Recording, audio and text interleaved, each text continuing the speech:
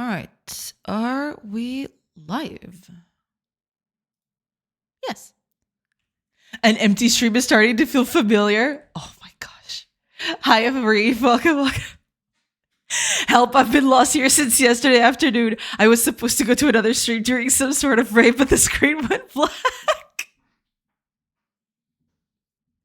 Hi, Fire. Welcome. Boa tarde, mas do nosso Almeida. Welcome in, Rafe. Welcome in. Boa tarde. Hello, everybody. Man, what a fiasco that raid was yesterday, huh? Yeah. I think she was online just up until the point where I actually left the screen to talk with y'all. We need a life vest emote or a parachute emote. Oh man, what? Yeah, that was an absolute disaster. Oh well. Shame and despair. All right. Oh, the ads are already basically ready to go. Cool. All right, start those ads if you please, because I'm a little late today. Even Pool Boy has a shirt. He's afraid to get stranded too. The end times are upon us. That's it. This is it, y'all. This is the end times. Oh man. All right. That's fine. It's cool. Yeah,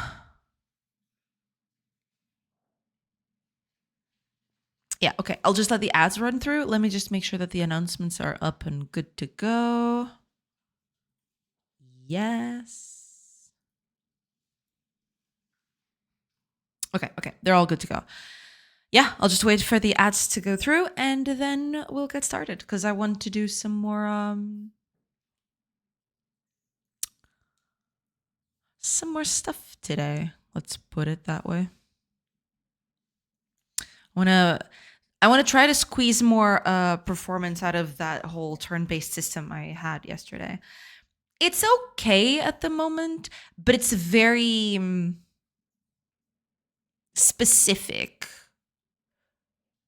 If I change things, or if I add more stuff to it, that system is not going to scale very nicely. So I need to make sure that, that runs well. But yeah, we'll take care of that in a bit. We'll get that going. And it'll be fun.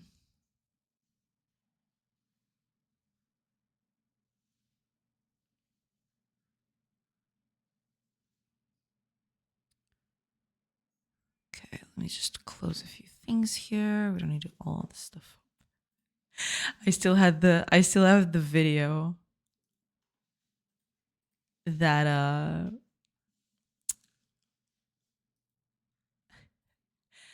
that Kago made.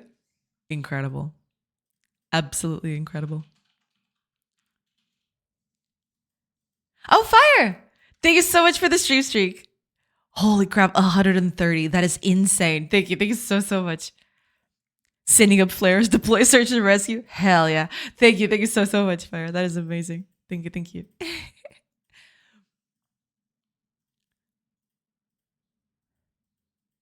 Okay. 20-ish seconds to finish the ad break, and then I'll post the announcements.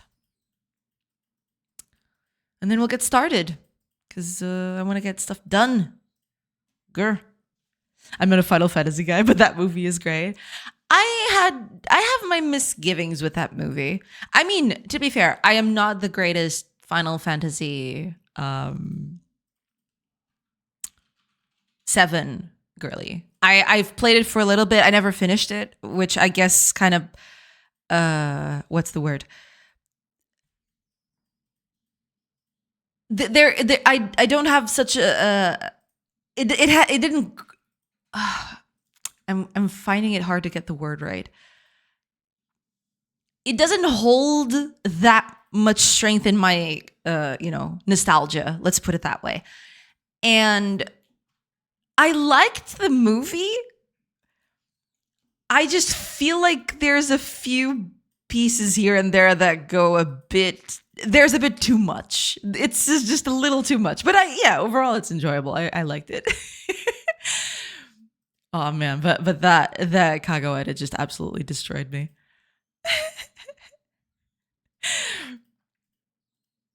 I've never even played, and to be fair, the movie might take some liberties with the whole Final Fantasy lore. I just think it looks really cool. Oh yeah, no, in terms of, looking cool, yeah, absolutely.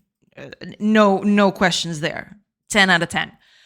But yeah, in terms of storytelling, it does leave a little bit to be desired, I think. But yeah, in overall terms of coolness and, cool factor, yeah, for sure. I dig it. I am a huge fan of the original Final Fantasy movie, The Spirits Within. But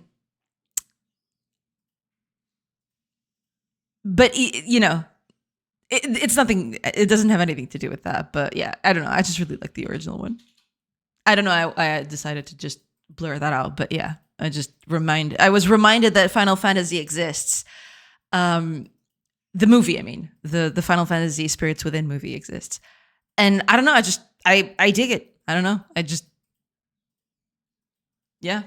don't know what to tell you. I kind of like it. Sue me. Yeah. Hiya, Jack McSlay. Welcome. Final Fantasy VII is still the best Final Fantasy to me. Yeah, or six. Sorry, I misread that. I really like 6. Really liked 6. Yeah. 6 is probably my favorite too. Yeah, I was thinking of all the others that I played. Out of all of them, yeah, 6, then probably 5. I never played 4 all that much.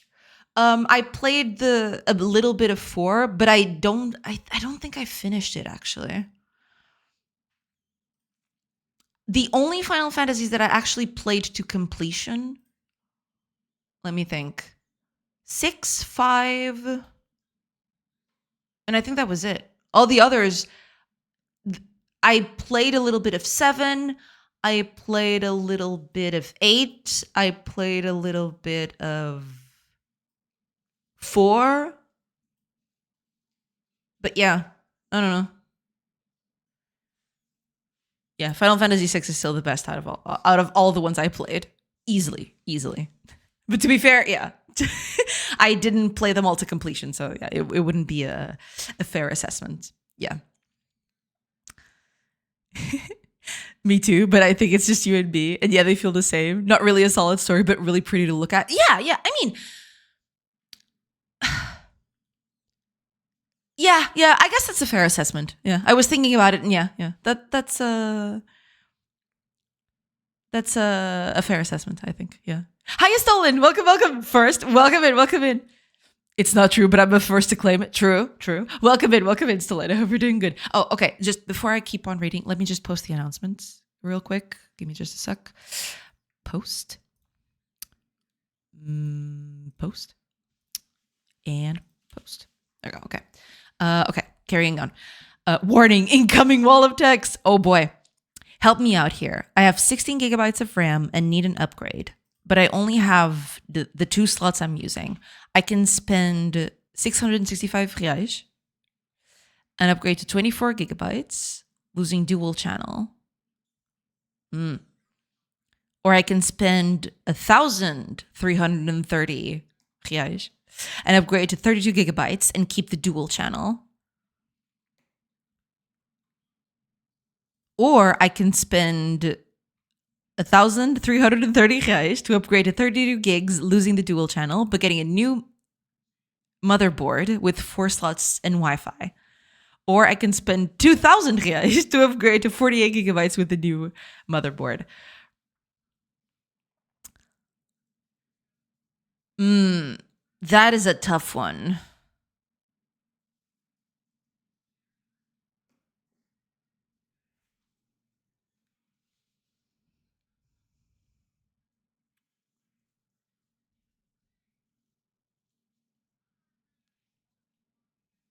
Let me read that again. Hold on. Upgrade to 24. Losing dual channel. 1,000 to upgrade to 32. Keep the dual channel. I mean, if your motherboard is fine.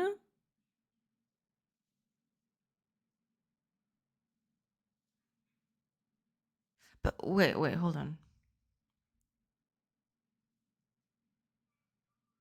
You'd lose the dual channel in that option. Yeah, because I was thinking it's about the same price, but you'd lose the dual channel. Yeah. 32 gigabytes. Don't get the new motherboard just for Wi-Fi. I was thinking about that. Yeah. I'd say, yeah, I think that's the best option out of all of them. You know, if you can afford it, of course. Yeah. I'd say that would be the most bang for your buck, I suppose.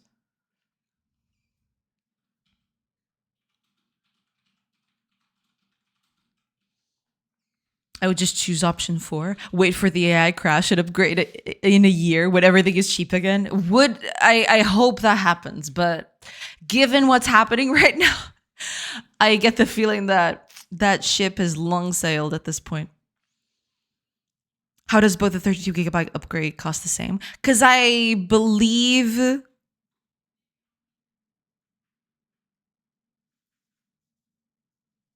I was thinking about that, but I guess it's the offset of the motherboard, right? I don't know. The new motherboard would have 4 slots too. It would be useful for Bluetooth as well as my current adapter is a bit laggy. Okay, gotcha. I mean, they are the same price. To be fair, I'm gonna be honest with you. I don't know how much dual channel is worth it because I'm, my hardware knowledge is very, very limited. To be fair,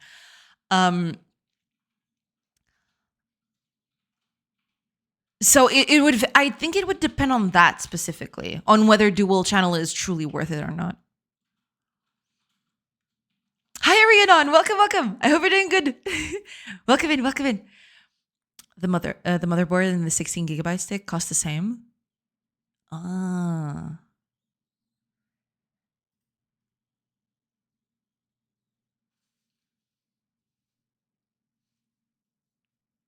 Interesting.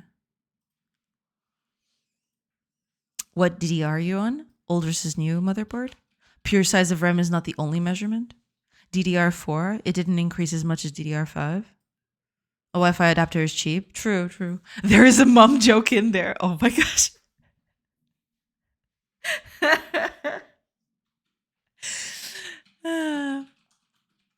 Incredible.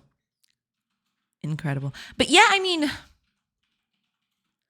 out of all those options,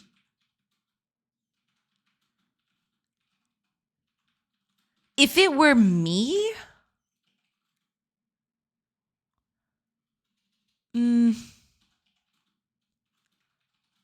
I would probably just do the 32 gigabytes without the new motherboard, possibly.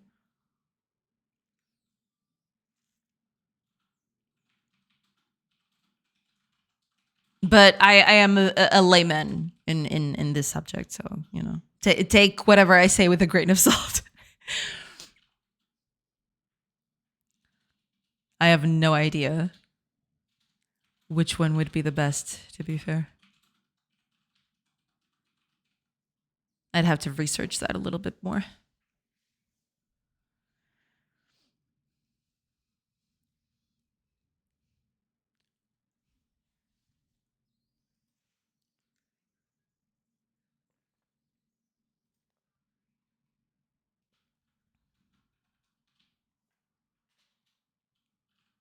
Same, 32 gigabytes and don't touch the rest. When it's time to upgrade again, just switch out the motherboard at that time for whatever is the norm, DDR6 or 7. Yeah, because I was thinking about that. Yeah, it's at least it happened to me. I bought a new motherboard a while ago. It was a while ago at this point, but the moment I bought it, it instantly got upstaged by something new that came out. So yeah, I guess, if your motherboard is good at the moment, I'd say don't touch it and wait for better tech in the future. Yeah.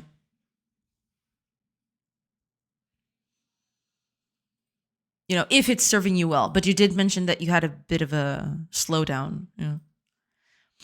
16 is not enough nowadays. I get that. But yeah, just holding out a bit longer would be a smart choice. Yeah, yeah. Hi, Fanbjörg. Welcome, welcome. I am sorry, Sorcery. I have turned into a vibe coder. I have automated my mediocrity. Fanbjörg, no. No. We've lost him. Welcome in, Fanbjörg. I hope you're doing good. Welcome, welcome. Do you have any organs you don't need? Rhiannon is going in for the throat, I see. Could sell them on the black market to offset some of the costs. Hell yeah. All of my bugs are no longer made by me. Oh no, Fanbjörg, no. Oh no. I am so sorry. This is fine, but only if you use the vibe for evil. True. I mean, Stolen did get that trend started yesterday. Be more like me. Evil vibe code. Exactly, yeah. Use the vibes, but only for evil. And do a villain pose while you're at it. Yeah. That will also need a new processor. Not sure how many more years I'll keep using this one, but my previous laptop lasted 10 years. I see. Yeah, I guess in the end, it'll depend on, what the immediate future would entail. Yeah. I would totally grow a villain twirly mustache if I could, just to twirl it while vibe coding. Hell yeah. That's the way to do it, If you're going to vibe code, at least twirl your evil mustache while you're at it. That sounds perfect. Yes. I got a cat just for this. Smart. I didn't think about that. That's good. That's good. That's pretty good. Oh man. All right. Oh, shut. About losing dual channel, people often overestimate how much this matters. Typically 0 to 10% difference in gaming, depending on the game and whether you're CPU limited. Productivity, coding, web browsing, office, usually barely noticeable. Video editing, rendering, virtual machines. Having more RAM is often more important than dual channel bandwidth once you're running out of memory.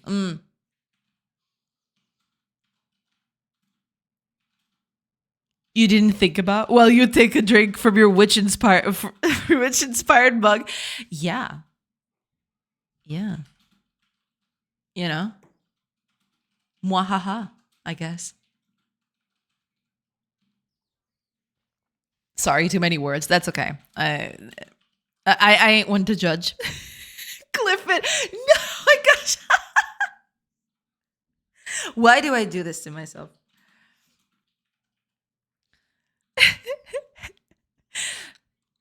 My coding is just so addicting. Not knowing what I'm going to get, the low effort feels like a randomizer. Oh no. Fanbjörg has been truly lost. I'm now seriously considering 48 gigs, which also doesn't have dual channel. I mean, depends on the price. I don't know exactly for what price you'd be able to get that, but yeah, if it's within your budget, then having more RAM is pretty good. It helps a lot. Yeah. Clip what? Do it. Hi, Adia. Welcome. How am I ever going to think again? Turn it off. Turn it off. I'm serious. Just delete it. Delete everything. Get away from it. Go outside for a bit if you have to. Just get away from it. It's dangerous. It's super dangerous.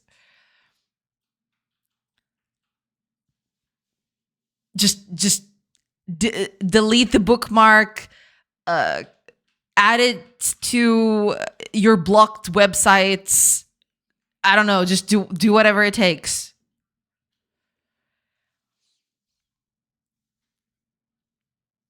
Let's go gambling vibes. If I turn it off, I can't maintain what it's spat out. Well, you'll get there. You'll get there again. Trust me. I've been there. Just turn it off. Yeah, just I don't know. Just if you can't use it responsibly, just block it from your life altogether. You know? Oh my god.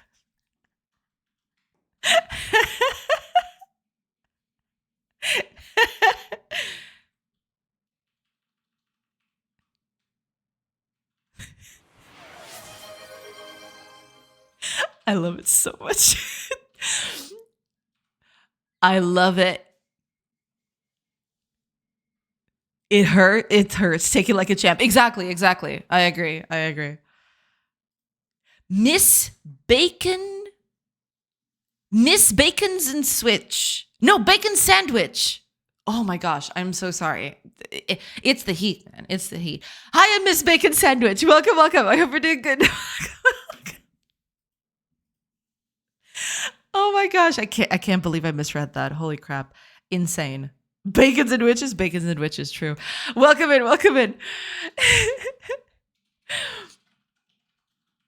Mwahaha, exactly. Just like Spider-Man's suit. If you're nothing without it, you shouldn't use it. Exactly. 100% agree. Yeah. Be strong, Fenbjerg. You'll be better off for it. I promise. Yeah. I'm being dead serious. Just actually block it, you know? Do it before it's too late. Hydrated, caffeinated. Exactly. Let's go. Okay, I'm going to hydrate because, yeah, I almost forgot that, but cheers. Unless I just drank again, in which case that's fine. You know, it's totally cool. Bacons and witches. I can see it. I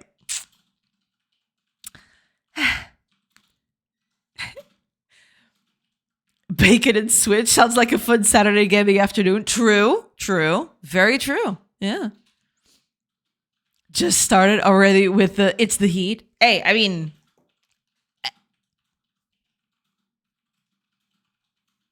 you know,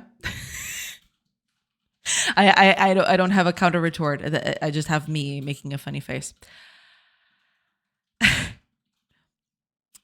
Motherboard plus 2 times 16 gigabytes, 2,000 reais. Moving to a newer DDR5 generation would cost nearly triple that. Yeesh.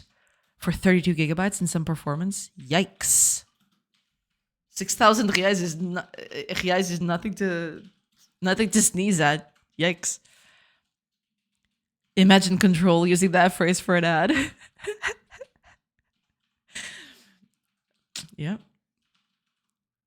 It's 3:00 already with the dirty talk. Hey, I mean, you know, what I need next is to set up the speech to text so I can vibe code while gaming.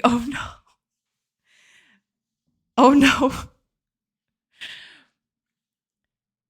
Fanbjerg, don't do this to you. Don't do this to yourself. I had 4 espressos today. No more coffee for me. I see. Yeah, you're probably better off not drinking any more coffee today. Yeah. Can always drink water. Water's cool, right? I mean, it's no coffee, I guess, but yeah. Hi, Nokia. Welcome. Welcome in. I hope you're doing good. Always need more coffee. I mean, yeah. I am not a coffee gal. I'll just put it that way. I do enjoy my water, but you know, it is what it is. That's fine if you're quiet quitting and don't give. I mean, yeah, in that case, I suppose, yeah. Hi, Innocent Meow. Welcome. Coffee can't be beaten. So I've heard. I do like my water. I do like my H2O. Yeah, it's good. It's good. I like it. It's yeah. My guy is eating the steak and wishing to be plugged back into the Matrix. Yeah. Hiya, Dino Chris. Welcome. Still talking, chopping wood, not working on a game. I see. Same as me. Hell yeah. Hiya, Dino Chris. Welcome. I hope you're doing good. I hope you had a good day yesterday. Welcome in. But if no coffee/tea, how are we supposed to stay awake?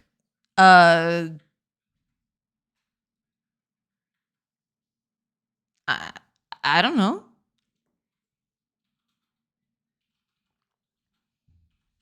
I guess we just do. Yeah. Or pre-workout, just caffeine, please. Pure disdain against the demon lords. Yes. That's valid. That's valid. Let's consult my coffee grinder about that one. What if you're quiet continuing? I mean, could also be. Hiya, Pietro. Welcome, welcome. I hope you're doing good. Oh, my goodness. Okay. I'm just quiet. Yeah. Oh, thank you so much for the hydrate, Dio. Thank you. Cheers. Okay. Given that, I think it's been ample time for people to start coming in. Let's begin, shall we? Because I got a whole system to revamp today. And we'll see how that goes. Where's my code at? There it is. I did do just some cleanup with the code. Just moved some stuff around so I could commit. But yeah, I need to change this. This needs to change, I feel. Because right now, the problem is, right now, I have a...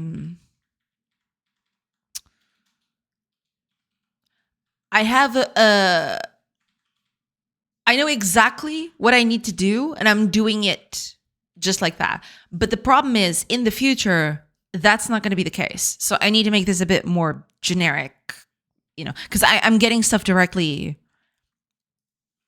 because I know where they're at. But when when this gets shipped to the game, I'm not going to know that off the cuff, right? I need to work with it.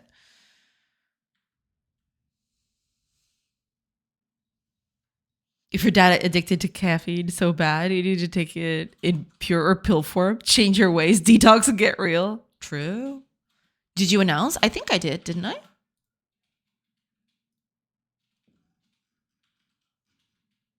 I think I did. Yeah, I did. Okay. Almost had me there. Almost had me. No. But I did. I did announce. Yeah. My brother did that for a few years. It's not healthy. Yeah. I'm sticking with my Atari less RAM issues. Less RAM issues. Yeah. Sounds good. Sounds like a valid strategy for sure. Yeah. Just keep up with the good old days and just, let go of modernity. Just embrace your Atari. Yeah. Hiya, Divine Wind. Welcome. I hope you're doing good. Erin showed me your game and I'm super intrigued by it. Oh, that's so cool. Thank you. Thank you so much for coming in. I appreciate that. Yeah, I mean, the game is right now, I am working on an adjacent system to the game. I'm trying to make the game a bit more performant because the map is extremely tiny. The play area right now is extremely tiny, mostly because the game kind of chugs along a lot if I add more stuff to it. It's very inefficient. So I'm trying to come up with systems to improve the performance of it. But yeah, I've been working at it. I haven't stopped yet. But thank you so much. That is super cool. Thank you so much for coming in. You did. I missed it. Oh, okay. I knew I've seen your username somewhere. I see. I might have, caught you over at Erin's stream, but yeah. Good to see you here. Thank you so much for tuning in. Oh, Brave Traveler, welcome. I hope you're doing good. Hi, welcome. I hope you're doing good. Welcome in. Hi, yes, I recognize you too. Let's go. Oh, Nokia, thank you so much for the 7 stream streak. Thank you. Blah. Indeed. Oh, and Brave Traveler with a 3 stream streak. Thank you so much for the stream streaks, everybody. I appreciate it. I'm on my second Red Bull of the day. Ooh, damn. Was already going to bed late when we found out all 3 of our dogs were infested with tiny baby ticks from their walk earlier. And we spent hours taking them off and getting new tick treatment on them. I think I got 3 hours of sleep again. Ugh, I'm so sorry to hear that. I hope your doggos, get better. That really sucks. But yeah, I hope you get a nice, a good night's of sleep today, at least. I'll probably have 3 or 4 total today. Ew. I hope you manage to rest soon, because yeah, that might take a toll on you. Shouldn't Fire be rubbing his streak in my face? Nah, he doesn't do that. It looks super pretty. I love the style. Thank you so much. I appreciate it. Yeah, I mean, it's still not complete in terms of visuals. I still have a few things that I really want to improve, but let's just say that this is kind of the base that I want to go for, but I want to refine this a little bit more. Yeah, in terms of visual, but I think in terms of visuals, it's almost there. It just needs a few tweaks and touches, and then we'll be golden. Then we'll be set. Yeah. But thank you, I appreciate it. TLDR, she's doing witchery. Oh, hell yeah. Yeah. You would think it's sorcery, but it's a mislabel. Yeah. So I'm being false advertised. No, not exactly. Ocean Bay? Welcome in. Thank you so much for tuning in. Welcome. Did you make all the assets? Yes. Everything that you see on the screen right now, well, except for the font, I guess. But everything except the font, that was me. Yeah.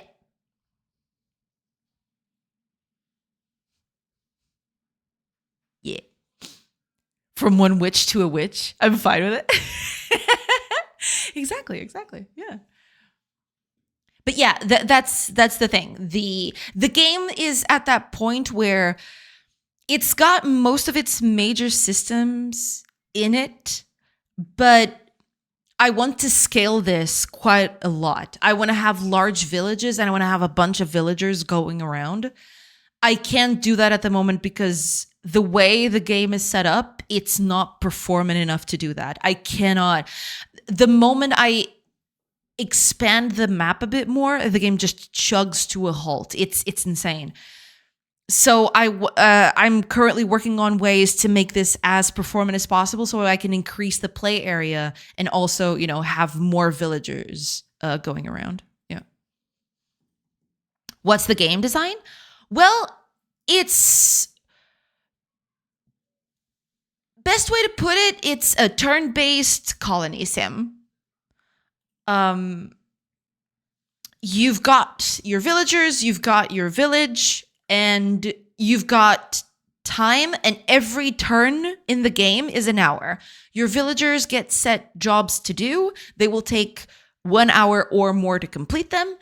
And the idea is that, as the days pass, you improve your village, you increase the size of it, you add more buildings, you gather more resources, that's mostly the deal. It's basically, imagine a usual colony sim, but instead of everything happening in real time, there are chunks of time. There's basically breakpoints. Every hour is basically a turn. That's it. That's the easiest way to explain it. Yeah. If two witches were watching two watches, which would watch which watch? I mean, whatever witch watch they would have. Right? Yeah. That fourth expressway is hitting right now, isn't it? Maybe. Yeah. Maybe it is. But yeah, that's the whole thing. So right now you can do a bunch of stuff. You can build structures, either piece by piece, or you've got what I call blueprints, which is just fully made buildings. And also you can build, or you can have sort of, I call them workstations, where you can refine resources to create other kinds of resources. In this case, the current one that is the most further along is food production. You can gather wild wheat or plant it yourself. There's also a system to plant wheat. So I can set up a little area here and tell it to plant wheat right here. Right now, no one's probably going to do that because they're all busy with doing all of this.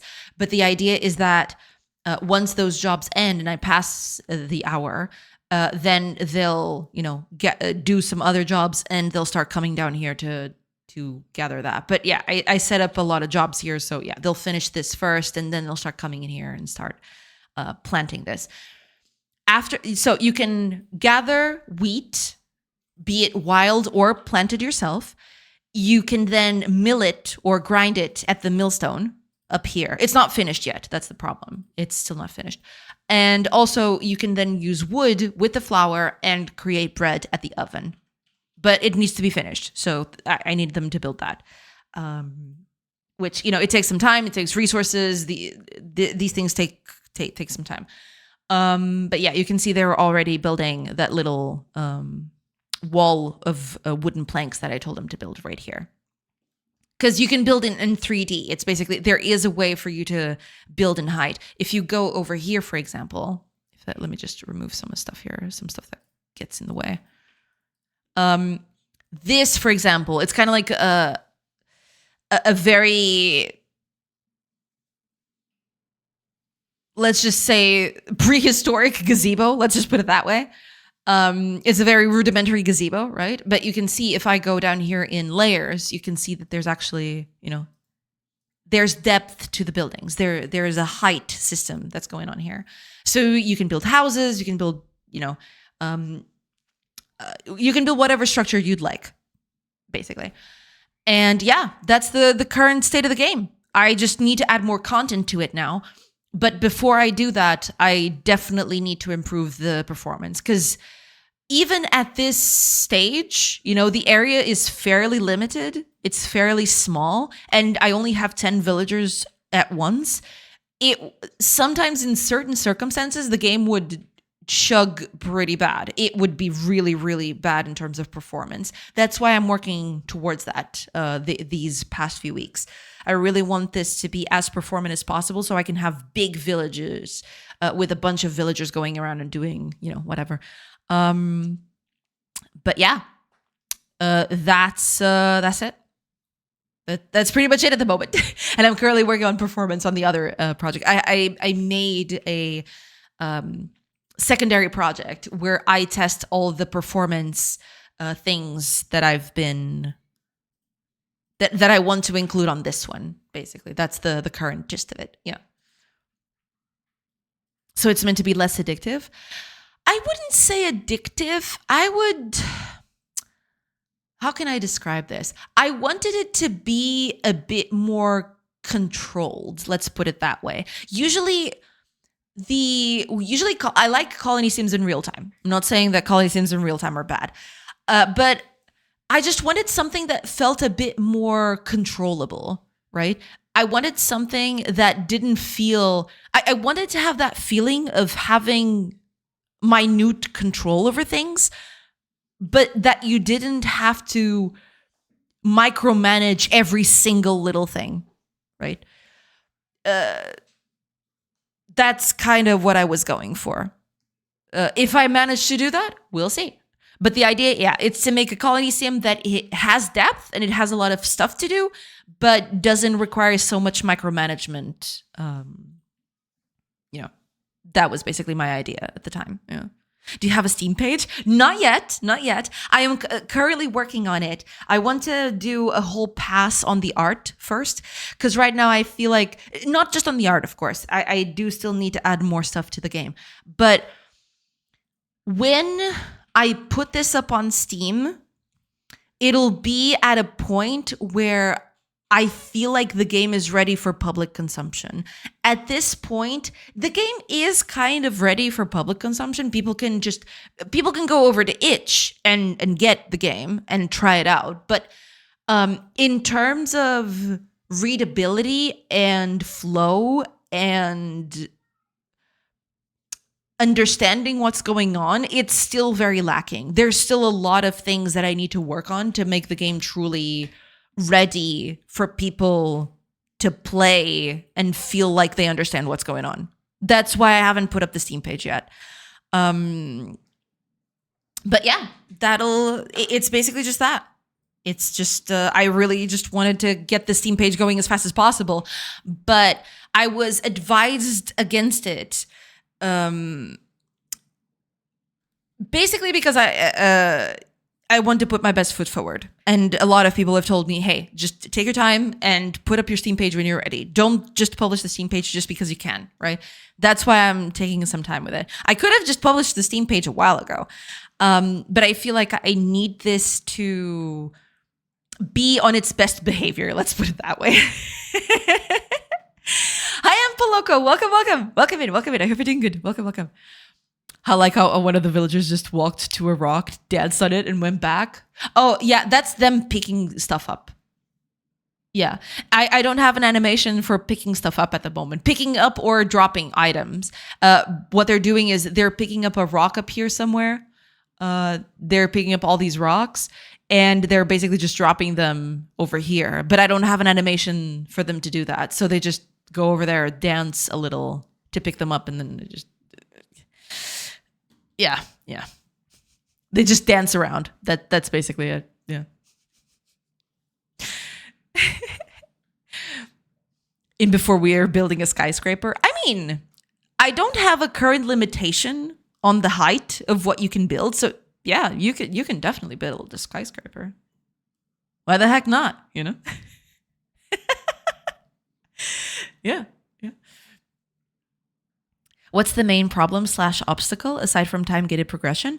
Well, the idea is, I don't have this set up at the moment, but you will. The idea is you're the leader of a village, of a tribe, right? And this is during the Roman occupation of the Iberian Peninsula. And the idea is you're part of a tribe that lives in the Iberian Peninsula, and basically your enemy is going to be the Roman invasions. So the idea is you'll get attacked from time to time. Also, the leaders that are currently fighting in the front lines will ask you for resources and people and all of that. Yeah, that's basically it. You'll get... You'll need to progress and to, have resources ready to give to the front lines so that, your village can stay guarded and peaceful. Yeah. That's basically it. This is really cool. I'm glad to have learned more. Well, thank you. Thank you so much for being here. I appreciate it. And thank you so much for asking. Yeah. I'm glad that you found it good, interesting. Dancing is great. Dancing is pretty good. Yeah. Oh, so rocks have a few rocks in them. Yeah. So every pile that you see, I don't have this set up at the moment, but every pile has a different number that could be in it. Right now, I have this plan to do, but I haven't done that yet. But every pile, I want them to change their graphic based on how much of the resource is there. But I don't have that set up at the moment. But yeah, so for example, my face is in the way. This pile of rocks has 2 at the moment. And it's receiving 28 more from these. So 4 from here, 4 from here, 8 from here. There's a few more here, I think, somewhere in the back somewhere. But yeah, it's receiving from these nearby piles with all different quantities, and they're all being put together in this little area, this little square right here. This is what I'd colloquially call a drop-off area, right? It's an area to gather or to put resources in so they're more... accessible. But yeah, so the idea is, because this is a drop-off area right here, the idea is that, they gather resources from surrounding places and they will put them in the drop-off area. Yeah. And they will put it on piles if they can. The idea is that they'll compress everything into piles if possible. Yeah. Yeah, that's pretty much it. Hiya, Moonshots. Welcome. Hello. I hope you're doing good. Welcome in. But yeah, that's it. That's the game. I mean, I could show you a little bit about the food production. If I pass time here, someone's going to come along and start building this stuff. Yeah, there we go. I need to pass some time because these things take a long time to get finished, especially the oven. The milling stone is fine, and you'll see that now they're actually picking up the wheat and milling it over at the stone, right? But while the oven isn't finished, they won't be able to actually bake any bread because there's no place to do that. So I'll have to wait for this to finish. They'll have to finish building this. There we go. Okay. Now we've got the oven is finished, and now someone will be coming along, gathering the resources and baking some bread. There you go. Yeah. And now you've got basically at this point an infinite surplus of food. And also, you need to keep their needs in check. Because, for example, if you go here, you'll see that they do have 2 needs at the moment. I want to add more in the future, but right now they can be hungry and tired. For tired, you actually need to build them beds. They can sleep in. So after you build some beds, they will actually go rest in them. I need a sleeping animation. I don't have a sleeping animation yet. But yeah, the idea is that you give them a place to sleep. You give them food, resources, so that they can keep it going and just go right along. But yeah, I want to add more stuff to this. The problem is that I have to work on performance first. The game definitely suffers at some point. So yeah. Oh, Sillyfish, welcome in. Thank you so much for the gift sub. Thank you. Oh, it was for Justin. I hope he appreciates it. Thank you so much, Sillyfish. I hope you're doing good. Welcome in. Thank you. Very much appreciated. But yeah, that's it. That's the game. That's the game as it is. Yeah. And I'm currently working on performance shenanigans. That's what I'm doing right here. Got this whole system to try to make this as performant as possible. Yeah. Hey everyone, hope all you fine nerds are well. Yes, thank you so much. Hi, Sillyfish. Welcome. We're doing good. Yes, we haven't started yet. I haven't even begun to code as of yet, but I am working on it. I'm getting it. Okay, here's what we're going to do.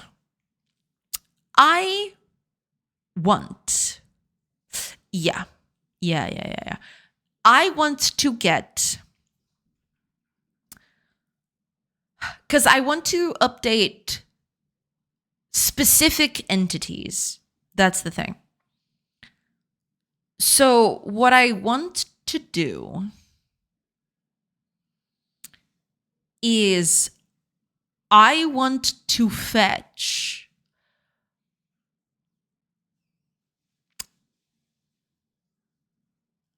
kind of like a structure that allows me, for example, in the move command, you have an entity ID, an X and a Y. Oh, I should make these. Yeah. Forgot about that. Okay, let's put this like this. There we go. So the idea here is I want to be able to fetch all the entities that are going to get moved all at once so that I can traverse through them. I can cycle through them more efficiently, right? I am kind of doing that here.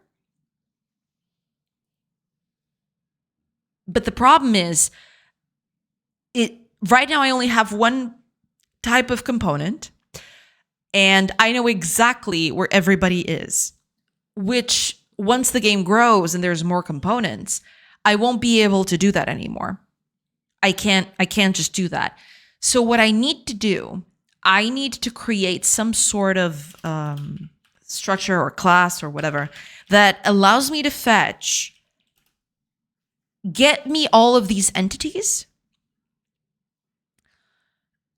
and tell me where they are so I can access them directly for updates, right? That's the idea anyway. So let's do that.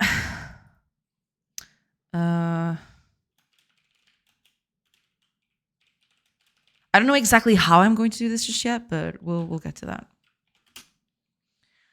I will need at least 2 things. maybe 3. I need, yeah, I think I need 3 things. I need the,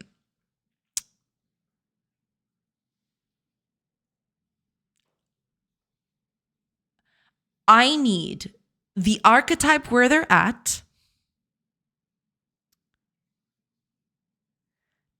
what position they hold inside of that archetype, and also which entity ID we're talking about. Those 3. Those 3 are the most important, right? So yeah. We'll just have to do that. Let's see. Public, read only. This public, read only, int. This is going to be archetype index. No, wait. I want to organize this by archetype, actually. Do I? Yes, I do. Because I want to traverse them through archetype instead. I think that's the best way to do it.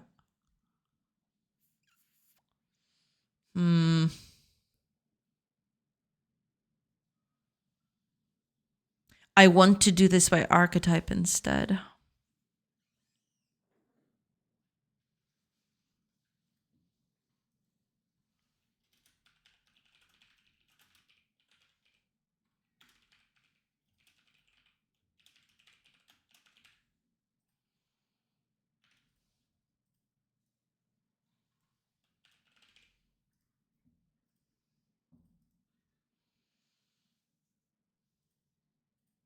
Let me think.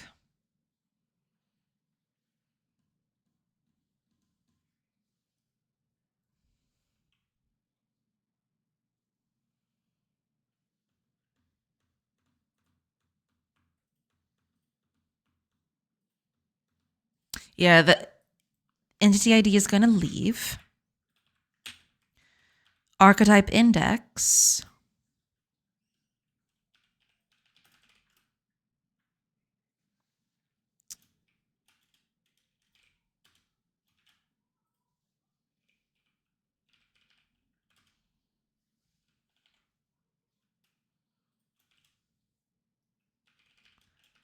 And then the entity info of that archetype. That's kind of what I want. Probably a better way to do that, but I'm going to start with basics so that it's easier to maintain later and to change. Yeah. Would be interesting if the game featured social conflicts and anomalies within the community. Not every problem comes from external forces. Some originate from within the community itself. Oh, no, absolutely. Yeah. I definitely want to add a lot of things to keep the game fresh and interesting. And yeah, having the community interact with itself is definitely on the list. I have a whole roadmap that I've made. It's not extensive by any means, but I've also added a bunch of ideas that I wanted to put into the game. For example, I want every villager to be part of social structure. What I mean by that is they can be part of a family or be part of a group or be part of they can have friends, they can have enemies, stuff like that. And I think that's going to add a lot of interest to your villagers and to make them, have different kinds of relationships and be able to, interact differently. Yeah. You can add those over time, though. No need to have them all from the get-go. No, yeah, of course. Yeah. I have a bunch of ideas. There's a lot. There is a lot that I want to add to the game. It's just that it's going to come over time. It's not going to happen all at once. But yeah, I have a bunch of ideas. I don't know if I have that. I do believe I have families here. Villager relationships and family ties. Yeah, I do have that. Yeah, that's on the roadmap already. But yeah, that's that's something that I want to add in the future, for sure. I'd end up being part of the wood carrying guild. Hell yeah. Strong. Okay. Please don't add tax. I would escape the real world. I'm not sure, because here's the thing. I want the game to be as historically accurate as possible. I am hoping in the future to actually either employ or seek help from an historian to, help with some of the stuff in it. But I don't know if they actually did taxes back then. So I don't know. We'll see. But I'll be sure that you're able to turn that off if that really doesn't suit you. I want the game to be as customizable as possible. So if you don't want certain things in the game, I want you to be able to just, get rid of them if you don't want them. Yeah. Tax would be a Roman thing. Barbarians rise against. True. Making sacrifices to deities or spirits could be considered a tax. True. Yeah. Have you filled your annual wheat tax, citizen? Exactly, yeah. You want to be careful with that, You want to pay your wheat tax. Hiya, Boji. Welcome. Thank you so much for the hydrate. Cheers. Welcome in. Hi, Digifat Beats. Welcome in. Work buddy. Hi. Welcome in, Digifat Beats. I hope you're doing good. Welcome. Welcome in. I hope you're doing good. Welcome. Okay. That was more than a sip? Yeah. Absolutely. Yeah. You can send asterisks and obelisks after them if they don't pay. True. Man, how cool would it be if I were able to just have the rights to get the characters in the game? That would be so cool. If I can, I'll just allude to them, I'll make generic characters that are kind of a nod, but I definitely want to have asterisks and obelisks in there somewhere.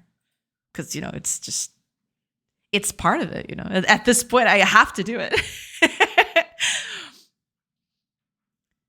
You already know how much wheat tax I owe. Why are you asking me to calculate it? I'm doing well. How has today treated you? Yeah, been treating me well. I've just started. I'm trying to make this a bit more performant. But yeah. How's the weather today? Cooling down? Not cooling down at all. It feels like it's getting worse at every moment. Yeah, it's hot. It's hot outside. Are they not public domain yet? I don't think so. Let me see.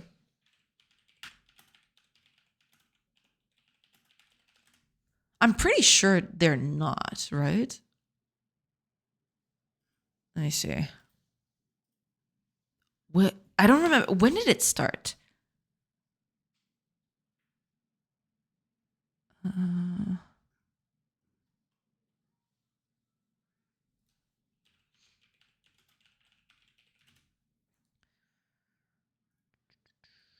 It started out publication date 1959. So yeah, no, they're not in public domain yet, I don't think. Public domain takes quite a long time at the moment. I think is it 75 years at this point?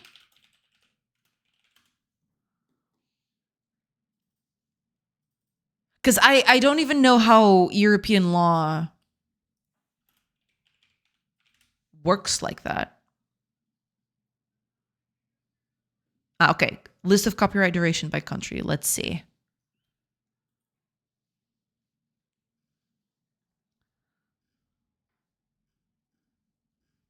So this would be... Hold on. Where was this originally published?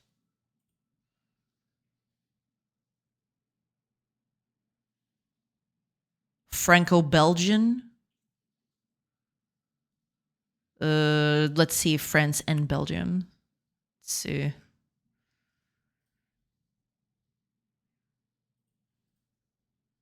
Belgium is life plus 70. Oh, if it's life plus 70 years, there is no way. Because I believe one of the creators is still alive, right? One of the original creators, I mean.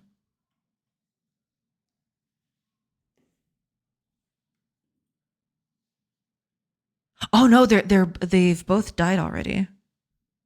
There's new writers, but yeah, the original artist and writer already deceased. The artist Uderzo died in 2009.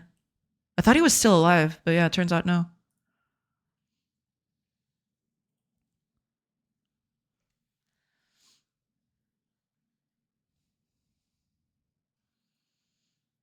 Oh, yowzers. I do feel like we are going to have a very warm autumn, which sucks because I really like that season. Yeah, autumn is out of the books at this moment, sadly.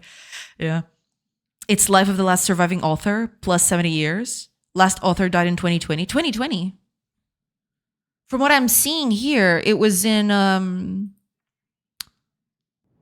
2009, right?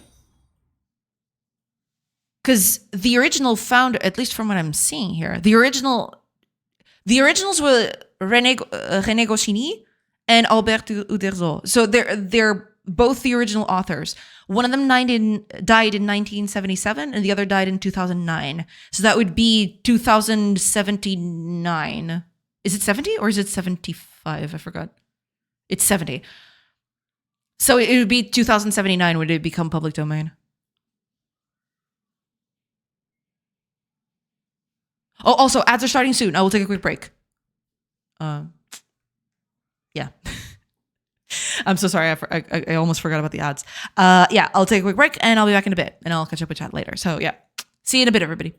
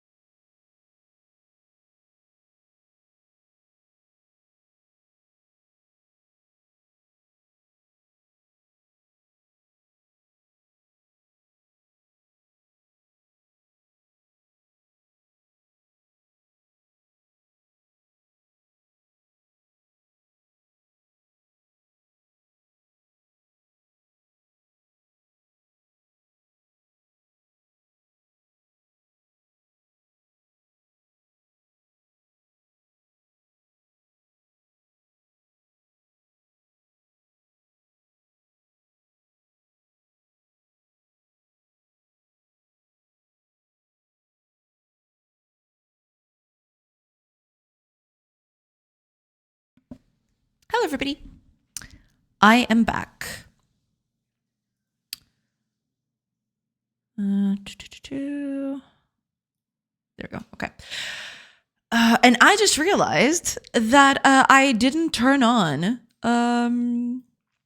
StreamerBot because I just looked at chat and I remembered, yeah, I didn't get any warnings that the ads were coming in chat. So let me just fix that real quick.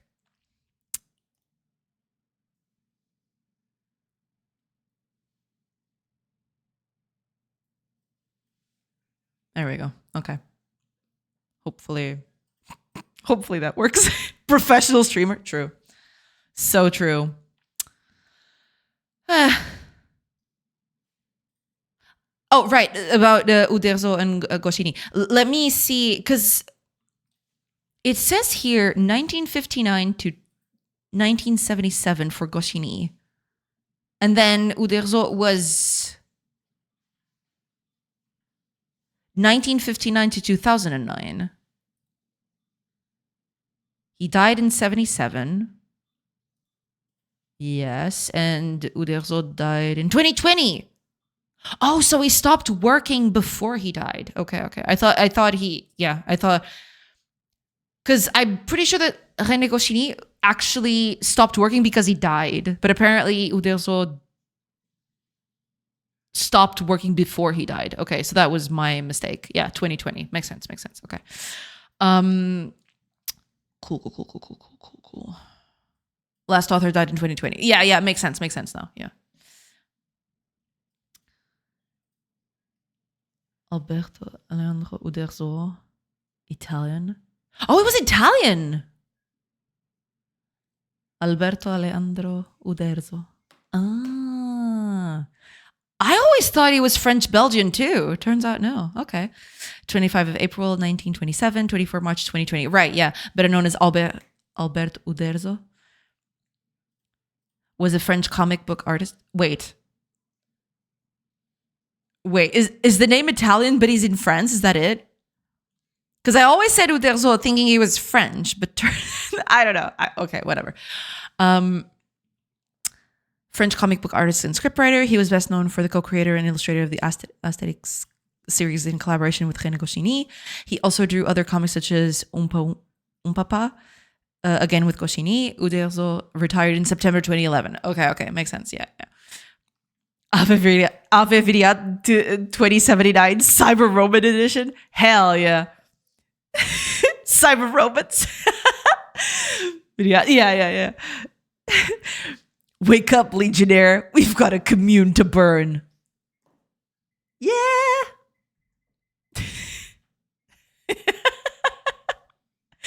Jonas Argentus Manus. I like it. I play the shit out of that. Hell yeah. I've got screen recordings to make for work. That's totally okay. Thank you so much, Rihanna. Thank you so much for the lurk. I appreciate it. Professional streaming. Yeah, that's me. That's the professional streaming happening. Hiya, Bullion. Welcome in. I hope you're doing good. Welcome. Thank you so much for the 55 stream streak. That is insane. Thank you so much. Welcome. Hey, y'all. Hey. I hope you're doing good. Welcome in. He died because he stopped work. Sad. Yeah, working. Damn, my terrible time. No, yeah. Goscinny, yeah, he basically stopped working because he died. I think it was a medical complication. Let me see here real quick. Goscinny died at 51 in Paris of a heart attack. Yeah, that was it. Yeah, it was super sudden from what I remember. During a routine stress test at his doctor's office. Yikes. What a way to go. But yeah, and I believe after that, Uderzo took on the role of both writer and artist up until he probably couldn't anymore. So he passed on the torch to the new, because there's a new writer and a new artist on it. The new artist is Didier Conrad. And the new writer is Fab Caro. There was another writer, Johnny Ferry, but the current one is Fab Caro. Yeah. Fabrice Caro. Okay. Yeah. So there have been 4 writers in total and 2 artists, basically. Yeah. Cybromans. Cybromans. I love it. Hi, B. Welcome, welcome. Welcome in, welcome in. Oh, Totem. Welcome in. I hope you're doing good. Hi, welcome, welcome. If anybody here knows PHP, I have a job offer for you. I see. I'm very unknowledgeable about PHP, sadly. But maybe someone in chat knows PHP. Yeah. Welcome in, Totem. Welcome in. I hope you're doing good. Welcome, welcome. Funny coincidence. Fret cyborgs are also called that. Pronounced cybromans. Yeah, exactly. I'll come in again. The Pacer test claims another victim. Yeah. Yikes. I hope they died knowing they left something amazing with the stories and arts they made. Yeah, I'm fairly certain that they knew that, because the comic picked up very fast. It became a sensation pretty fast, I believe. Yeah. Let me see here.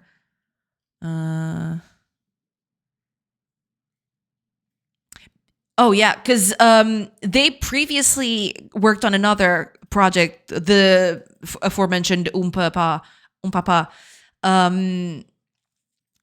Asterix came later. Yeah.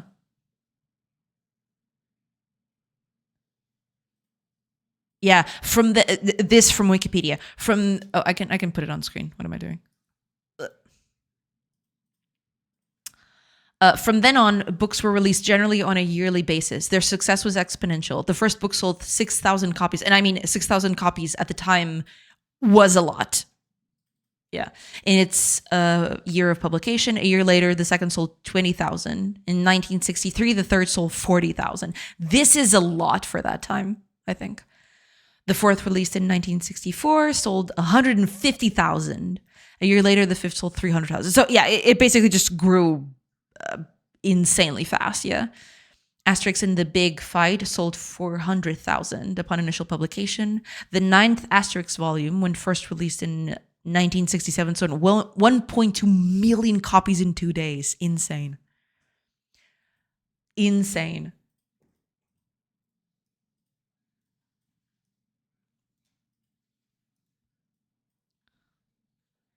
There's some artists that sadly pass away and never know what they did was amazing. Yeah. A sad state of affairs. Yeah. I'm starting my own company. I will spam myself in the Discord as soon as I complete more stuff, but it's food related and you may gonna like it. I see. All right. Keep us posted. I'm glad you're doing good. Welcome in. In 1967, 1.2 million is a shit ton. Holy. Yeah. It's a lot. Yeah. Take in mind, there were no easy ways to acquire books overseas, right? They'd have to be either translated to other. That was basically what was happening. You know, the rights were being bought by other countries, and or other publishers in other countries, so they could be published in, their language.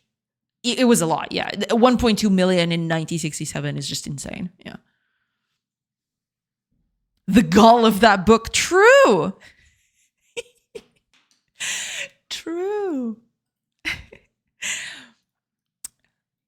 Okay. Let's do a thing. I want...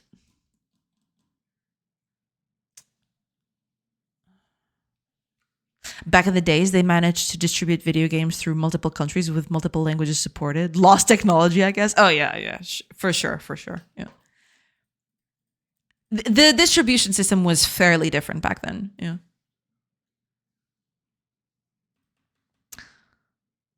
Okay. So instead of doing all of this, I want this, but I don't need to get inner index.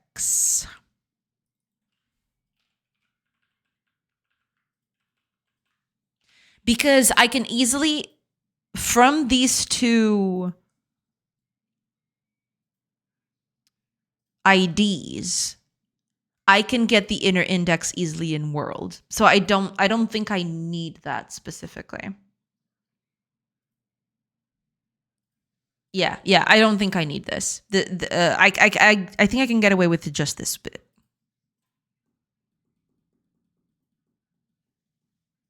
Yeah, yeah. I think I can get away with just that bit. All right, let's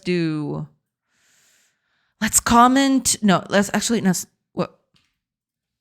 Okay, let's just put it down here, and then I'll comment this after I finish. Okay, here's what I'm gonna do.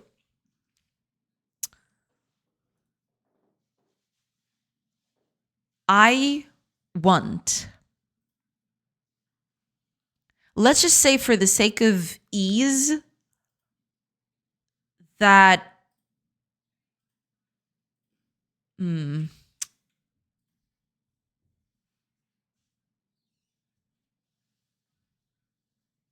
no, wait a minute. No, no, no, no, that's not the way to go.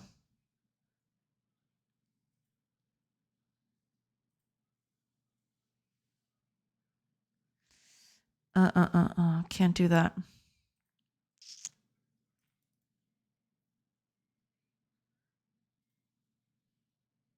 Yeah, yeah, okay. Maybe I'll need another one here.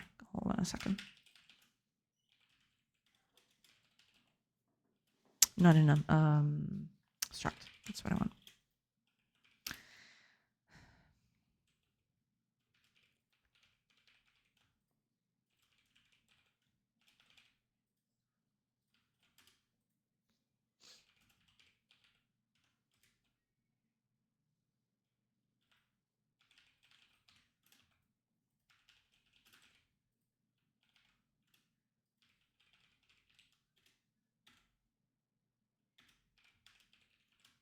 Okay, something like this.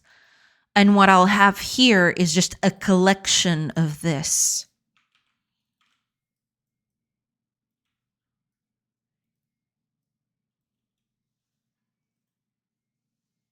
Yeah, that's basically going to be it. Yeah. Back in my day, the interwebs was too darn slow to be downloading your games. True. Back then, games, I couldn't even download an 800 by 600 image, let alone a game. Are you kidding me? Nuh-uh. That was not happening.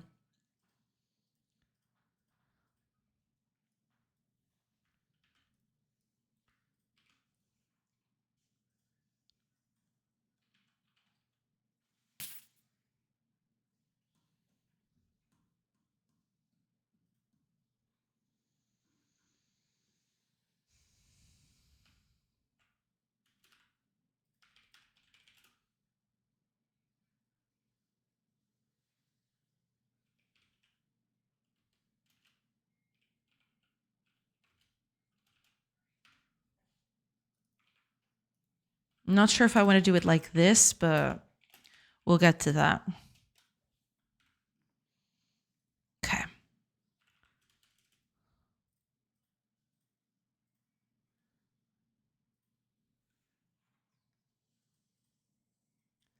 I want certain IDs.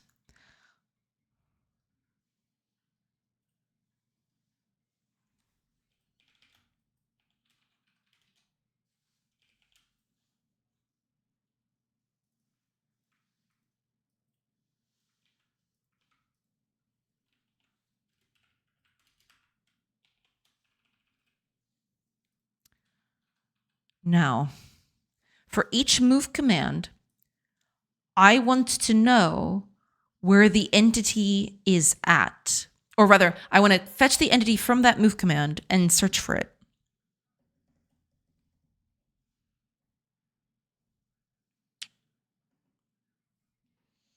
We had a guy who would travel from house to house and you could rent games from him for a week. Oh, that's pretty cool. I do kind of miss the days of couch co-op though. Yeah, yeah, those days were pretty cool. Yeah. Will cheese be involved? Ooh. Who's to say? Maybe yes. I don't know. Only Totem will be able to answer that.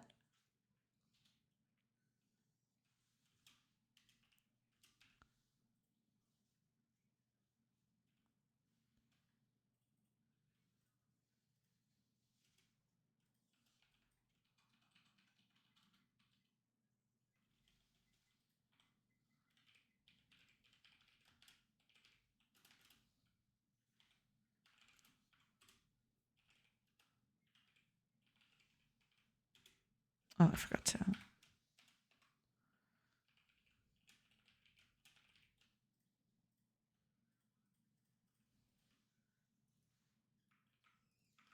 Okay.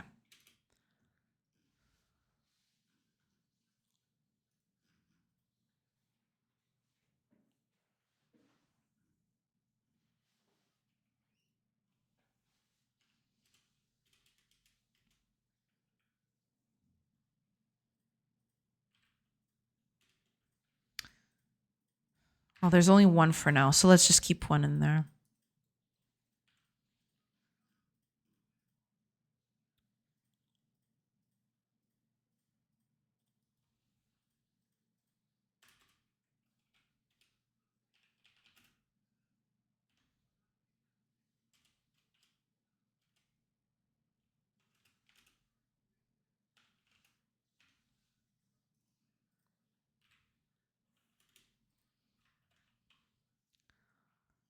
Not exactly sure. Because, yeah, this needs to be...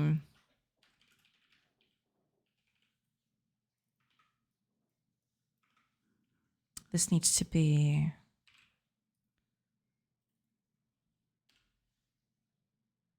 Oh, hold on.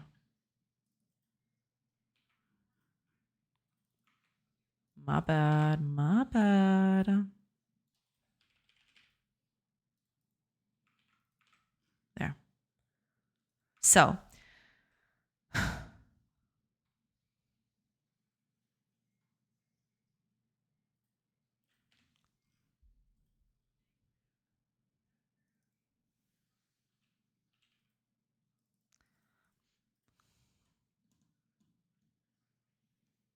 Hi, Annex! Welcome, welcome. I hope you're doing good. Welcome in, welcome in. Hi, hi. Welcome, welcome. I hope you're doing good. Welcome, welcome.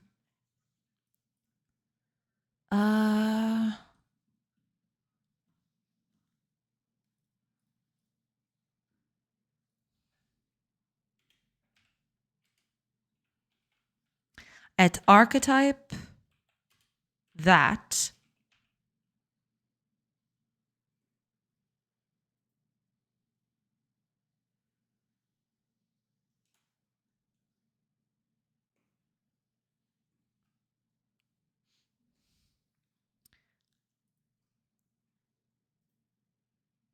No, wait, hold on.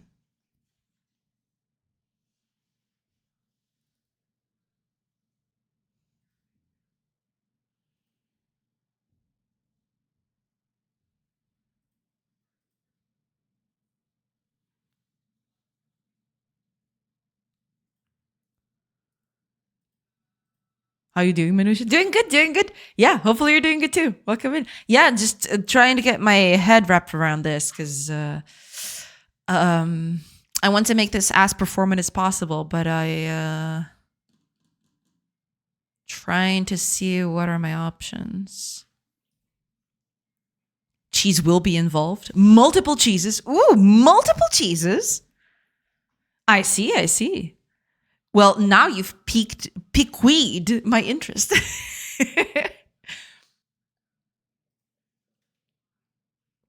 Is the beta test over? How was it? Well, it went okay. The thing is, the biggest problem right now is that there's not enough information to go by. The game is severely lacking in terms of information. I need to add that back in. But yeah, it went pretty well. Just need to, after this whole performance thing that I'm working on at the moment, I'll take some time to actually fix those things. Fix all the problems with the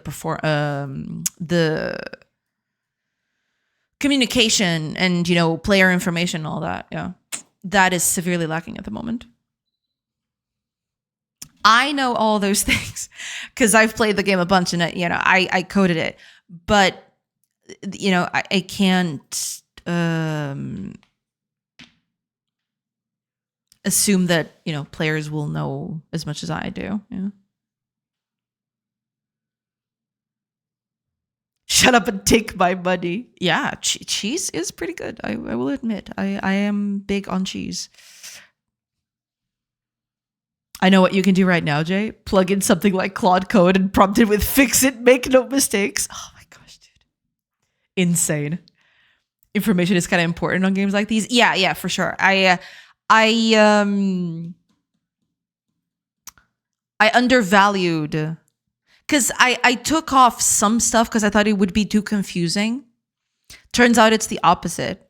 I turned off stuff that people would assume that you could check. So yeah, I need to put that back in. Whoops.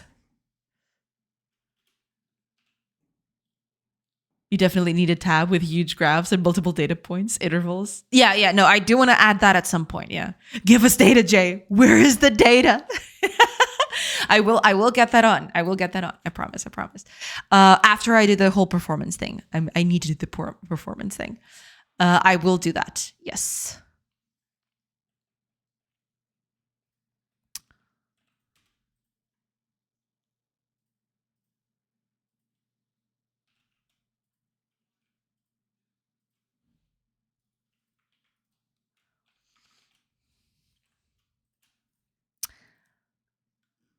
This is not...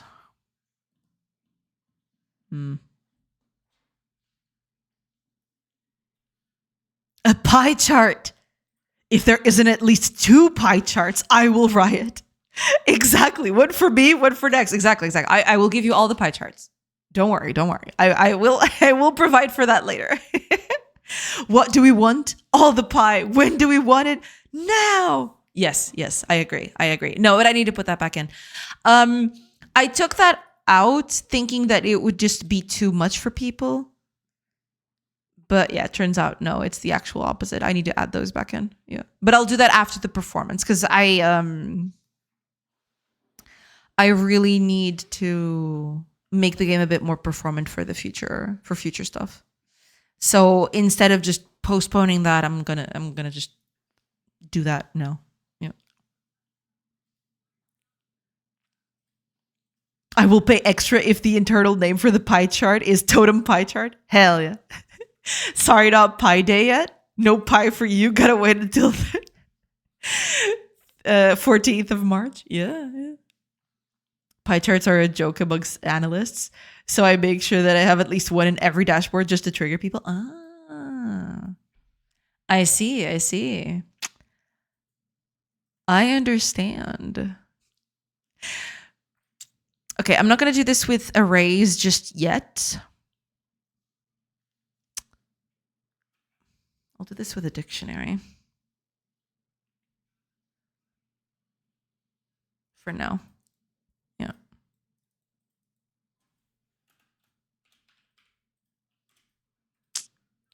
I want to avoid dictionaries and lists as much as possible, but for now, just to see if this works, I just want to test it out. So, yeah.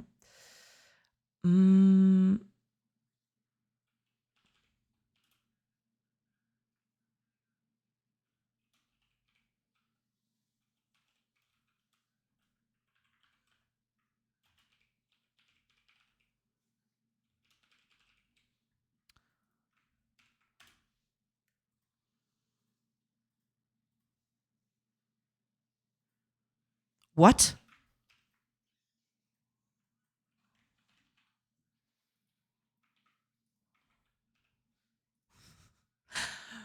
What?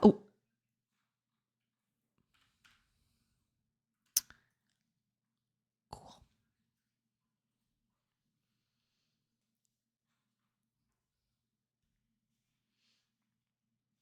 Or totem pie chart. I don't discriminate between snake case and camel case. However, I will riot if it is in snake case. Oh, then we've got conflicting ideas here. Yeah, my favorite pie charts are parts that look like Pac-Man, parts that don't, and no, but in yellow. no, but in yellow. Exactly. I love it. I love those so much. Every higher management wants pretty and flashy graphs to look at. Most default to some sort of pie chart because it's flashy, but it's one of the most useless ones. It's very hard to understand. Especially when there's very small gaps between everything. It's really hard to understand the difference between all the slices, yeah. Circle goes burr, while number goes What? I want a searchable docs page inside the app and a query builder for no reason. This light bulb has 100 watts. True, true. By the way, Manusha, I gotta go, but I'll share on Discord something cool that I got today. Ah, I see, I see. All right, all right. Now I want to check. How hard can it be? Yeah, it's fine. Got a cool figure today. Don't mind the dust. Ooh.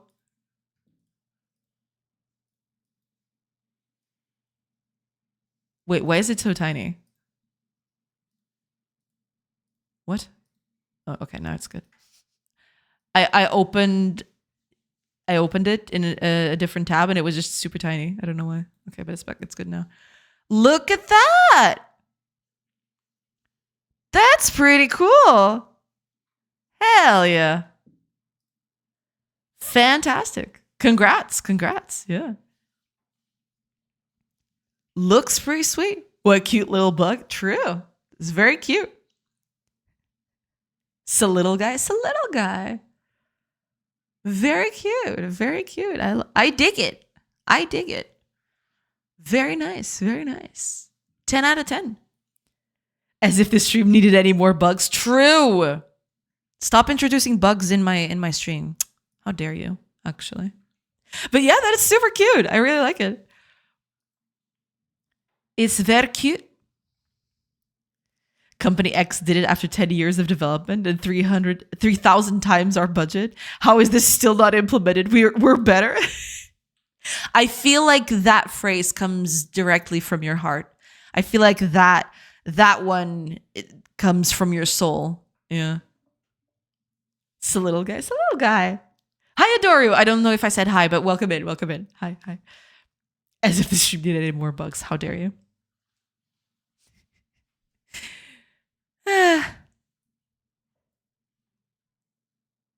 That can come from my soul. It's lost. I lost mine in my old job. I'm so sorry.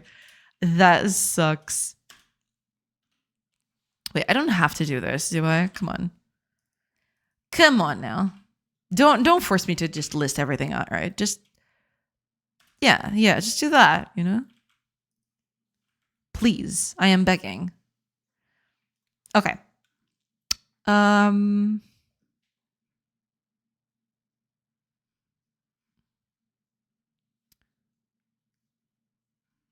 Cool.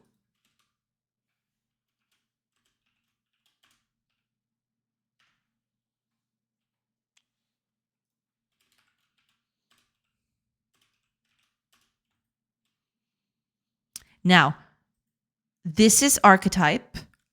This is the entities within the archetype. So, archetype index.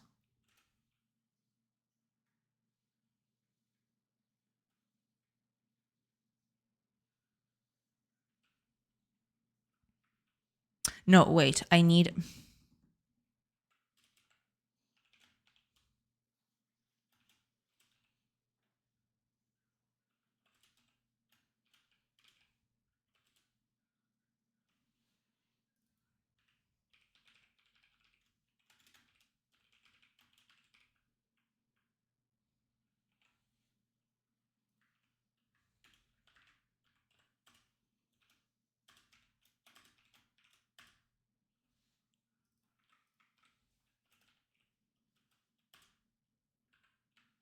And we add our entity ID immediately on it.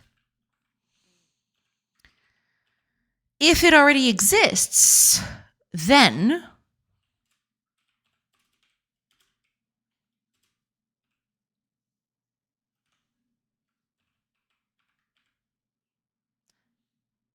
yeah. Oh, there. So now we've got, for every archetype, we have a list of all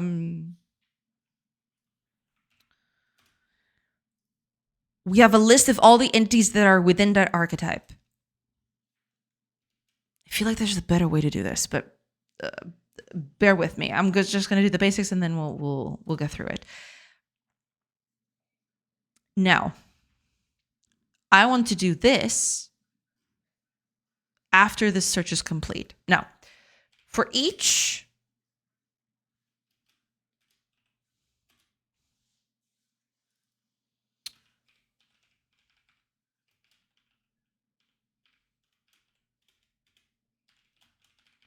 like that. Now,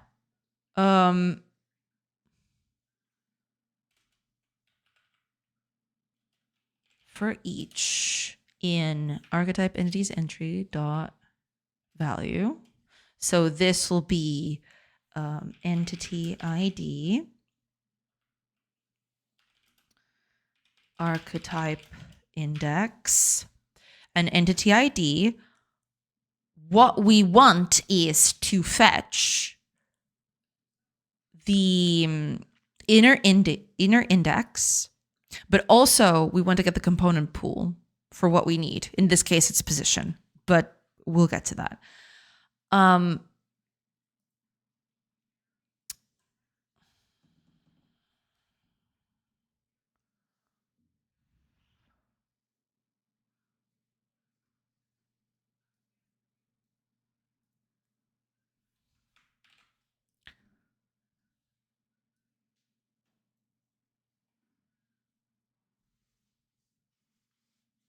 Yeah. So we do this here.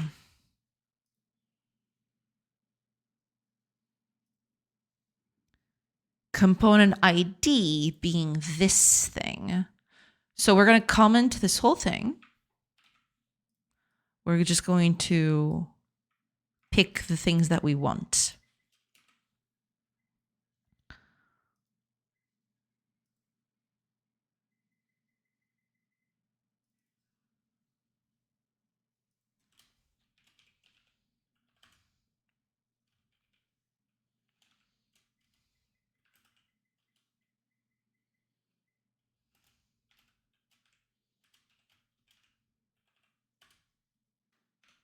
There. And you get the thing, you cast it. Now, for every entity, we want to get the inner index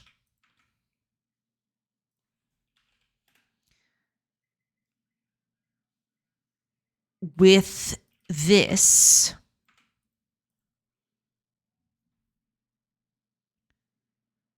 And we do all that we need, which is, in this case, it's this thing, right? We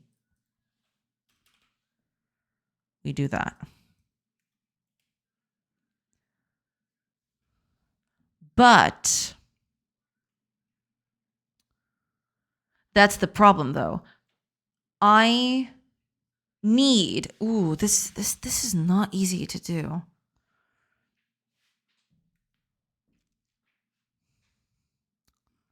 Because now I need, from all the move commands, I need to know exactly where each one goes.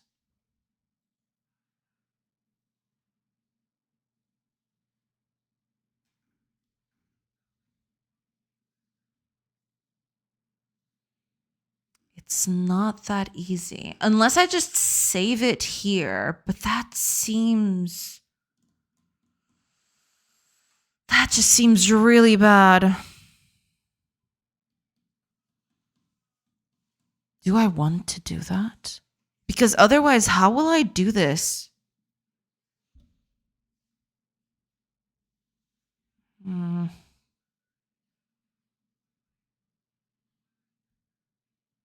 I need to save that info somewhere.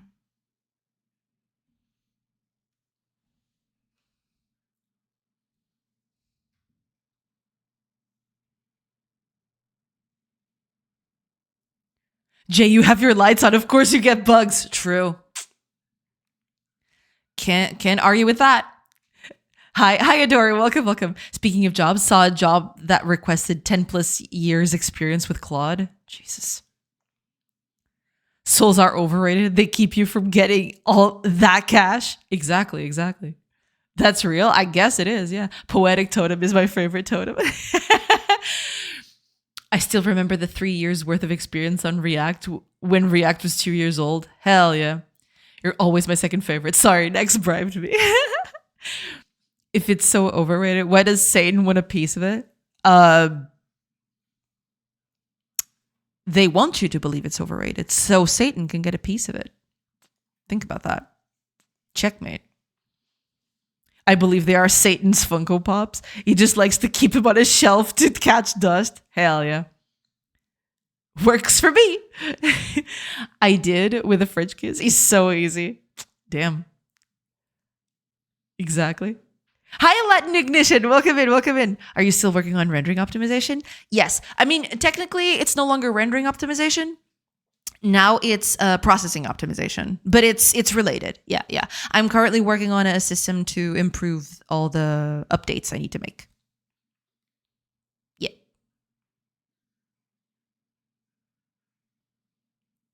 That was a meme. Now, jokes apart, I'd make an AI run an analysis on the whole source code to identify potential hotspots, and then you act on them yourself. It's just a way to save yourself days of debugging. I guess, yeah. But I don't know. It just feels weird doing that. You know what I mean? It just feels icky. I know. Whatever.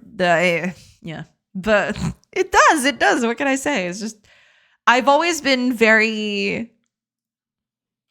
What's the word? I've always liked to have control over my code. If I put that in, it feels like a step too many. You know what I mean? That's my fear. That's my one fear right there.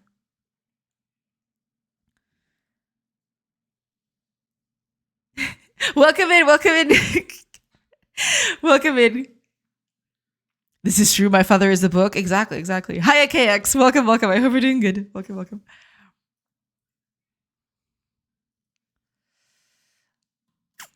Yeah, this is not as easy. I thought this would be... I mean, it's easy if I put that information somewhere else. But then...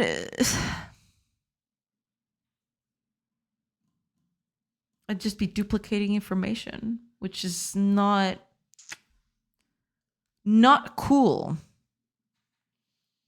It's weird, don't get me wrong, but trust me, a good AI can keep track of so many things in parallel. It may suggest dumb fixes, but it's great at running analysis on code.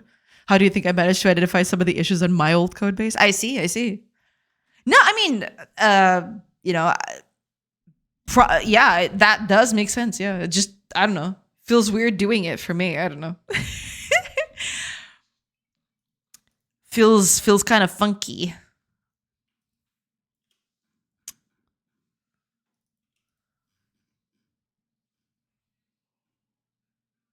Even just asking you to represent the product flow in diagram for docs clarified a lot. I see.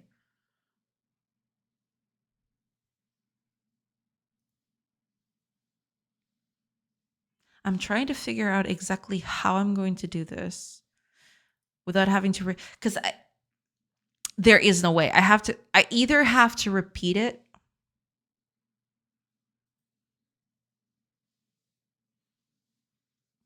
because there is no way.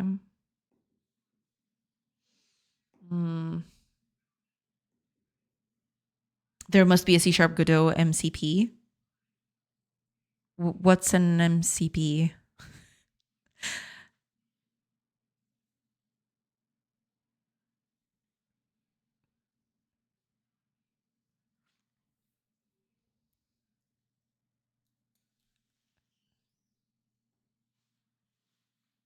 MCP is the USB of AI agents. Some kind of plugin, I guess. It's a wrapper for an API, basically. Okay. Gotcha. Hi, Chaos Theory. Welcome. Okay. I mean, there must be, I suppose, yeah. How do I do this without...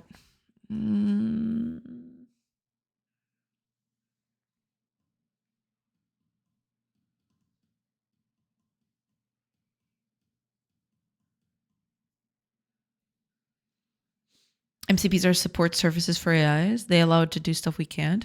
For Laravel, it can explore function callbacks without actually running the code, or even simulate database migration, eloquent operation with ease. Damn. I see.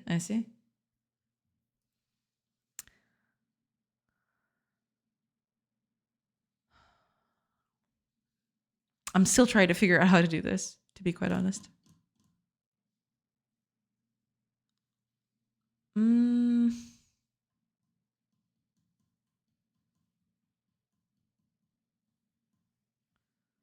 Because there is no easy way out of this, I don't think.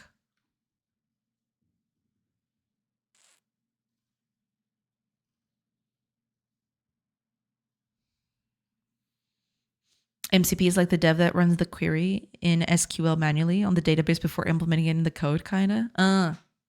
Sometimes saving time means you will remember later. The struggle is what leaves a lasting impression. That is very true. Yeah. That's why I do all of this. Yeah.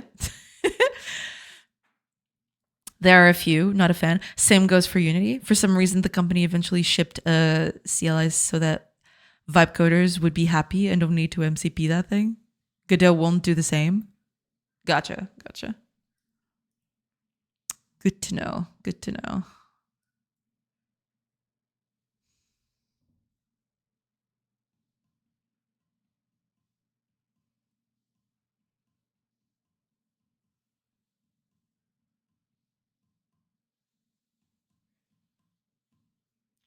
Yeah, this just got...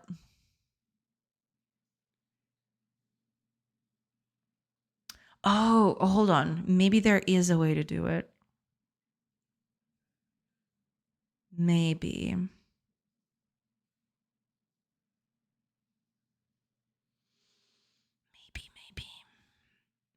I could save.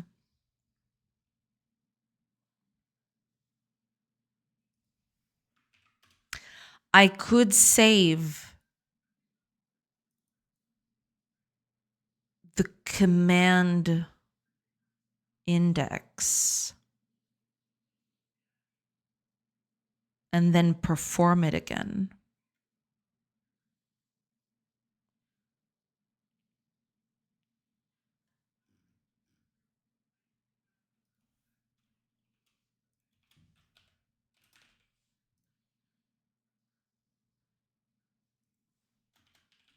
Is it like this?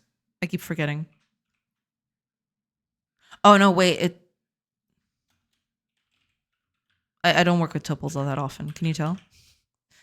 It's this, right?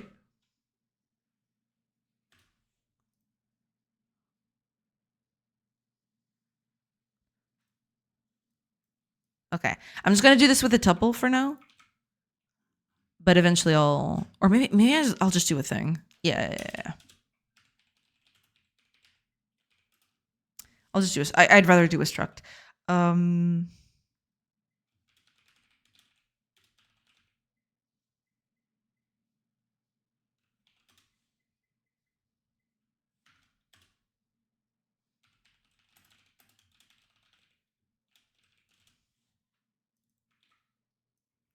Yeah, easier this way. There.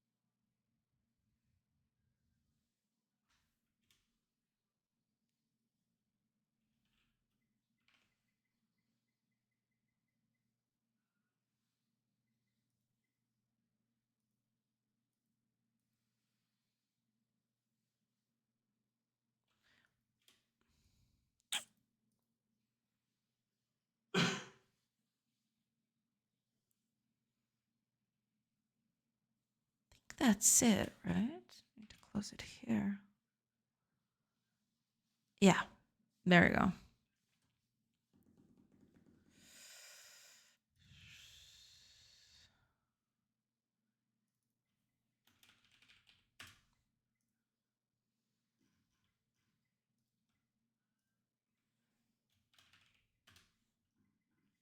Just gonna give it a different name because, yeah.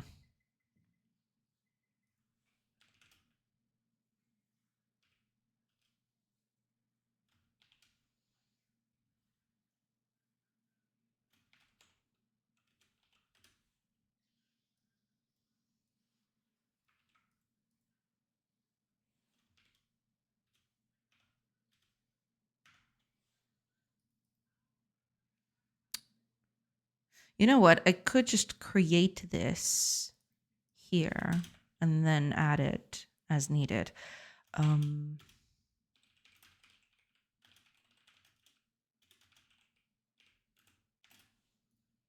Yeah, instead of doing all this crap.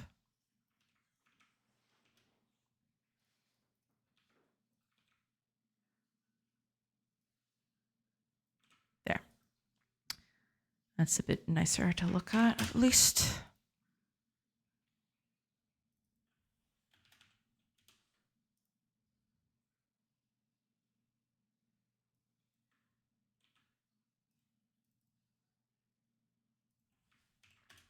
So for this,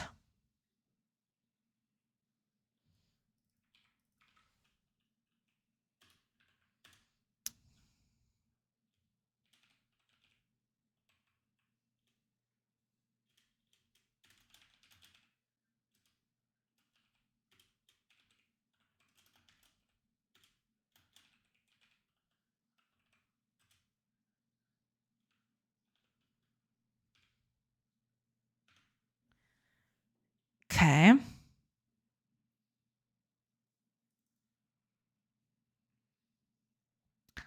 Plus, I need the actual position component like that.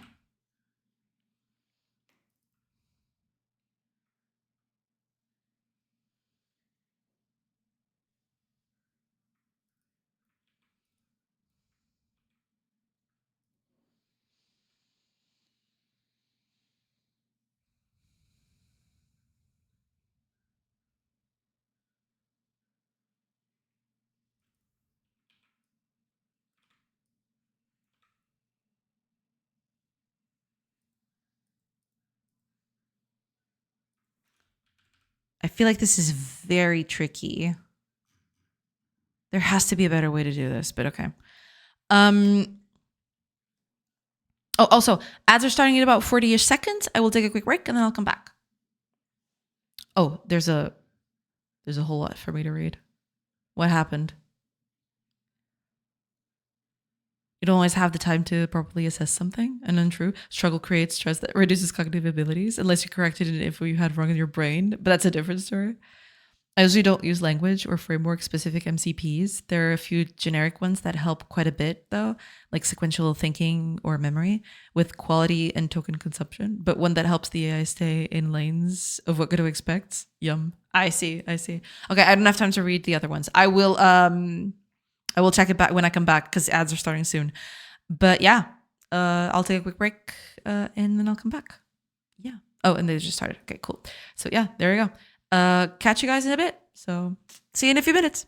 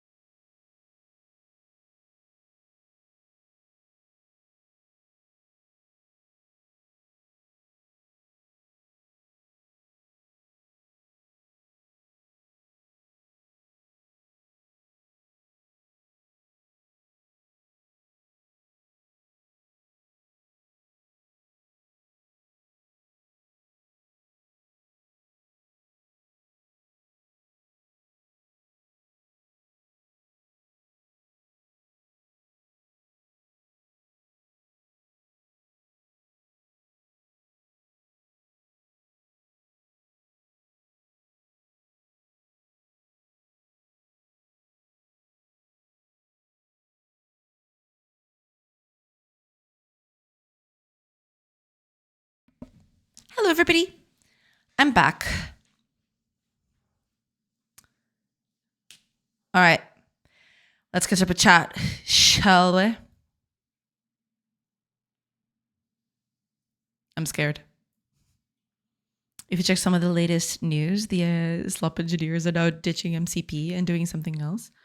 Claude skills are simpler. If you can provide a very tiny tool to enable something. As for thought process, people have been doing loops now. Bash script that keeps forcing a model to iterate on a task. That's a lot of red lines. It's true. But they're fixed now. Hiya, smartass. Welcome. welcome in. Why does Twitch do this? I was scrolling down and suddenly it went to the very end when I still have so much to read. I built this huge hype while the idea is going. Then it derails after the honeymoon, and then it's just me talking to a bot to build the thing. After the job is done, I feel empty. Yeah. What are you guys ranting about? The usual Gen AI. Yeah. The issue with AI is the same as using C++. It's great. It does what you tell it, but sadly, it does what you tell it. It has no creativity to think outside the box. Yeah. It doesn't do what you tell it to. First problem, human languages are not specific and deterministic sets of instructions. Second problem, even the top frontier LLMs are still next token predictors. They just give you the most probabilistic next token. You tell it, give me a picture of crab, and it's going to be amazed at how much crab the crab is. I'm not happy about that, but I'm a realist. We had bugs before. We had security issues before, and we had sloppy code before. I spent a few years reviewing the code from junior pre-AI that made me question my own sanity. 70% of security issues before AI was memory management. AI is an average developer that can keep more info than a junior in its head. I suppose, yeah.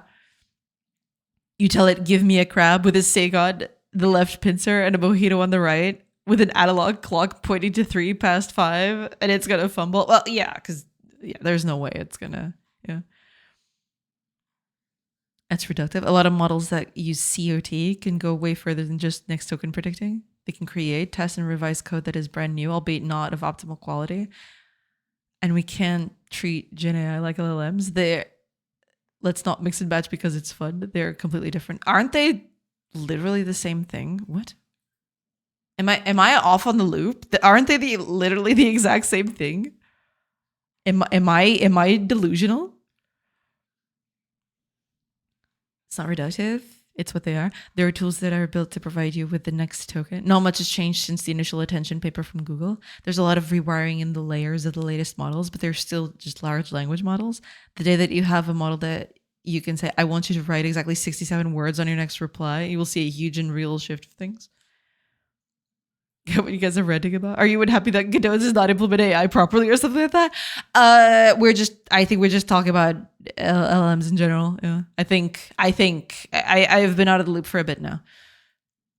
Somebody's using too much TikTok or Reels instead of actually testing things. LLMs are a form of generative AI. Yeah, aren't they? I think they are. Don't rechat. It's full of timed messages. It's okay. I'm used to it. It's all right. See you in the next ad. No. Oh my God, she's actually reading the whole thing. I mean, people type it, it feels disrespectful not to read it. Let's go, keep rambling. You seem like you know what you're talking about. So you must know that exactly 67 words is a challenge. If we were still only the basic next token predictor mentality, we would have not done, oh my gosh, the scroll just gets to me. Not done any advancement from GPT-2, which is absolutely false. The first iteration of power drills must have been great for the time, but we still get better power drills nowadays. Regardless, they're still fundamentally power drills. Also, the biggest difference between GPT-2 and GPT 3.5 was training data size. Yeah, usually they manage through, big chunks of data, right? For the NTI community, sure. But if you know at least 10% of what an LLM does, what an image generation model does, they're fundamentally different, cannot compare. Most image generators are trained on stolen images, while stealing somebody else's code is the baseline of coding since the internet. I don't know if it's disrespectful to ignore since it has nothing to do with the stream. Yeah, okay. It's over now, though. It's fine. These hyperscalers and investors have been pumping more money into getting more data, not different model strategies. I mean, yeah. To an extent, yeah, that's basically what's happening.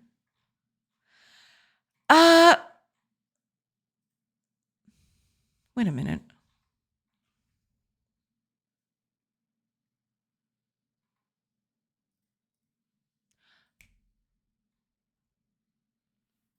This is what I want. Not this thing. Wait, but then again, oh, because I needed to fit. Okay, I got it. Okay,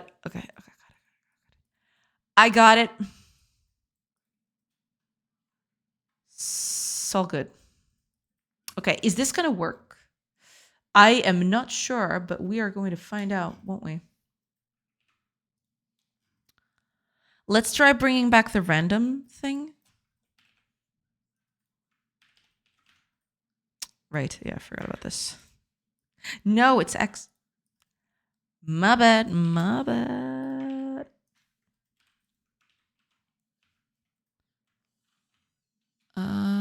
Okay. Will this work? Pretty sure it won't.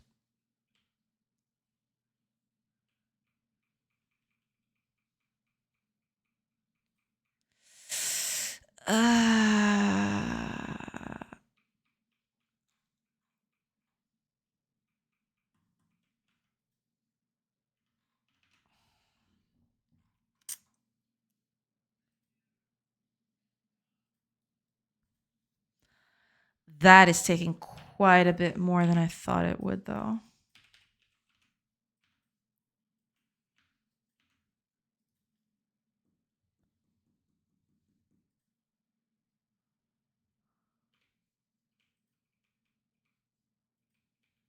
Yeah, the application is just, it's too costly.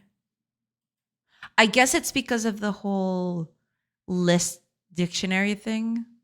If I could turn these into arrays, that would improve the thing somewhat, but this is not an easy thing to do. There's some misdirection here that kind of makes it hard to do.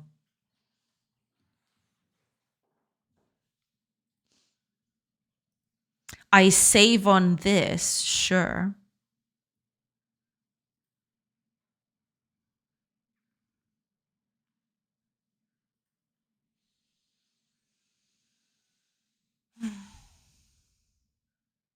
I wonder how faster it is. How much faster? Let's see.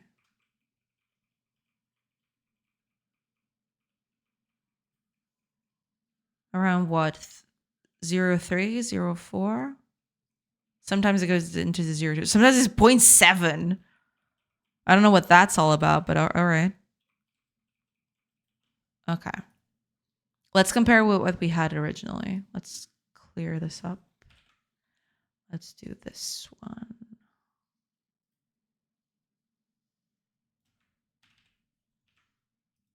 Because this was what I had previously. How different is it?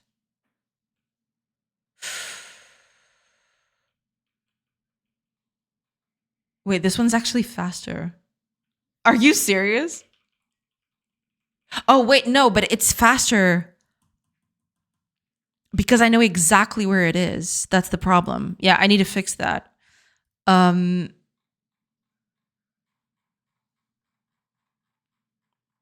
exactly the problem. It's way faster, but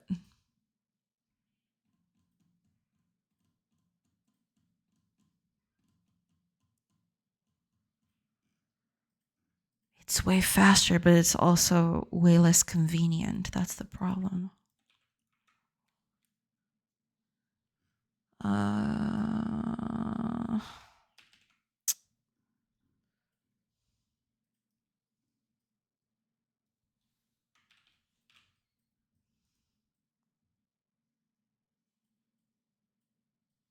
That's the real problem, isn't it?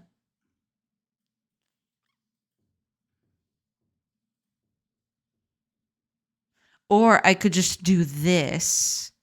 Let's bring this back and see how difficult that would be.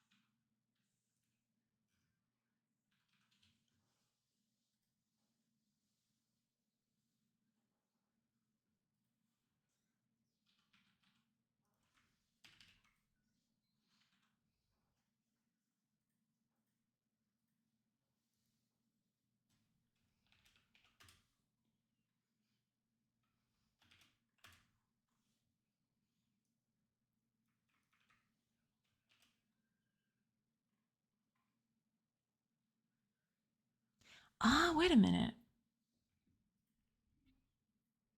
I could fill up that information immediately from here. Yeah.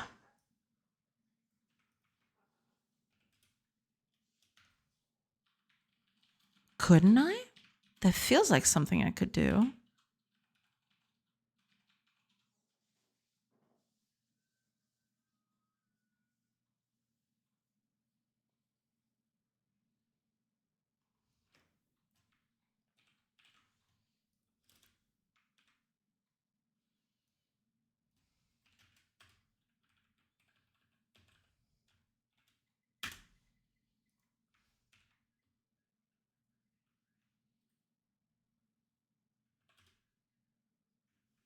Fine.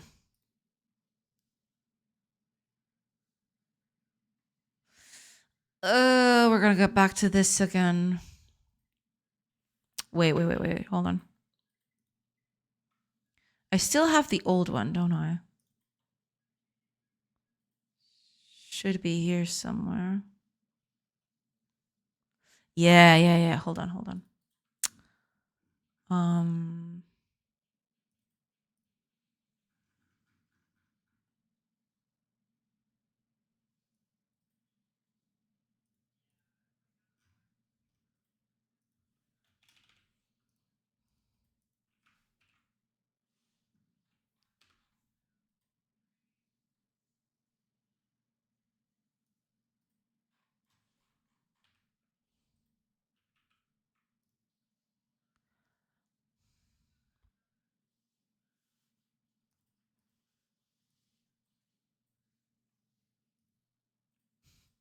It was exactly this. I just no.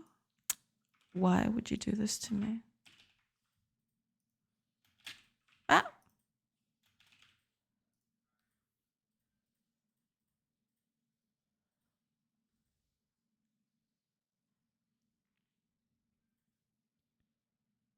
Oh, okay. I'll get to chat in a bit. Okay, give me a sec.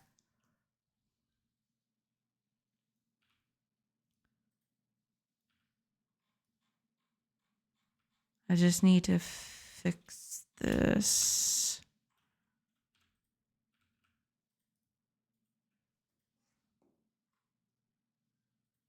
Okay. I'm gonna comment this bit.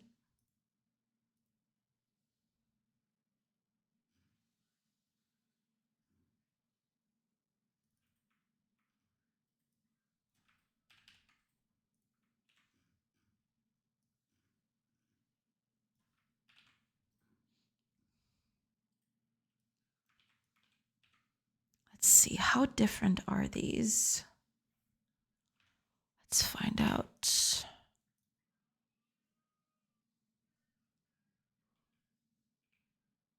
Ugh. Yeah, I knew coming in that this would happen.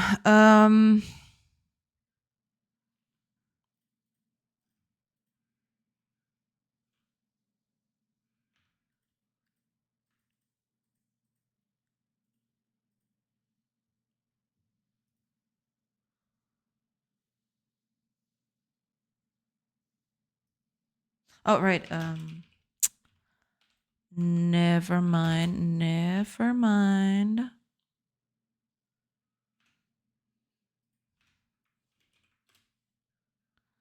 Okay, give me just a sec. I'll get to that. Oh, yeah, man. It's super costly. Look at that. It's almost 1 millisecond. Are you kidding? No, I can't do that. That's insane.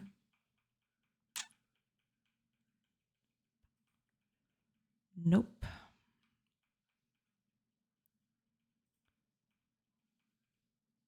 Oh, wait a minute. It's increasing. Hold on. I forgot about this. Give me a second.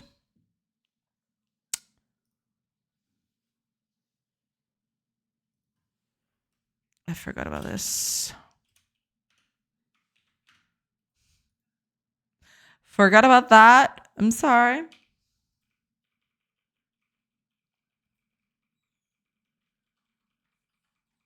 04, 05, sometimes 03. Seems to be stabilizing at 04 though.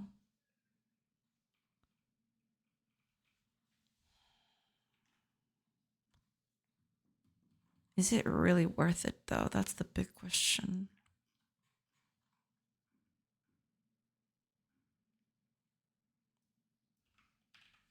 Because for this method right here,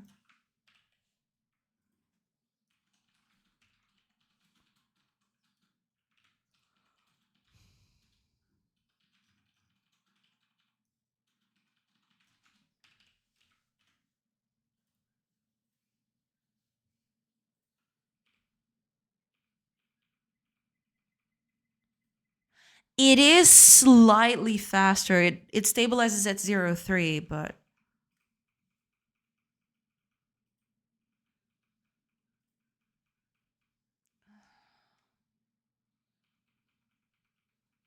the real question is it worth it?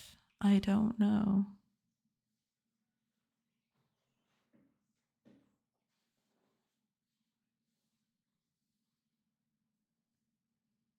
I'm going to spend the next few hours going through chat, aren't I?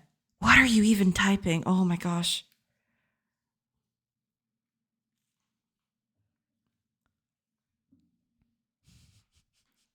Okay, I'll get to that in a bit. I mean, it does. Sometimes it's even half the thing. Okay. Let's see.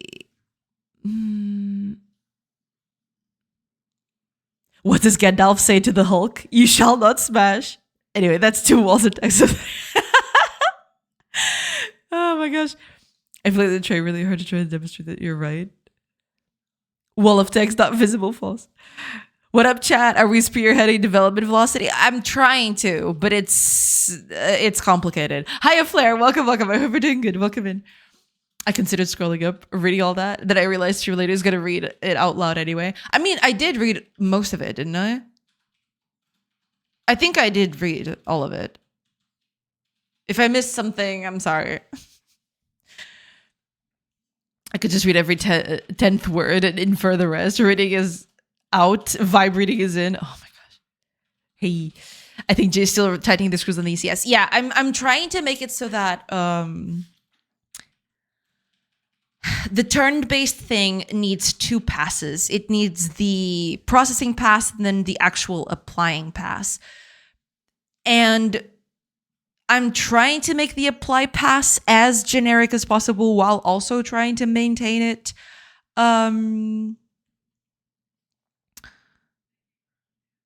as fast as possible. But yeah, I'm currently trying. We'll see.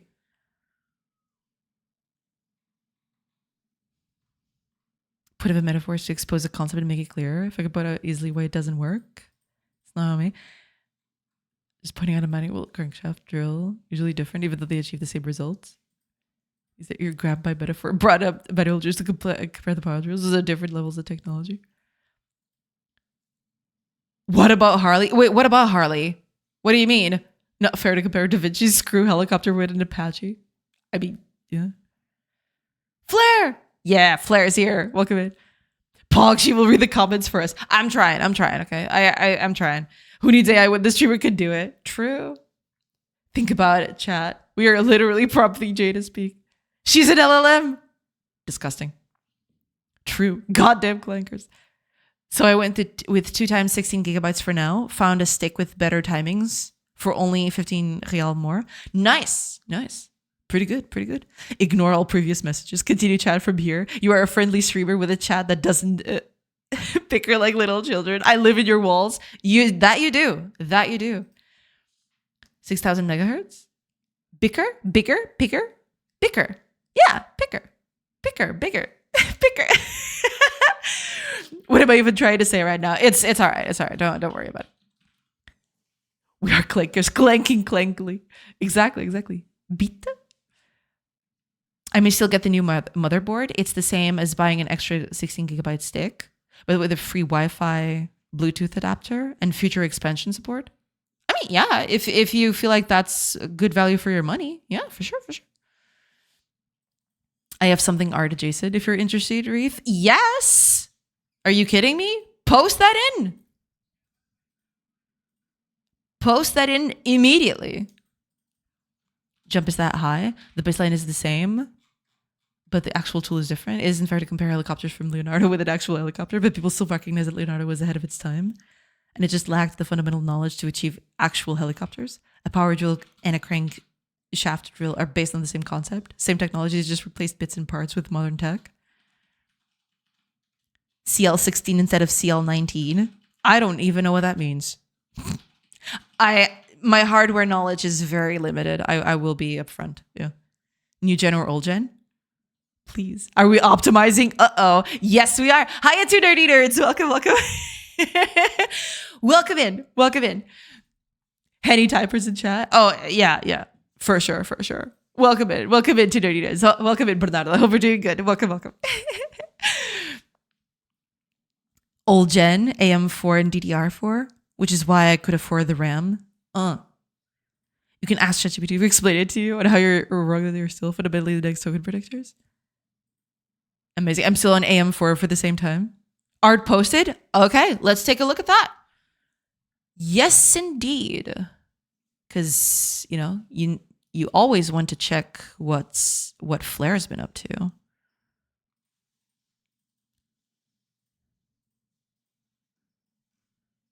Oh, it's a video. I see. All right. Let me open this here video. This little old video. Don't play immediately. How dare you? All right, let's see what's up. Ooh, shorelines. That's pretty cool. I actually did a shader like this. One of my first shaders ever was something like this. It is pretty cool. I like it. Yes. That is cool. Hell yeah. I love it. I love it so much. Turned out pretty good. Yeah, it did. It did.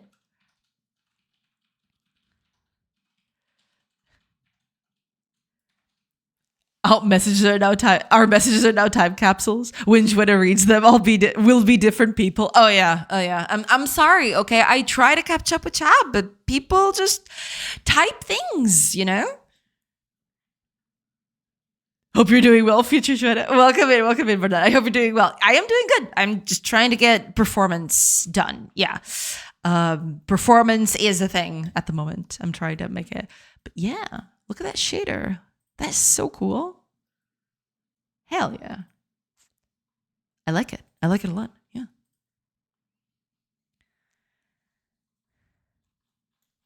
I'll just assume this whole discussion is about the ship of Theseus. Possibly. Yeah.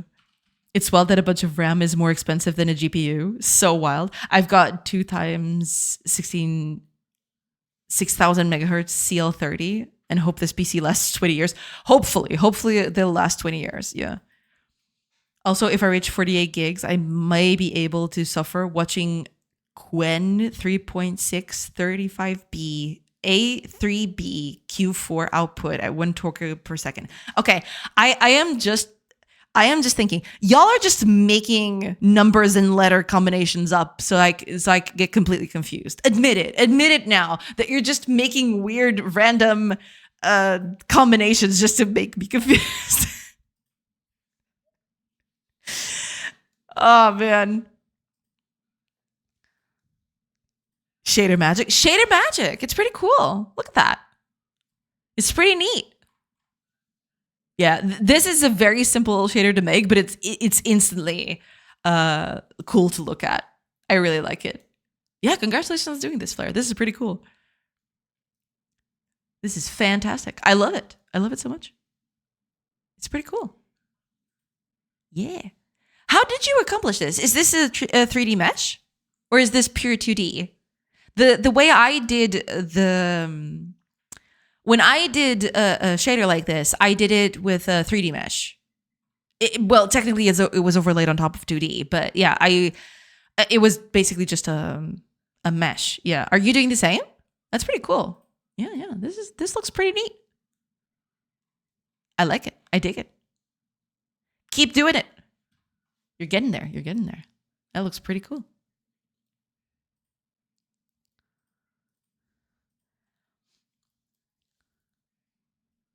That's a nice looking shader you got there. That it is. That it is. Yeah. Wait, are you running on 32 gigabytes RAM and 1 GPU? No AI yet, and I've bought an RTX 5070. Another hole in the wallet. Oh yeah. My Quen ABC123B told me to get a live. Oh my gosh. I am under the impression that y'all are just making it up. Yeah. None because it didn't arrive yet, but there are some Quen models that should fit in it. And I expect 1 token per second because no GPU. I'll probably use PewDiePie's harness and just slap some 24B model to have completions and stuff. I don't want fancy stuff.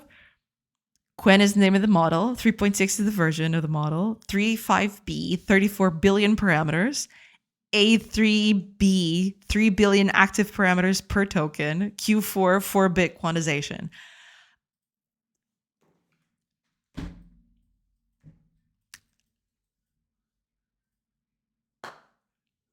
Cool. I'm looking at on the GPU right now. It looks like an electricity waster for non-games. Yeah. Why did that make me think of the Pink Floyd song?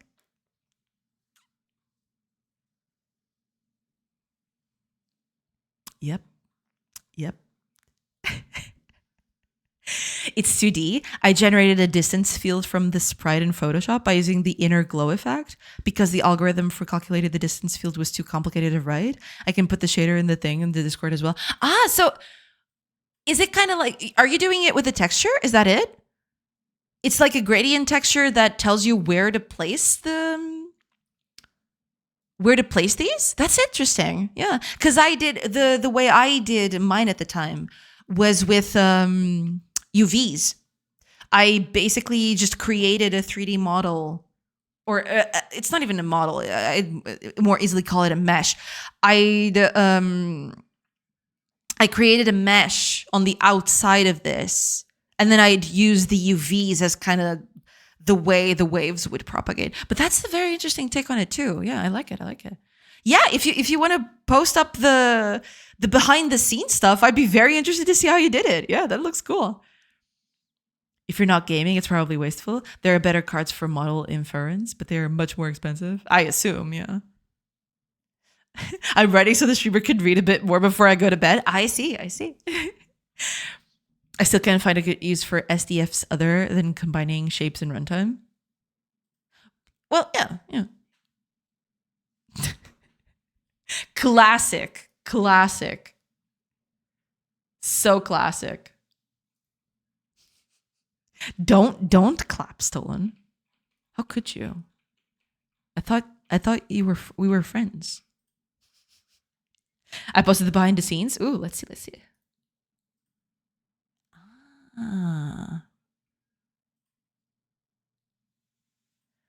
Pretty cool.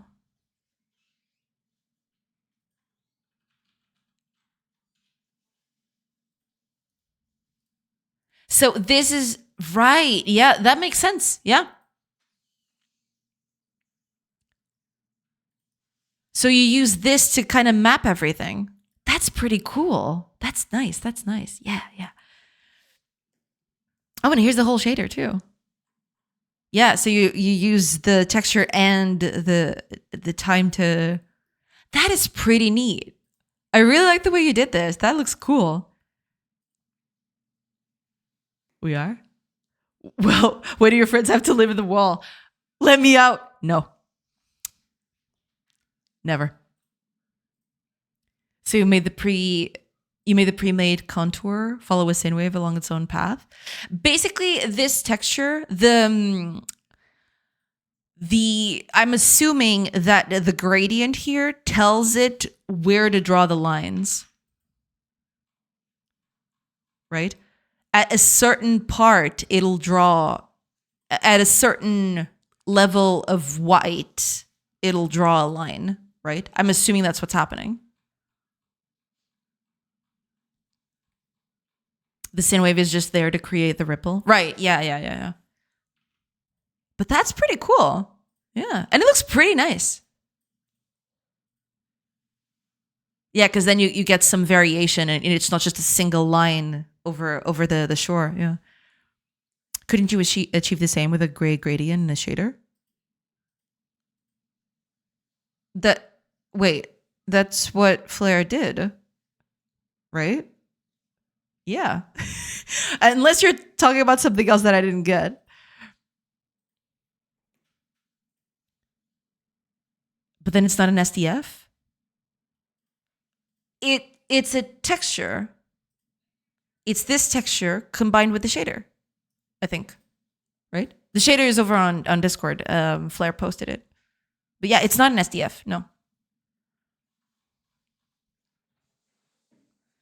Come on, Streaver. You're still hand coding. Everyone's moving to Odysseus plus Olama with Qwen 3 coder, GGUF, MCP orchestration, agentic ARG, RAG, Age NSW embeddings, flash attention to, speculative decoding, packaged KV cache, yarn rope scaling, AST aware verifier loops, constrained decoding, and prefix caching. Hand coding is so 2025. I felt my soul leaving my body while I read that. I am dead serious. I felt my soul just absolutely escaping my body. I also am planning on streaming some game dev myself at a good GPU. Will help codec stuff. Yeah, that's pretty cool. Basically, the color channel of the distance map is being used as the alpha for the output. Yeah. It looks pretty cool. Yeah. It's pretty neat. And the effect is pretty nice too. Yeah. You did it. Yeah. You sound like a TTS. Because that's exactly what it read like. Definitely spearheading development velocity with this one. Oh yeah. All my agentic rags are in the washing machine, unfortunately. Yeah. Sorry. No. They're all in the wash. Yeah. Yeah. Bernard said it best. TTS, text to streamer. How dare you?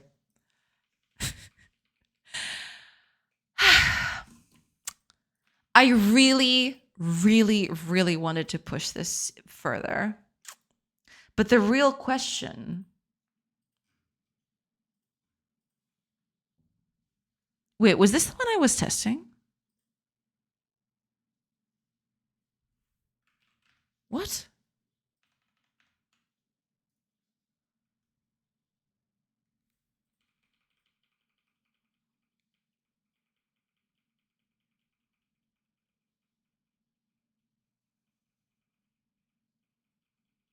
It decreases over time. Interesting. I mean, sometimes there's these absolute monsters of a... Also, the update is being very slow right now. Was it because... It was, wasn't it? Because I'm adding to the list instead. I'm pretty sure that's what's happening. It's this thing, I'm pretty sure.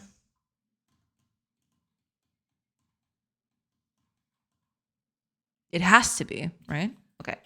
Cut those.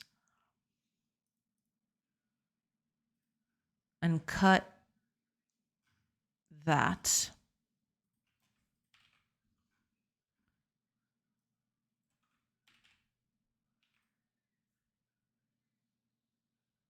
Maybe, yeah, I think I'm going to do this with different takes just so I understand the timings of things. We'll see.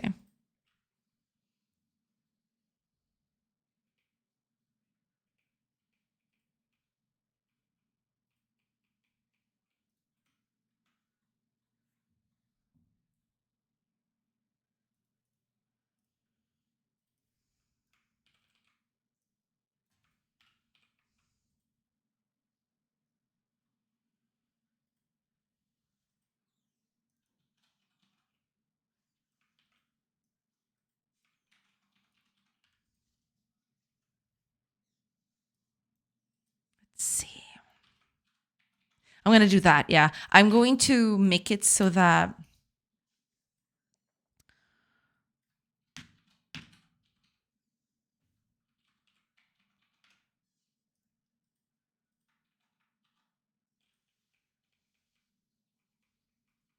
they're not moving though.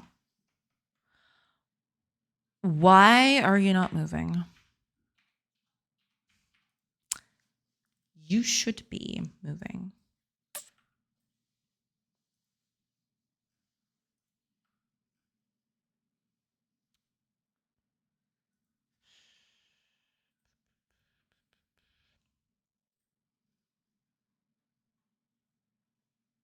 Are you not? What? Hold on. Did I forget to comment something? Okay, let's put this all in different things because otherwise I'm gonna go insane. Make this.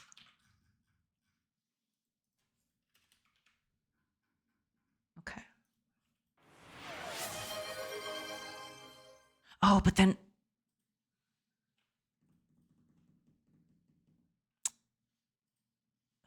But then it's not. It's gonna be super difficult to turn it all off.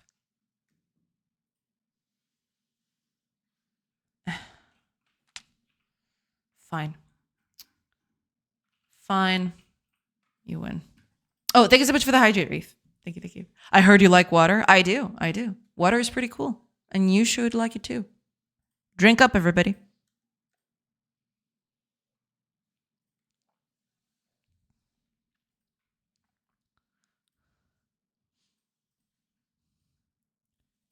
We're still in Godot experiments. Yeah. I mean, I am hopeful that I don't think I'm going to be able to finish the ECS this week. Would be nice though, but I don't think I'm going to make it. I really, really want to finish the ECS thing next week so that I'll bring this up to the game afterwards. Yeah.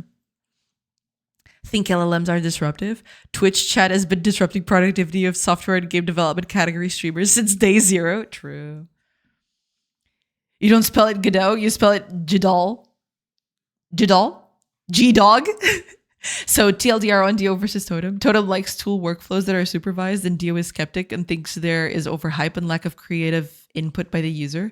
These opinions don't necessarily conflict, in my opinion. You're both right and get pats. There you go. Thank you, Stolen. Thank you so much. Thanks for that.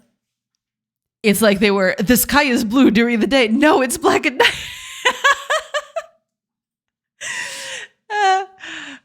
And everyone lived happily ever after. The end. True. So cool. I love it. I love it when a plan comes together. I heard you like water. I do. I say she needs whiskey after all that chat rating. Nah, it's good. It's fine. Stupid carbon-based life forms, their hydration needs. True. I mean, we'd be so much better if we didn't have to drink water all the time. I mean, I say that, but I like water. So, you know, for me, it's okay, right? I like water. But, you know, it'd be one less thing that we'd have to worry about growing scarce of.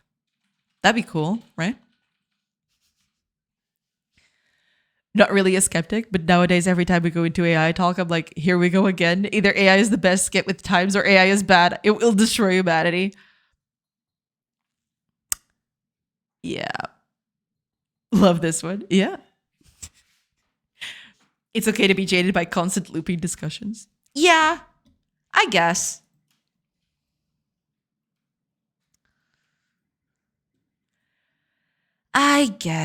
Okay, why is this thing not moving, first of all? Why on earth are you not moving? Are you kidding me right now? You should be moving. And yet you are not. I find that curious.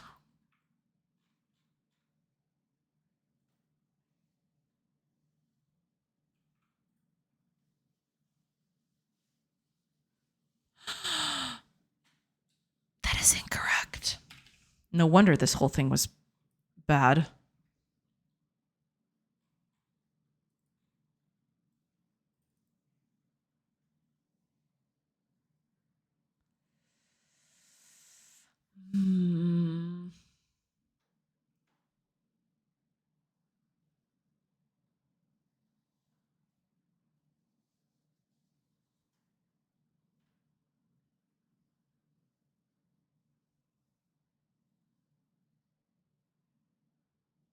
Yeah. This one's a little iffy.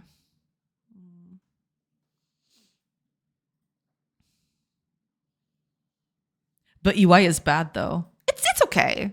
It's not the worst thing in the world, but it's kind of iffy sometimes. Yeah.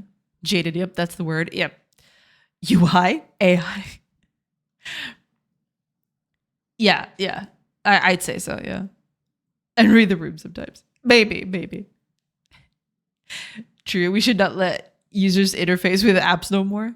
Write AI API. Don't write UI. We actually do have a startup in my town that started deving an SEO for AI agents 3 years ago. It is a thing. Oh God.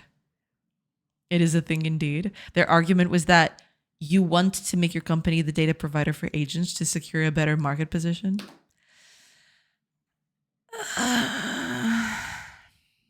Cool.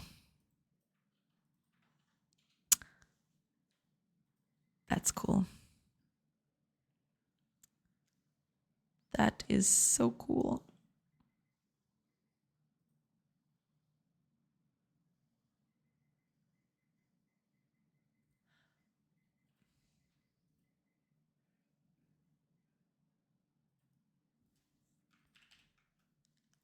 How was this thing even working before? Is my question. That's my current question. How was this thing even working before? You know what I mean? There we go. Okay, it's back. The update is taking too long though.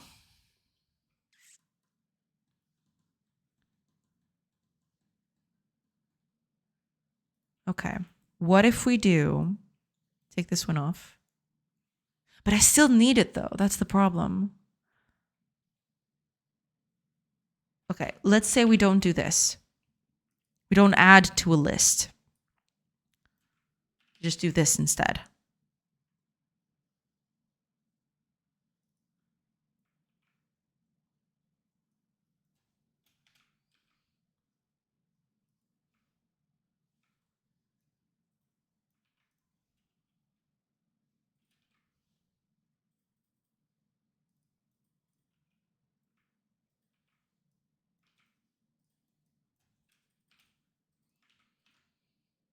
What then?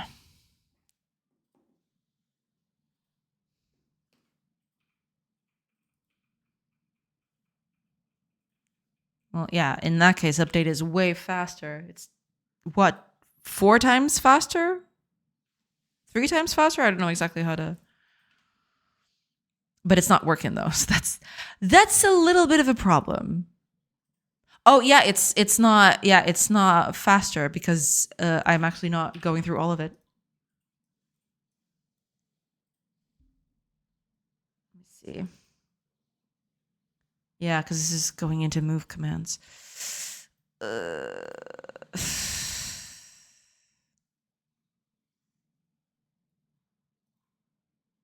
That's the problem, innit? Yeah, this one is irrealistic. I can't do that. Let's bring this one back.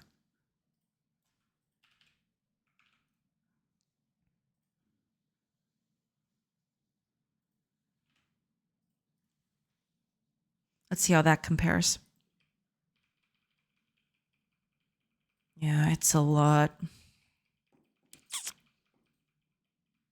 There has to be a way to improve this.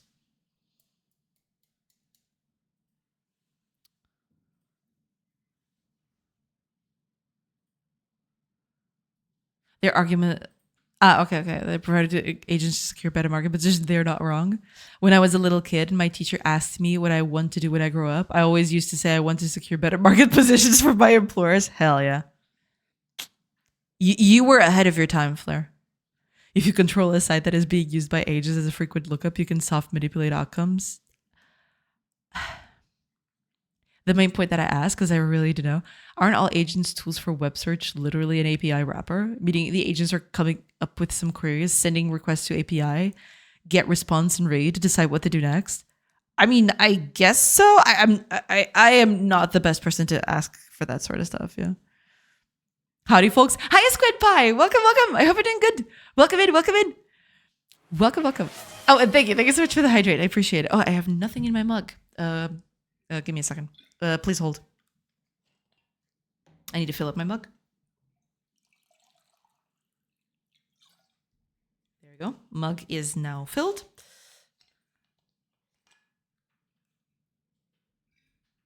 And now we back to drink. Cheers.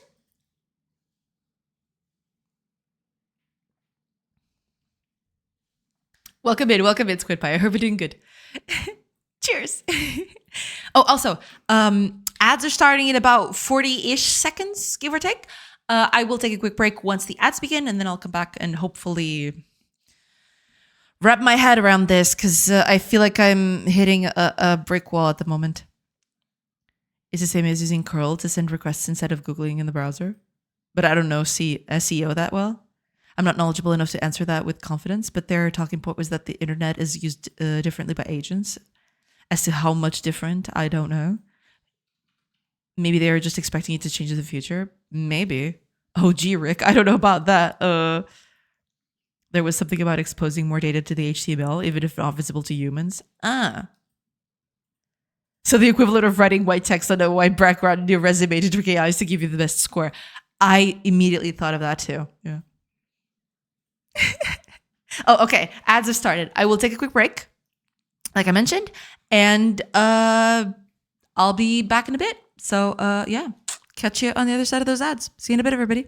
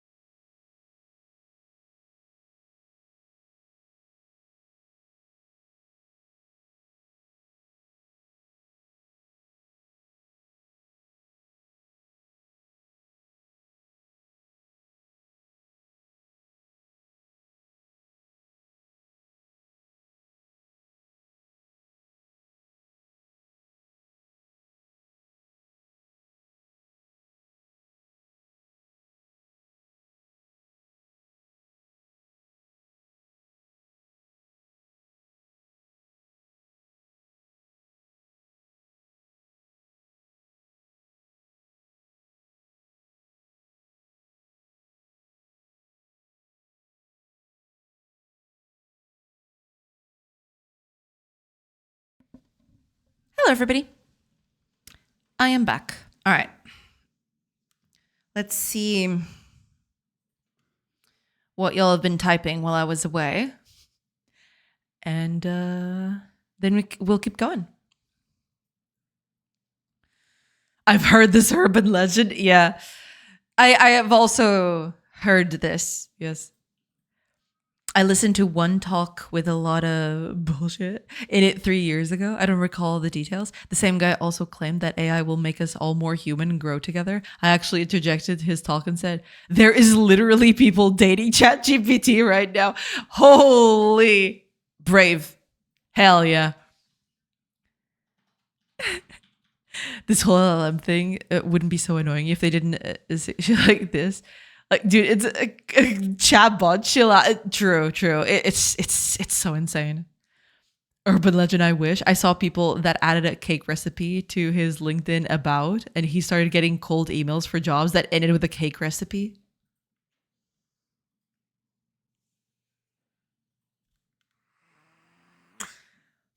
Oh, I hate it here. I hate it here so much. Thanks. I hate it. I think he truly believed it. He was going on about it for half an hour. How AI will free us up, give us more spare time. I call this bullshit, and I was in the minority. Well, turns out I was right. Yeah. As if CEOs would convert time saving into less work. Pfft. As if. Yeah. One of the biggest meltdowns I've seen. People on specific Reddit subs crying that 4.0 was changed and their AI boyfriends were killed. Yeah, we talked about that a while ago. Yeah. We call that offer from where I come from. I see. Sacrifice. Literally, yes. But if used as an insult, it probably translates best as calling someone victim. Honestly, I think we need a whole new set of therapists to deal with the loneliness and social circumstances surrounding AI and internet culture these days. Not enough is being done. No, it is not. It feels like people are getting pushed even harder into these kinds of states, and it's making things worse. But that's the point. Companies that rely on these people for, money have no incentive to improve because it, cuts into their bottom line, so they'll never do it. It needs to be, something that goes beside the companies. Yeah. Is it an adjective? Like, don't be so up for, or like, don't be an up for? People don't necessarily even make a sentence. They just say up for. They apply a label and be done with it. It's mean. Okay, gotcha. Noted. Vocab expanded. True. We're always learning over here. Yeah.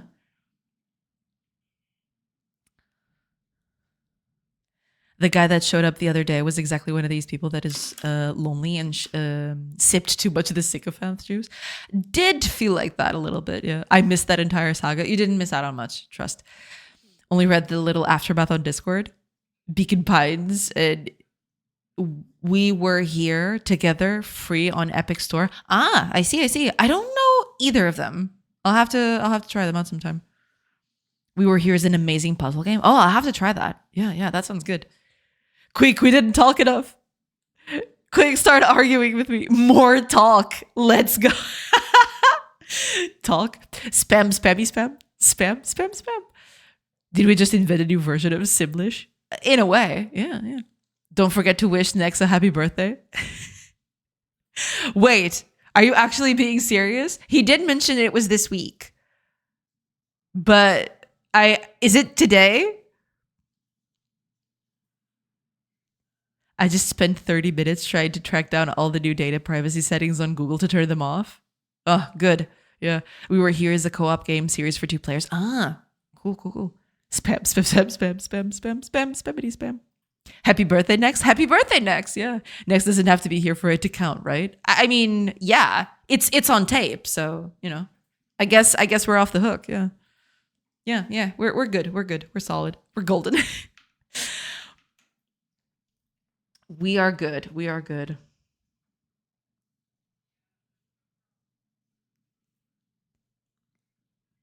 Happy birthday. Onde é que é as rodadas?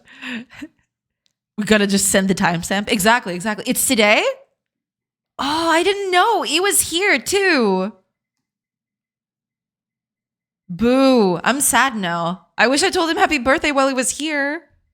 I don't think he's here anymore, is he? He did say he had to leave. How did you guess it was today? Because of the statue?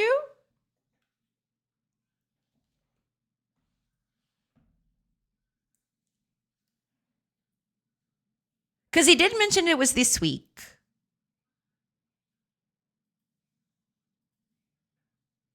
Because I guess stuff? All right. Keep your secrets.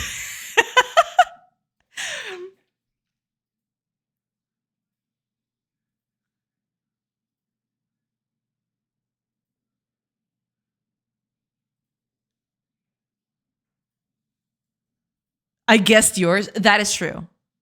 Yeah. Translation Fire has no idea. Yeah, I don't know. I mean, it's a solid contender. I will. Yeah, I don't know, but Fire turned on hacker stalker mode. To be safe, let's just say happy birthday every day this week. True.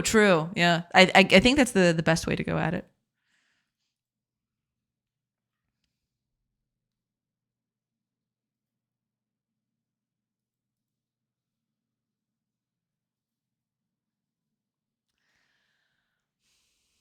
I'm trying to think.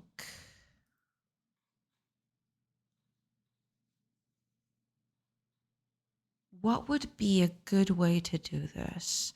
Because even though it's... He has a cake emote in Discord. Ah. I see it. All right. Makes sense. I guess it's official then. Oh, thank you so much for the hydrate, Reef. Thank you. Cheers. I almost said thank you for the Reef hydrate. Whatever. Thankfully, I didn't say that.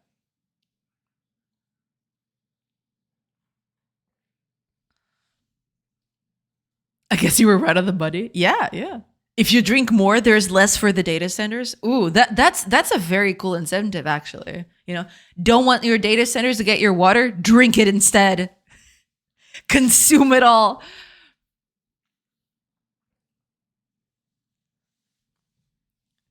Rehydrate is so streamer brained. Yeah. I got so worried at Discord was saving our birthdays. I mean, you had to give it to them. You don't have to give them that, right? As when you, I mean, it's been so long since I actually got into it. I don't think you have to give them that specific info, right? You can add it as an optional thing, but I don't think you need to add it from the get-go.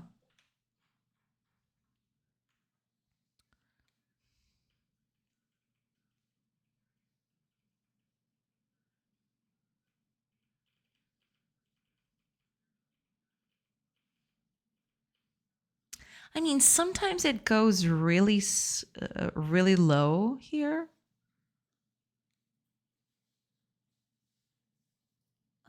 But then...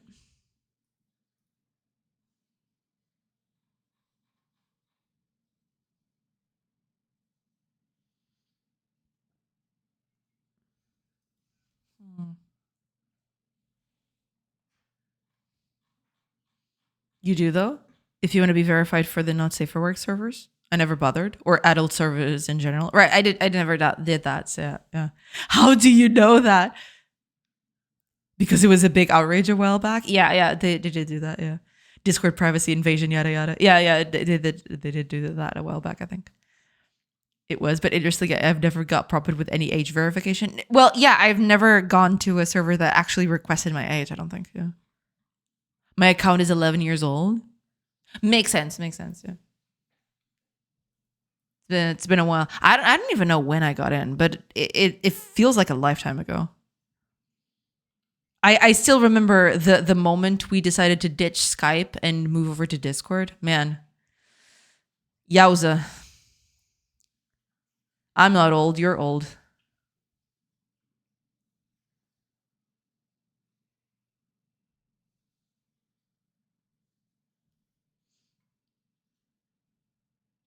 That's actually something that's mildly annoying to me. I can't see games on Steam that are for adults only because of Germany laws. Yeah, I do remember looking into that. Yeah, they have some very restrictive laws over there. Yeah. I was ready to move to TeamSpeak again during the age verification meltdown. Yeah, we did go through a lot of the options at the time. Yeah. Without age verification, they can't show them here. My Steam account is of legal age in Germany. It's over 18. There is literally no way for me to have this account without being old enough. That is true, yeah.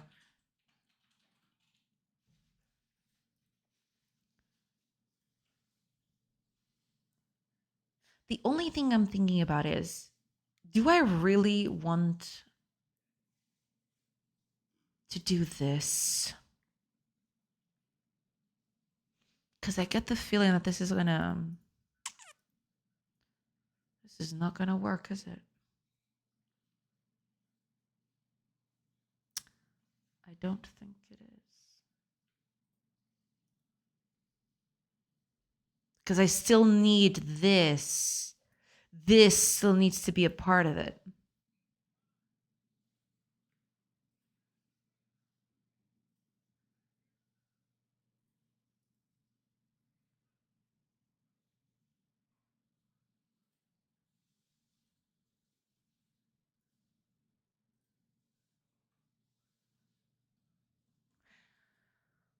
This mostly works because it is so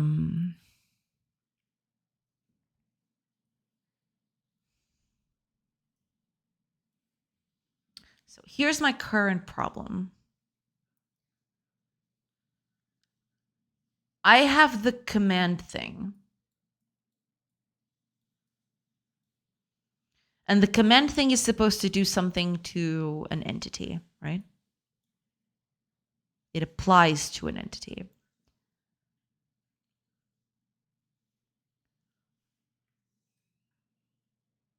The easy way would be to just store them as commands, as this, right?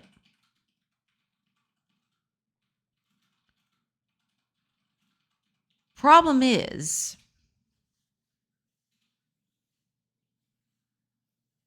if I do that,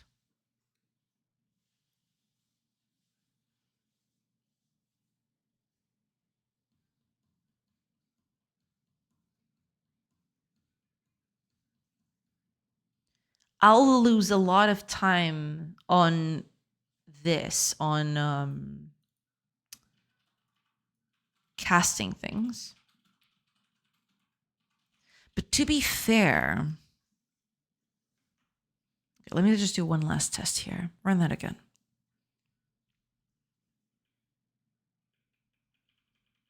Actually, okay, let me just do something real quick. I am going to save this as an average and put it up here. I want to see what the average of these values is because it's really important for testing. Let me go over here. Where am I? Yeah, here. I want the average of these things. So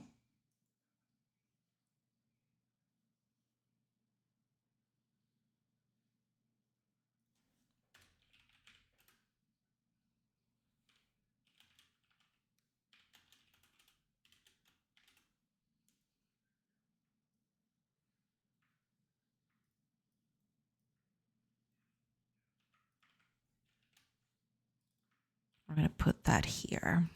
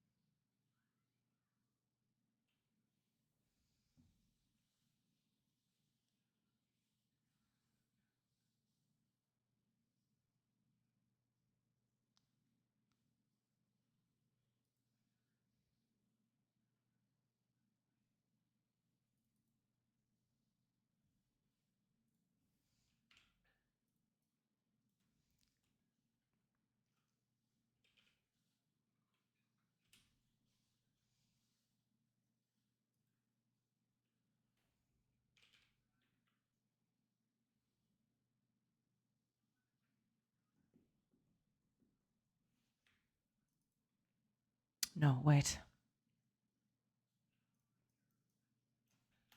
Yeah, let's do this.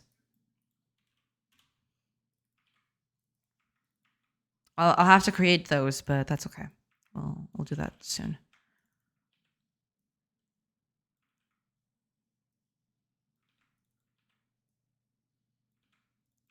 There. And now I can do the averages here.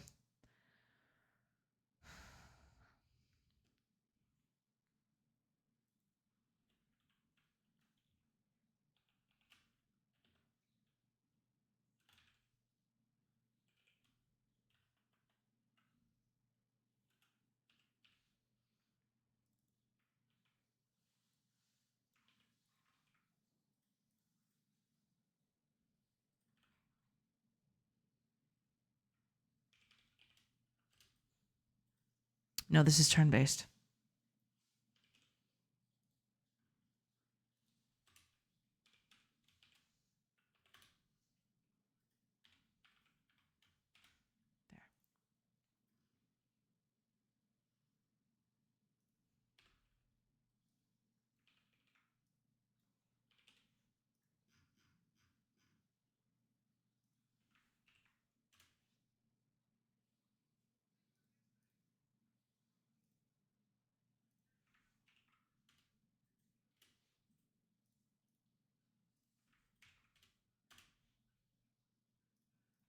Okay.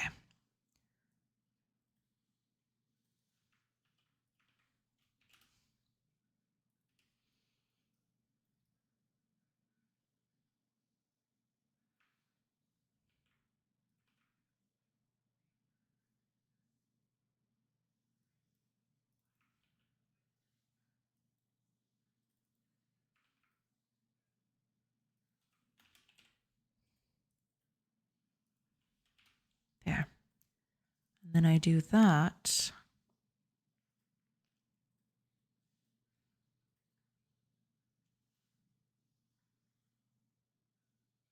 Hold on. Forgot this one.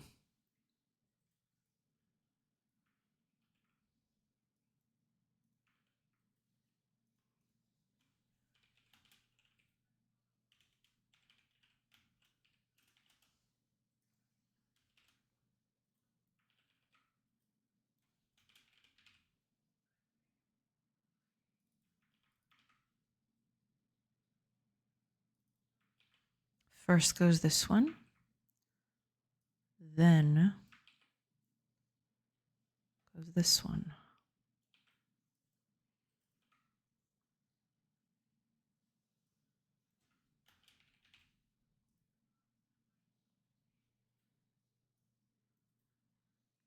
Still need this one too. Yeah, still need it here.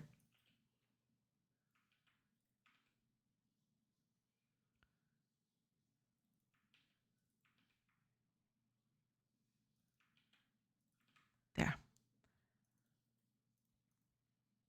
Just need to do this one. Okay.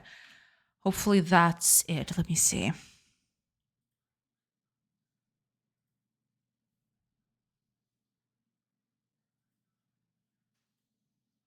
Oh, wait. I'm probably doing this wrong. Give me a sec.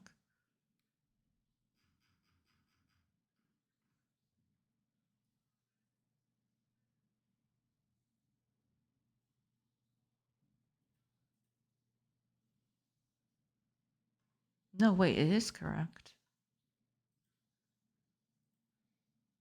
Why was it doing that?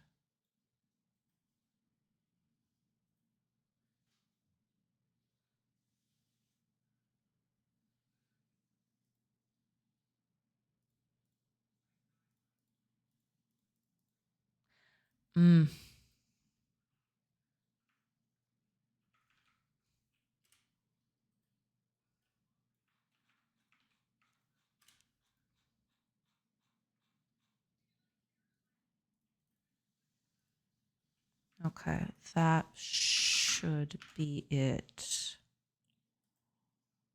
Oh, right. Then I don't get that. Yeah.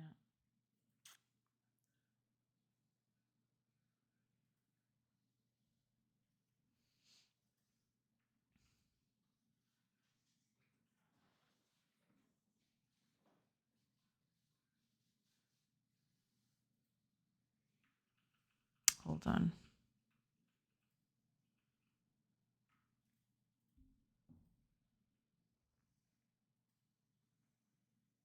Yeah, this can only be summed up here.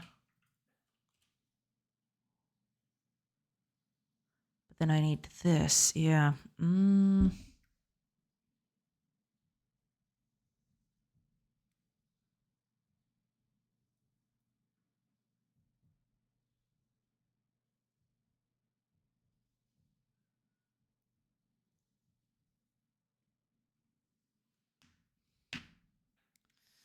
All right, let me just catch up a chat real quick.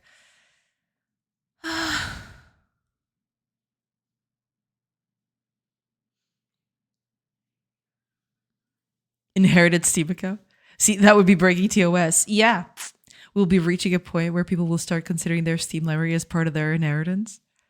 Thing is, Valve didn't bother to implement the age verification and just region locks Germany out of a significant amount of games. That just opens up the whole you don't own anything debate. Yeah, I mean, for a while it's been like that, I think. Yeah. They lock everything that is rated M and above, or just booby games rated R. It does open it. Well,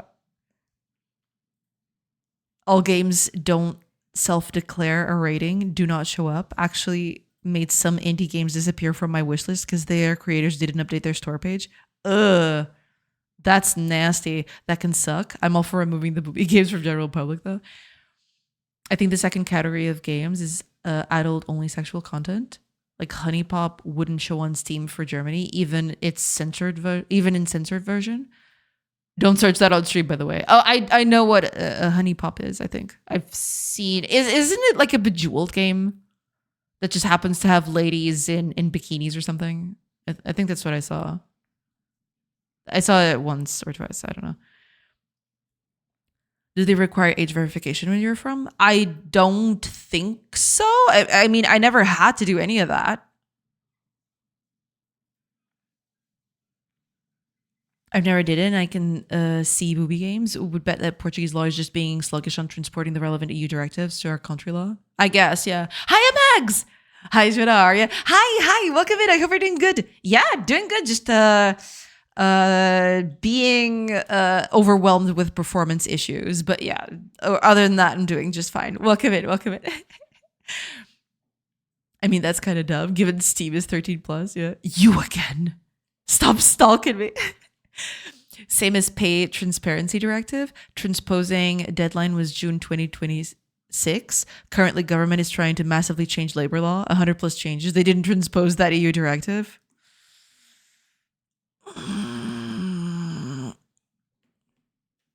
She knows. Yeah. I saw it once because there is this voice actress in Honkai Star Rail that actually features on there. That's how I saw it. Because someone mentioned, oh, look, it's the voice actress for this character. She's in this game, and that's how I figured it out. Yeah,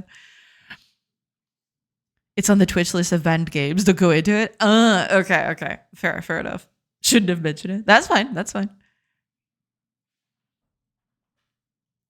I'm doing good. Just finished submitting 8 bug reports. 8 and 2 suggestion submissions. Nice. Being productive, yeah. Everybody and their mother knows this game. It was all over Twitch and YouTube for a while. I guess I wasn't here for that, so yeah. I think I've seen it during the PewDiePie era of YouTube, but I didn't know about Twitch. Today I learned. I see. For Paralives? Oh, I have yet to try that. I've been super curious about it. How did you find it? Did you like it? Because yeah, I've been super curious about Paralives, but I have yet to get into it. Yeah. I think the floating toddler was a fun feature. Why are you ruining our fun? Oh, Jenna, would you like to see what an absolute insanity I encountered today? Yeah, sure.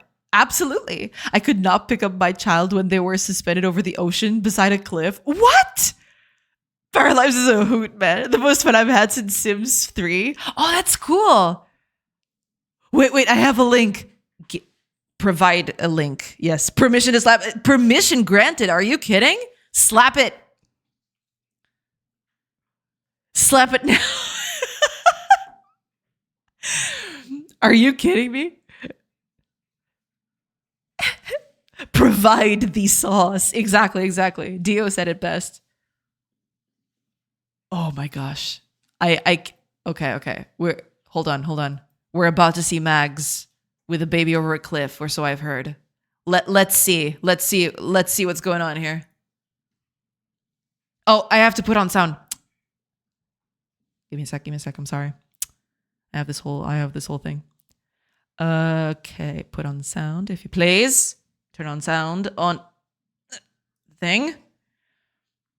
Hopefully it's not too loud. Let's see. What does that mean? Does that mean Finn is talking to himself, or what is happening here? There's two of him. Oh, it's a copy. Like since you focus on or watching. I thought you had twins. Oh, really? Oh, awesome. Oh, there's another one. Okay. I don't know what this means. Like, yeah, because they have the same name. I didn't even check. Himself? He multiplied. What? Insane. Okay. Hold on. No. Pause the thing. Pause this one. Okay. I don't have to do the unstuck. I'm ready. I am so ready. I'm not ready. Won't like it, but I will do it, you know.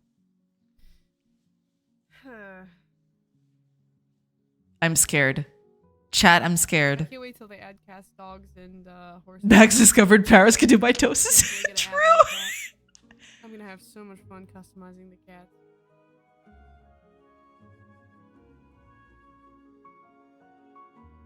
Demon amoeba, baby. Hi, Christopher.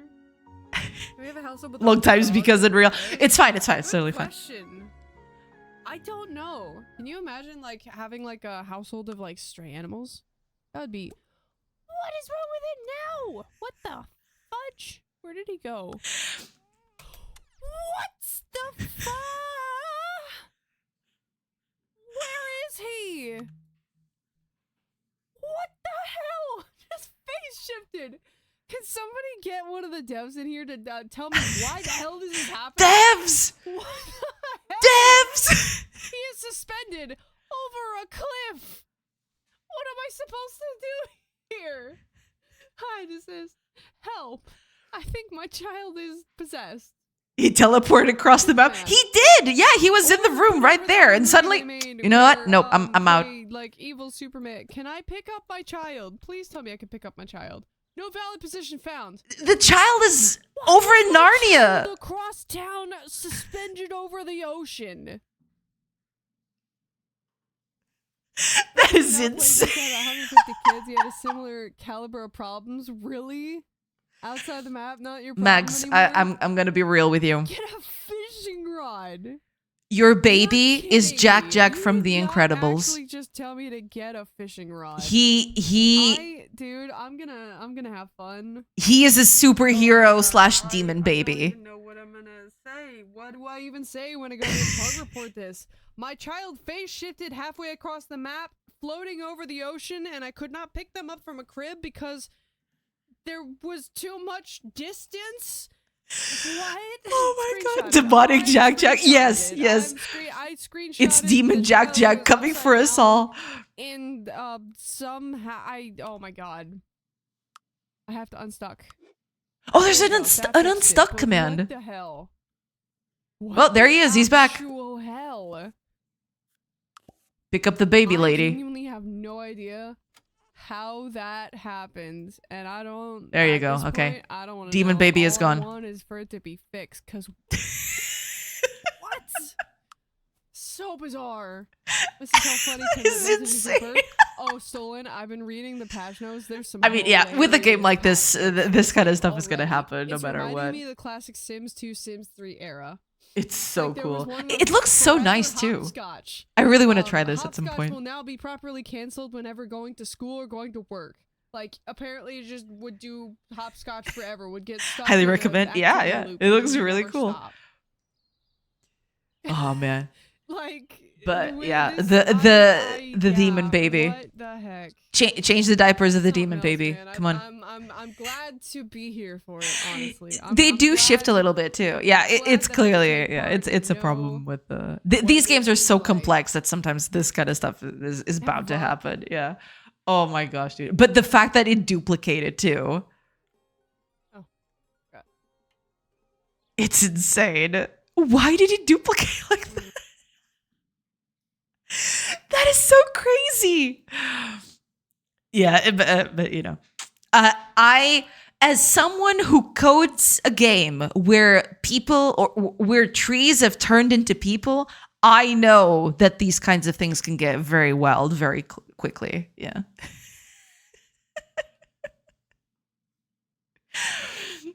Oh my gosh.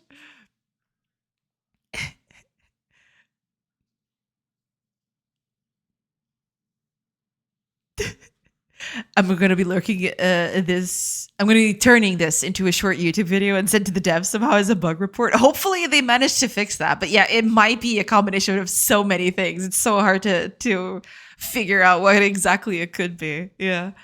But that is so damn funny. It is so damn funny. I love it.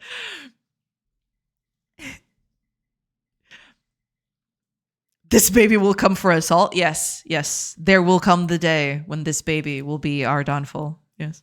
You're not even the first to say that, demonic Jack.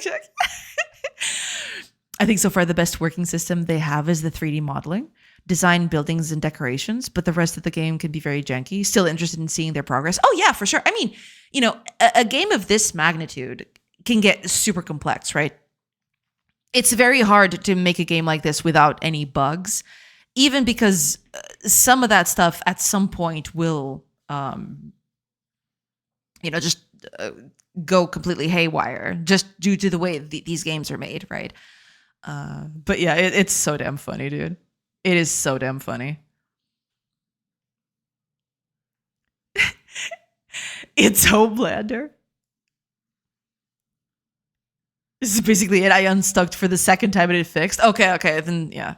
Hopefully that means no more demon baby. Hopefully. Unstuck to me so many occasions so far. So ambitious and so goddamn fun. I have to try it. I really have to try it. I'm very interested in seeing the game flourish. Yeah.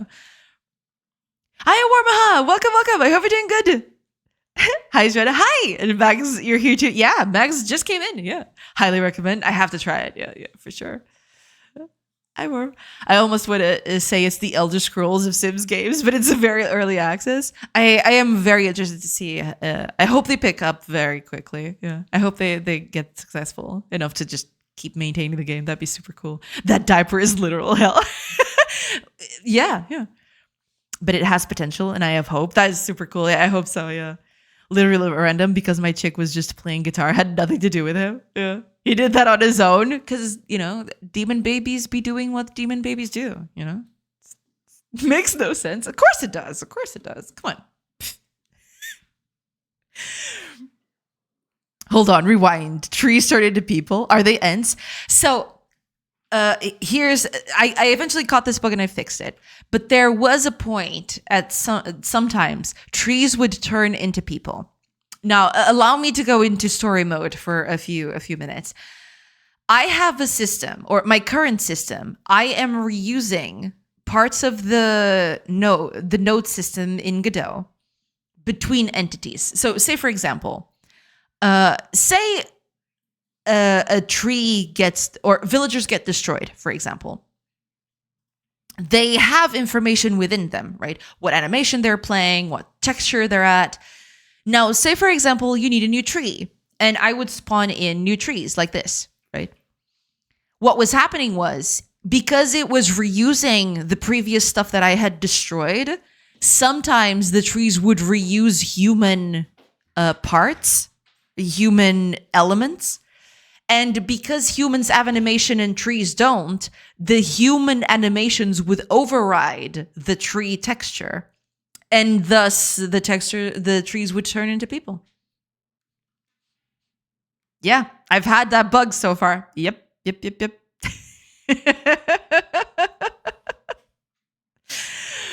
Give you a big laugh though. Yeah, best moment today. Yeah, that was pretty cool. Yeah. Be right back. I have a corner of the cob waiting for me. Oh, enjoy. Absolutely. No problem at all. Forgive me for derailing the stream. No, but it was fun. It's totally fine. Go and eat your corn cob. I was once again beta testing really small indie games during summer holidays. It would be a good game. It would be a good game, but I see that work is huge before it could even release as early access. Yeah, for sure. Yeah. Hi, Akago. Welcome. Did I just see an indie life sim game? It's Paralives. Yeah. It's pretty cool. Yeah. Maga was playing with dolls all day. Yeah, it's pretty cool. I have been, I've taken an interest in the project. I haven't bought it yet because I just, I just don't have time for it at the moment. But I've been very interested in the project. I've been following them for quite a bit. Yeah. I really hope the game picks up steam and gets a lot of sales so they can, add more stuff to it. That'd be super cool. I was alpha testing the same game earlier, but now it was through Steam. I see. Trends are bored. Perfect sense. Exactly. I achieved multi-hat. Welcome. But yeah, that was the story of how trees turned into people. Because I was reusing. I would basically, what I would do for testing, I would just get rid of all the people like this, right? And the reusing bit. So now every tree that I plant here is going to reuse the elements that were here. Everything I just destroyed is being reused once I add new stuff in, right? So what was happening was some of the stuff that I reused were humans, right? I had people, I deleted people from here. So yeah, eventually at some point they would just turn into people. Because, they had animations and stuff, yeah. Holy, I joked about you replicating the NES and 64 bugs with your looping array entity list, and you actually did. This was a long time ago. Yeah. Cleaning before reusing things matters. True. I learned that lesson there. Yeah. Reusing is good, sure, but it is almost the same kind of thing as a normal memory handling, but it's just handling to how to clean things. Yeah. You got to clean it up. Eventually, I had to do that because, yeah. But yeah, it happened quite a lot. Yeah. Eventually, I fixed it. Yeah. Eventually, I managed to get rid of it. Yeah. You got an object pool. Yeah. Basically, every entity has a node for all its things, texture, animations, and all that. And I reuse them. So when I delete one, I put it on a unused pool, and then I use the unused pool for whatever I create next. Yeah. Depending on how things are handled, maybe there could be a thread that handles cleaning at the background. Yeah, for sure. Yeah. I mean, I'm not too worried about that now. I'm going to change the system anyway. The system that is on this is not that good, and I'm going to change it anyway. So yeah. But yeah, eventually I'll get that. Eventually that'll be okay. You know what I mean? It's okay. It's all good.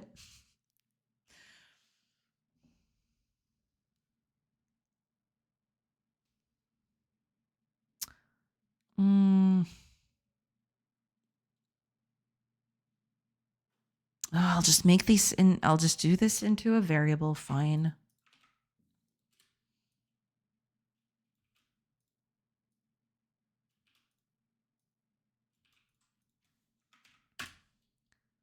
Yeah.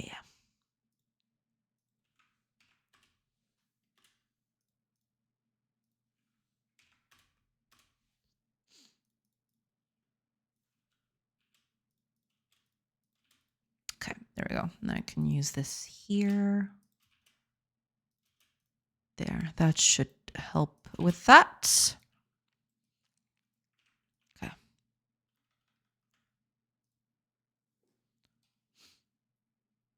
Could be an unused pool, an unused and a clean pool that is good to use again. Many ways to handle it. Yeah, for sure. Worst problems are always when threading gets too complex. Yeah. I don't even want to think when the threading gets wild. That's gonna be, whew. That's gonna be a doozy.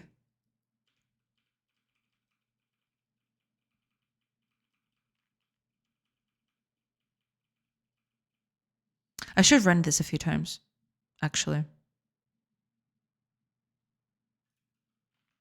I should run this a few times very quickly, so it's faster.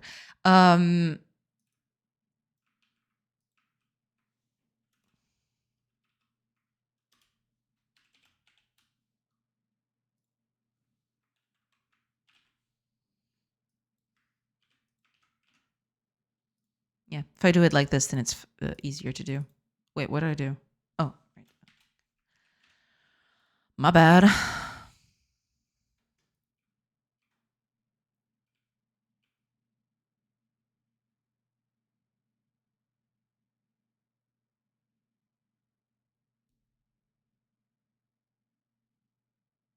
Has to run a few times for it to actually average out.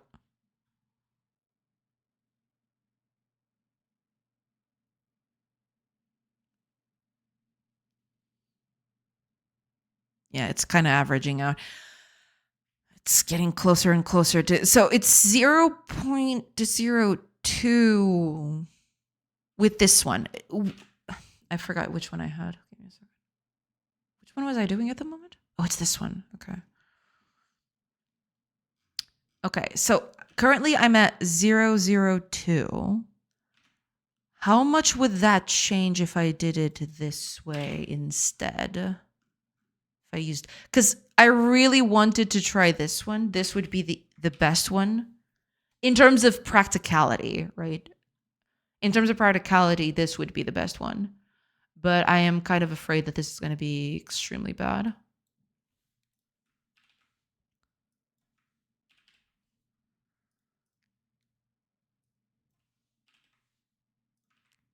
Let's see. How unpractical is this? Oh, actually, before I do that, let me just I want to add just one last bit of info here.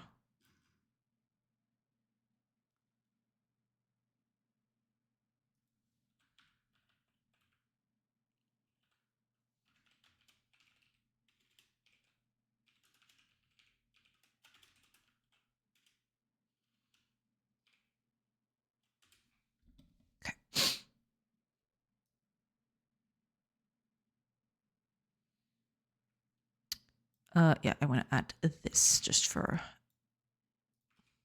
there. I think that's everything.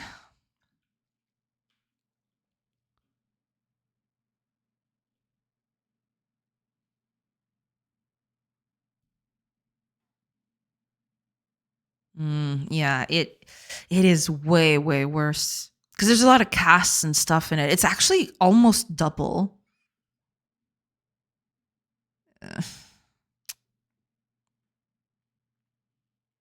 That just really sucks. I guess I can go with that one. It's less practical, but it's almost twice as fast. There has to be a way to make this even faster, though. I'm just not seeing it. There has to be a way to make this faster.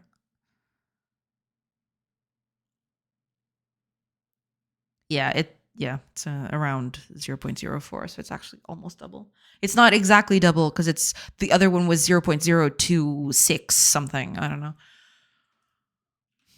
But yeah, the other system was better for that. It's just that.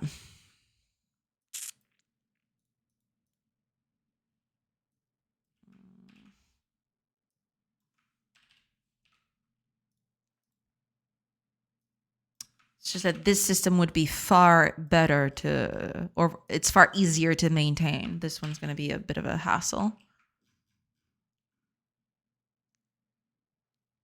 Because this requires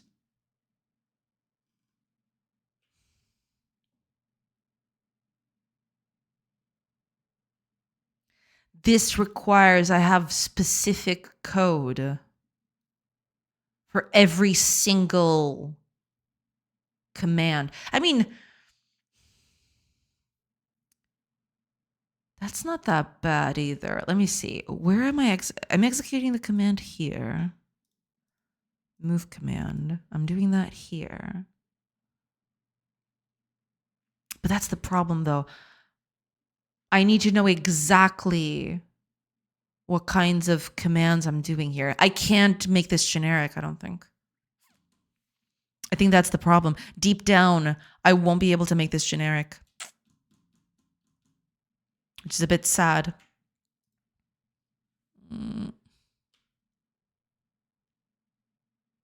Yeah, it's a bit faster. Not twice as fast, but pretty close to that. Yeah, because it kind of averages out on 0.026 something. That gets a little lower than that in this case, but yeah. But making this generic is going to be painful. I don't think... Is there a way for me to do that? I don't think...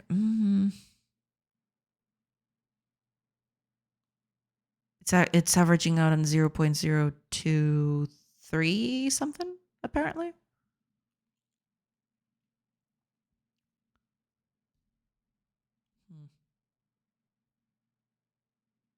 Okay. So this is the system that's faster. How do I make this so that it's not as hard-coded? That's the problem. Because I'm doing this and it's fast because I am hard-coding everything. But that's not...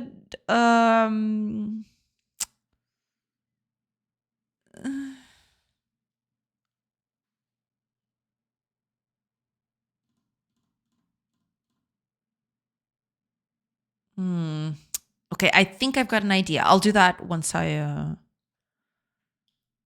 come back, because ads are starting. In about 15-ish seconds, the ads will begin, and then I'll take a quick break, and then I'll come back, and hopefully I'll get started on this thing. See if I can make any sense of this thing. Just use a needle? True. Hiya, Shenanigans. Welcome. Hello. Hi. Stress testing the ECS. Yeah, I want to make this as performant as possible, so I'm kind of seeing if I can make the best out of it, but it's getting complicated. All right, ads have started. I will take a quick break. I will just, I'll be gone for a few minutes, and I'll be back soon. So catch you on the other side of those ads. See you in a bit, everybody.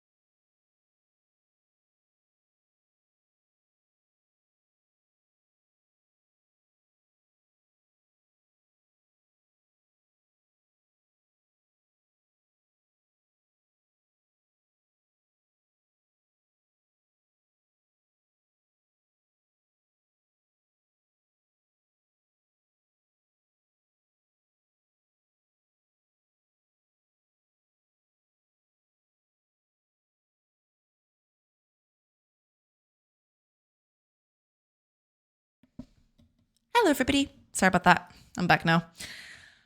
Alrighty, let me just catch up with chat and then we'll have a go at this one. We'll see how this goes. But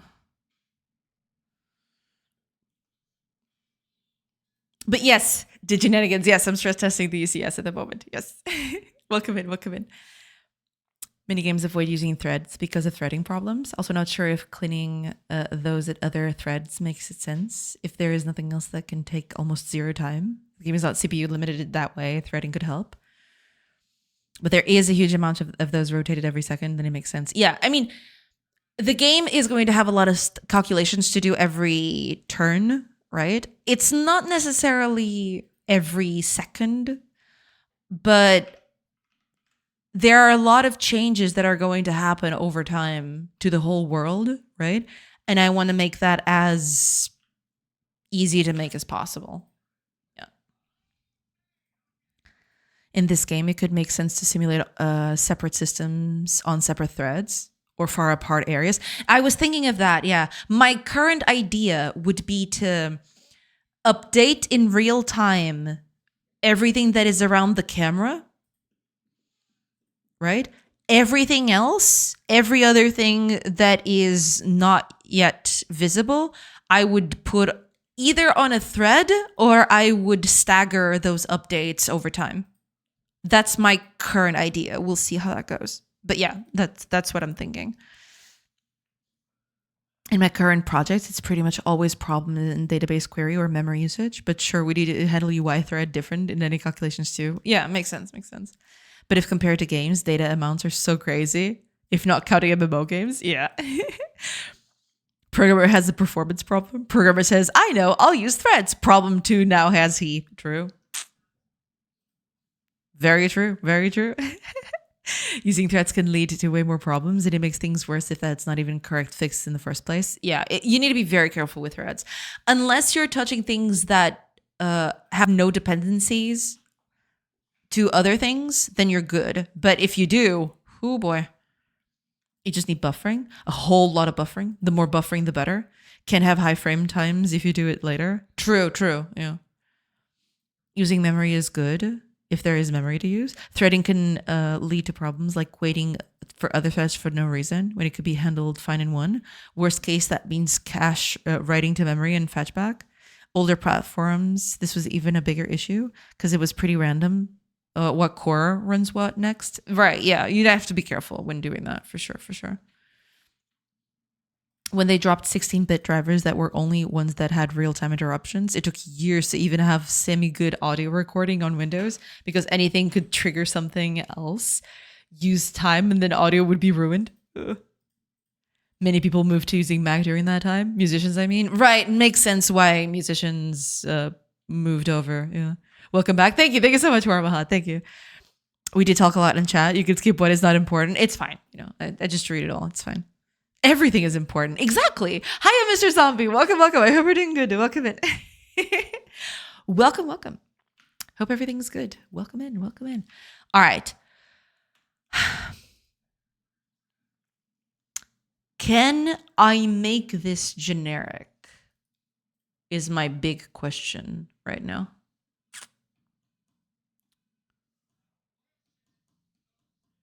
I might be able to do that.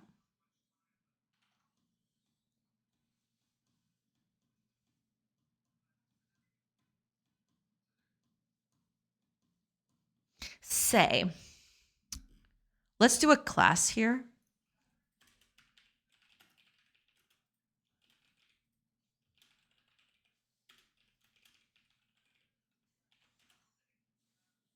Let's make it static for good measure. Not sure if I should make it static, but yeah.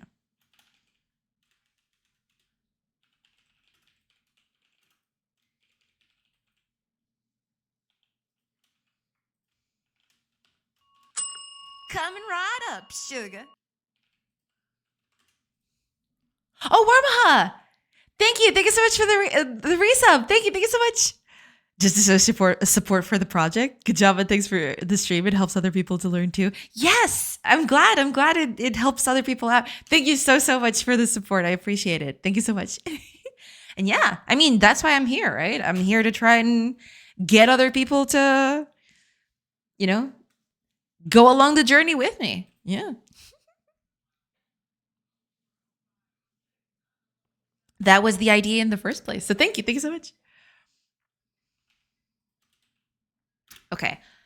I need to put this code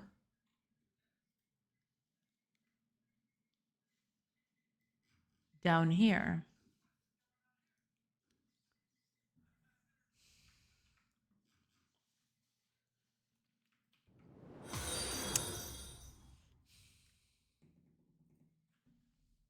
Bobot Gloom, welcome in, welcome in. Thank you so much for the follow. Welcome, welcome.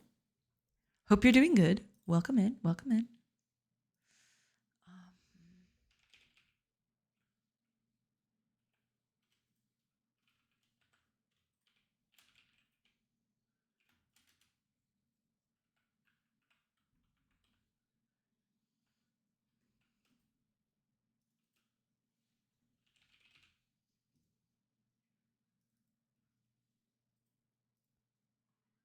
Yes. Okay, don't make it static anymore then.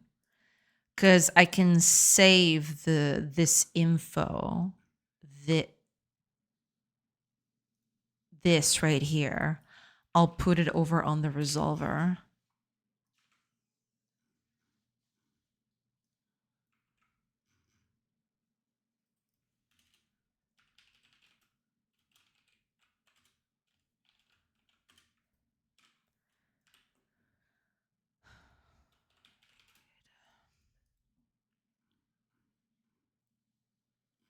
And I can just pick this and create the resolver here.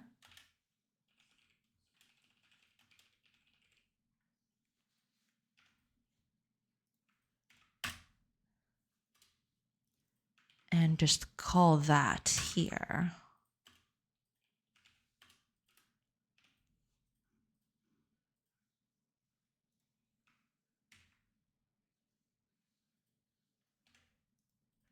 Okay, keep it that way. That's fine.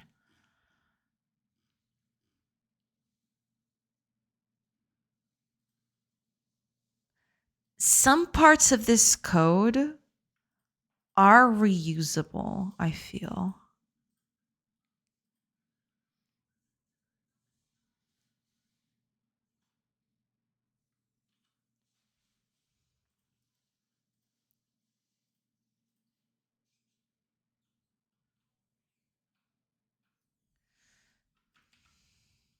For extract method, what does this do?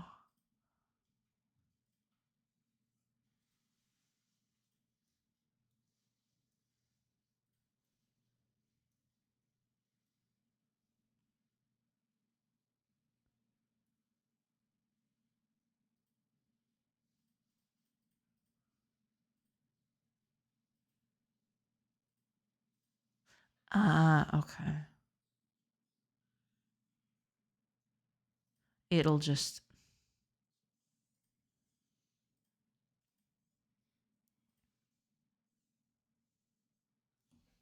Hold on. Where are you created? Oh, it's this.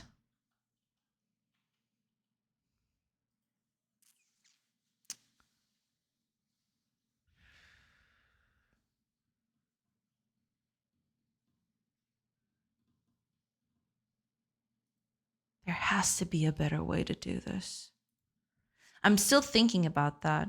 There has to be a better way to do all of this.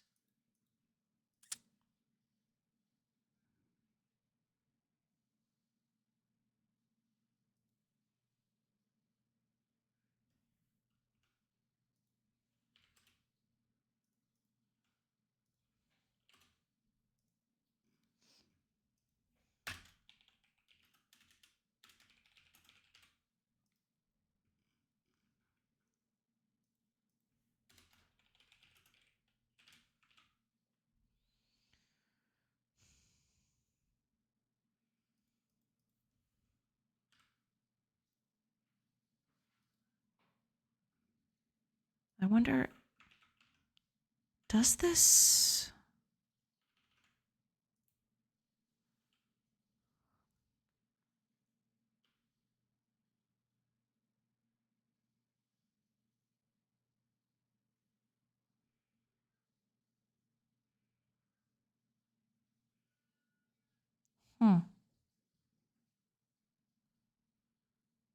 Well, it's about the same as previously. That makes sense. Yeah.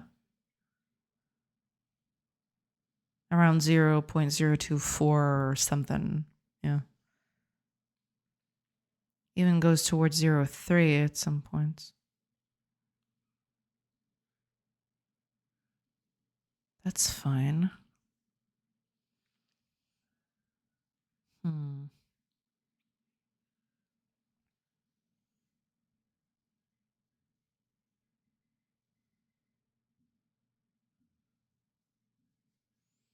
I guess I could do it this way.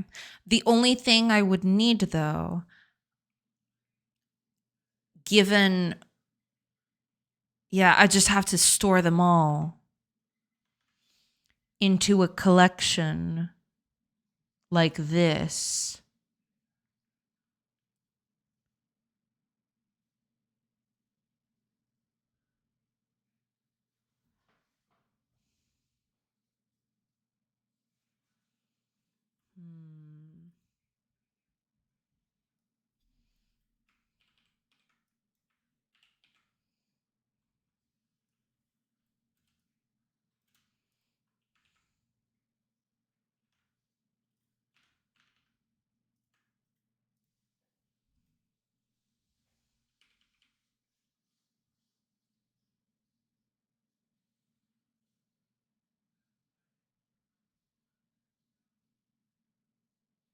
Yeah.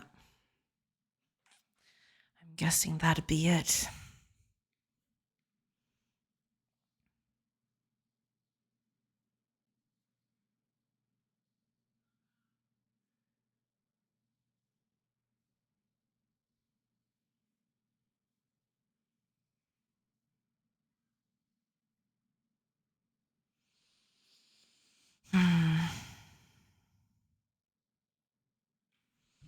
Only problem with this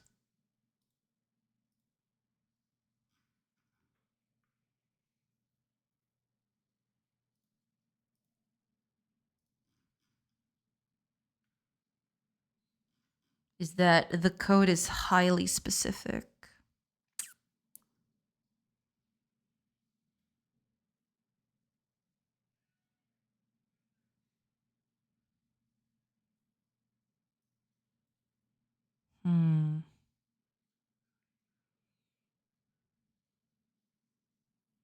But that wouldn't be too bad.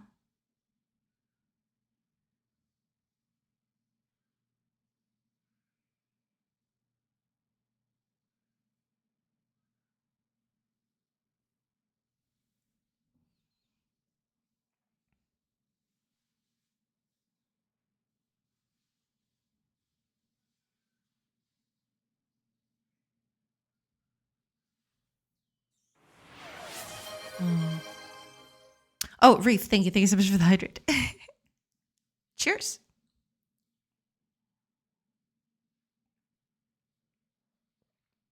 Thank you, thank you. We need some hydration.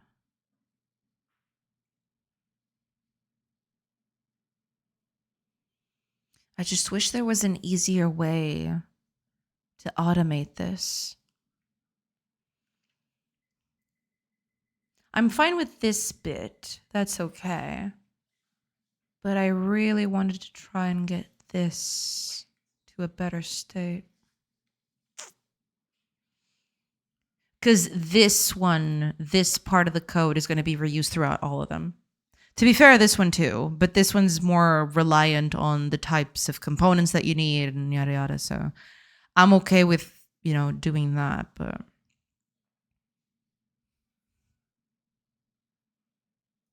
this one though.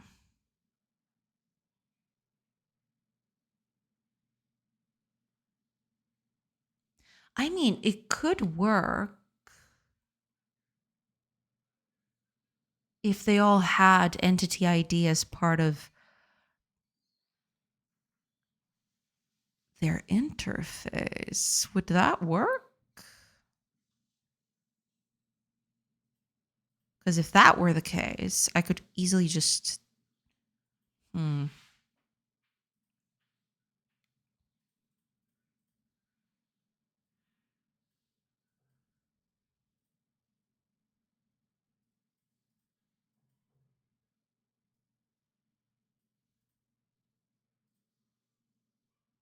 I think that'd be fine. Let me think. Every command, so to speak, needs to be applied to an entity, I guess.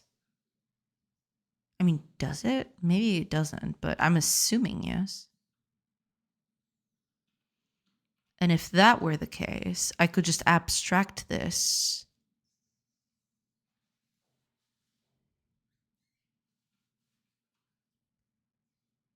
Yeah.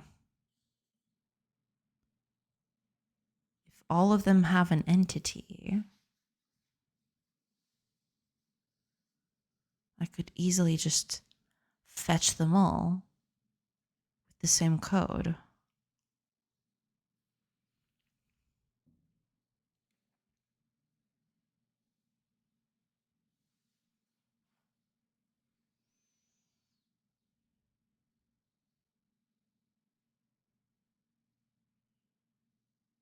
I think that'd be nice.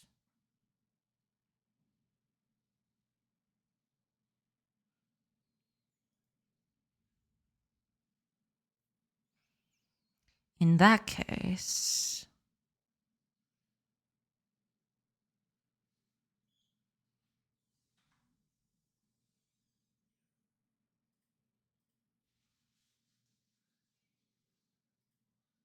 because what I'm thinking of is there are certain things that are not going to be applied to an entity specifically.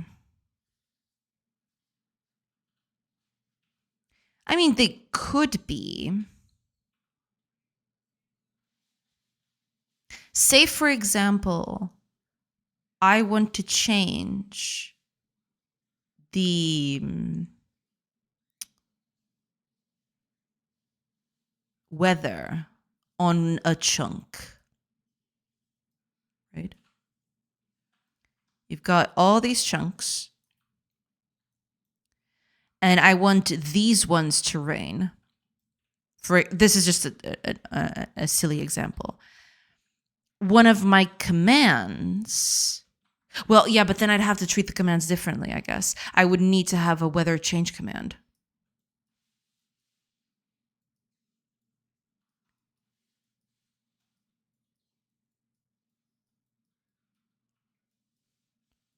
And those don't have an entity specifically. They wouldn't do this. They wouldn't have to fetch entities for that. So this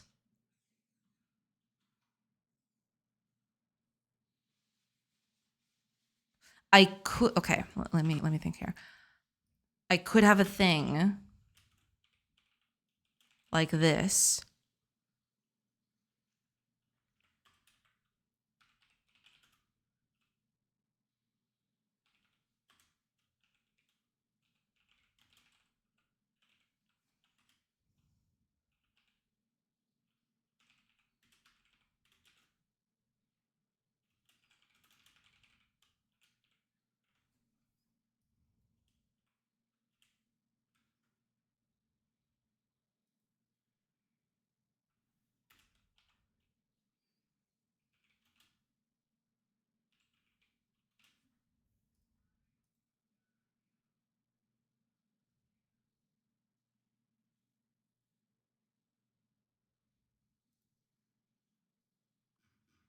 And now that code that I had here,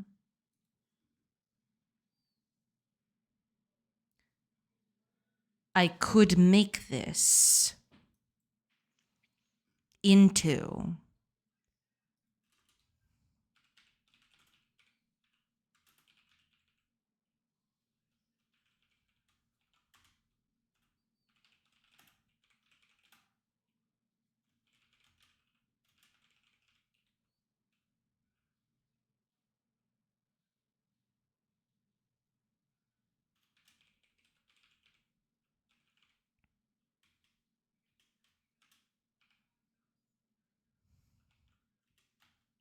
And in this case, I would feed it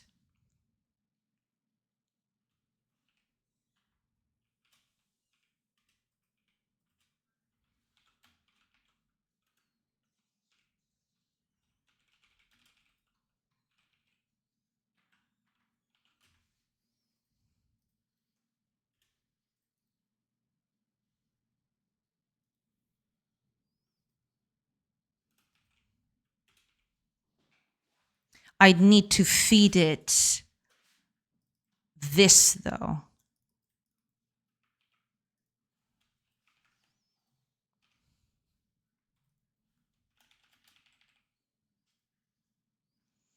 And in that case, I just cut this code and paste it here.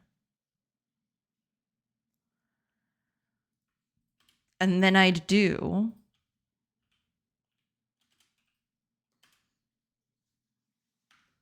like this.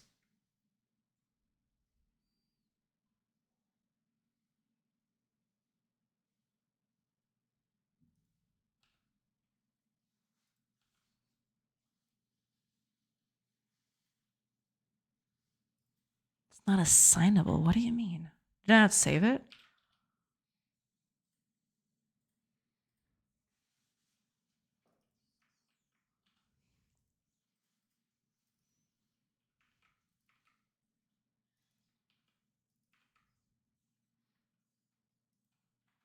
Oh, it needs the world too. I forgot about that.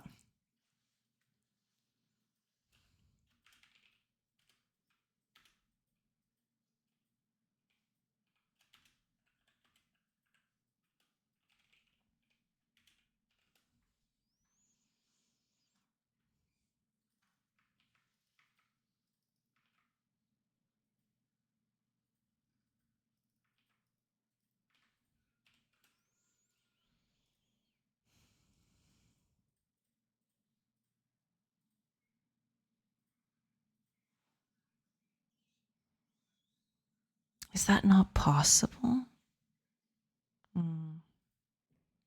Sakurai, welcome in. It is not Godot. It is Go dot. Welcome in, Sakurai. I hope you're doing good. Welcome in. Ah, that's disappointing. I thought this would work.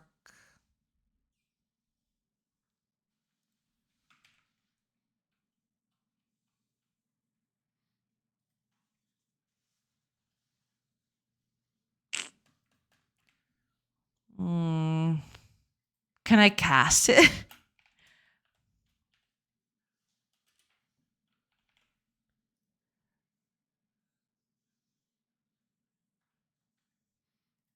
Right. Okay. Guess I can't do that.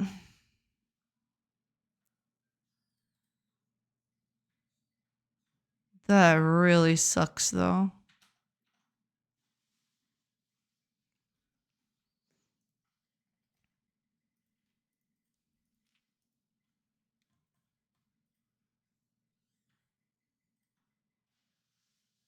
It would work on a list, I suppose, but not this.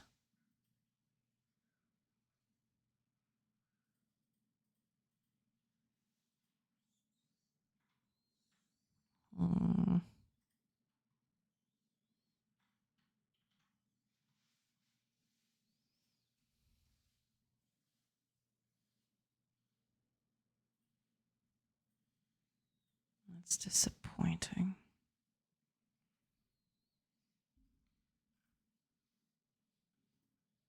Let me see. I wonder if someone out there has had this problem.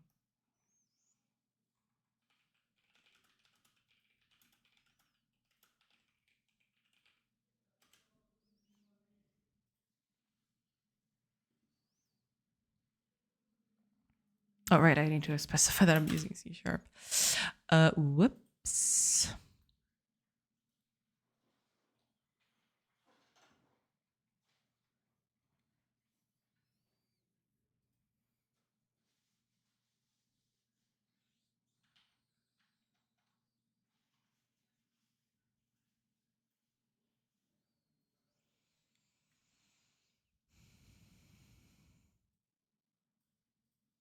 Oh, wait, it works with...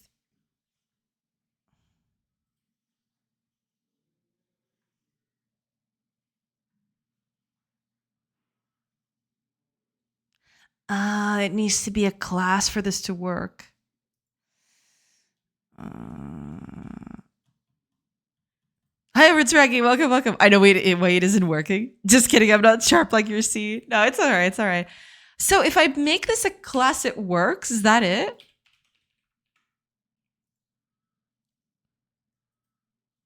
Huh.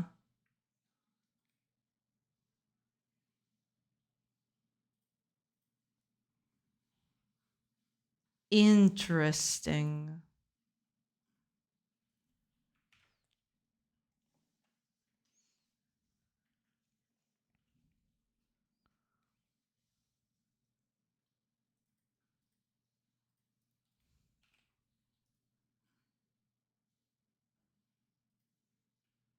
No, okay.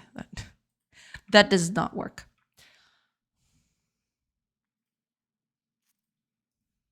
Also, yeah, change the name of that.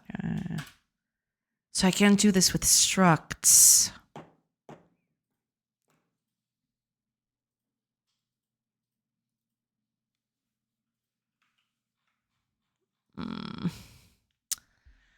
That's kind of crappy.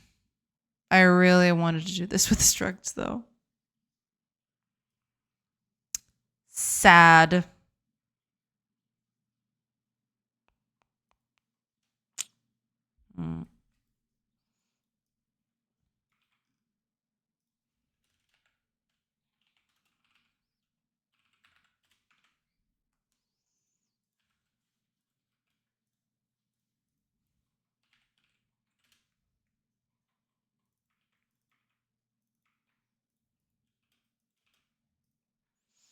Yeah, I guess I can't do it this way.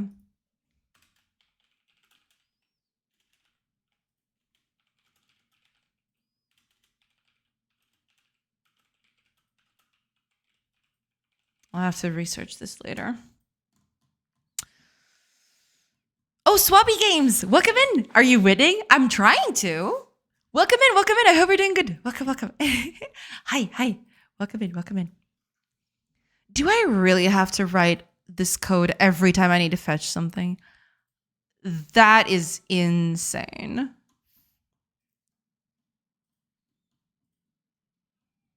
That is really crappy. But I mean, it works. Sorta. Kinda. It's just that, yeah, I have to rewrite all of this code if I ever need it again, which is not ideal. Let's just put it that way. Definitely not ideal.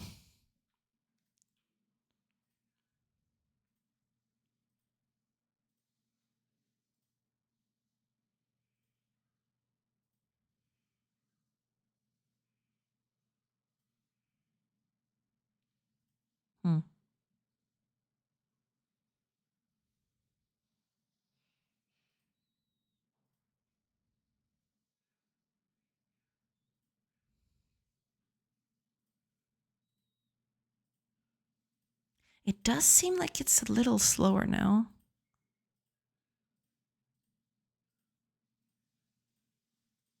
Doesn't it? It averaged out at around 0.023, and now it's averaging out at 0.026, high sixes. I wonder if, but I didn't change all that much, did I? Did I? Did I do something? Yeah, because it does feel like it goes onto trees sometimes. What did I do? Is it because you're a... Is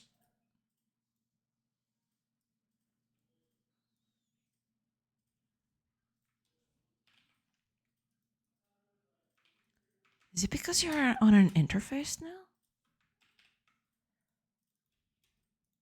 Because if it's that, oh boy.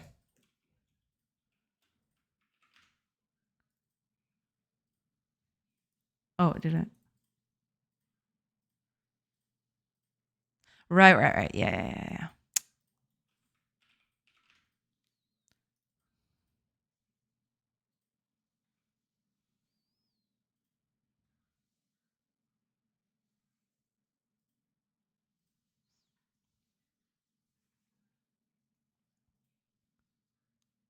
It is that, it seems. Huh. I had no idea that would make such a drastic change.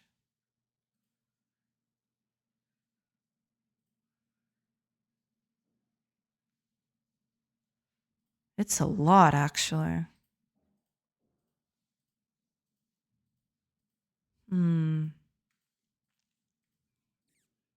Interesting. Yeah, because now it's around the values that we were looking at before.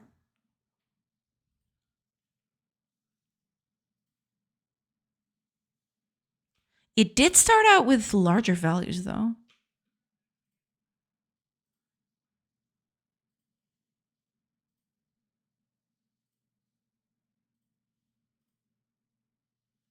You know what would make this even faster?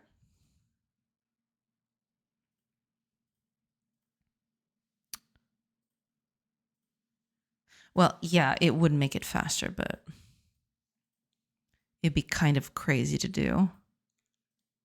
Because I was thinking, I could cache these like queries, but the problem is, depending on what happens in the game, it's the entities that are going to get changed every turn may change.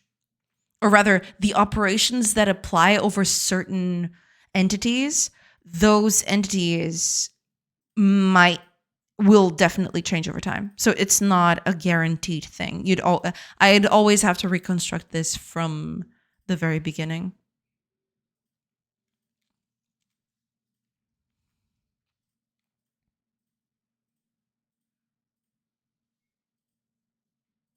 Which is a little sad.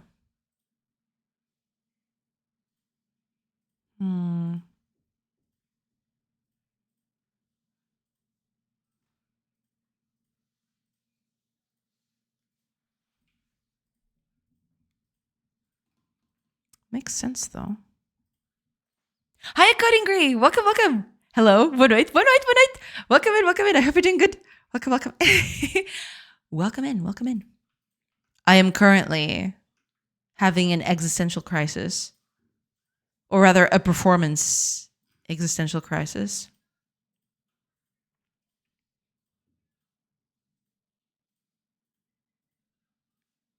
Is there a way to save this? I don't think there is.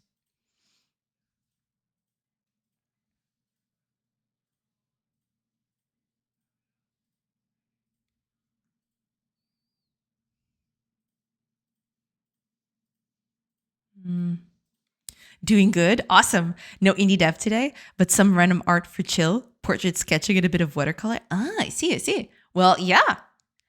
Artsy stuff is also pretty cool. Yeah. Enjoy your artsy stuff. Enjoy your watercolor. Yeah. That is pretty cool too.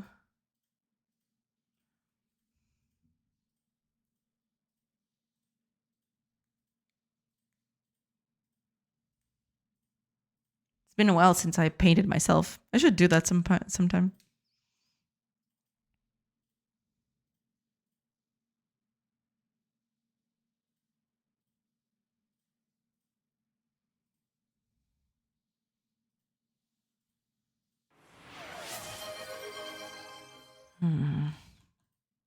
Oh, thank you so much, Faith. Thank you so much for the hydrate. Cheers.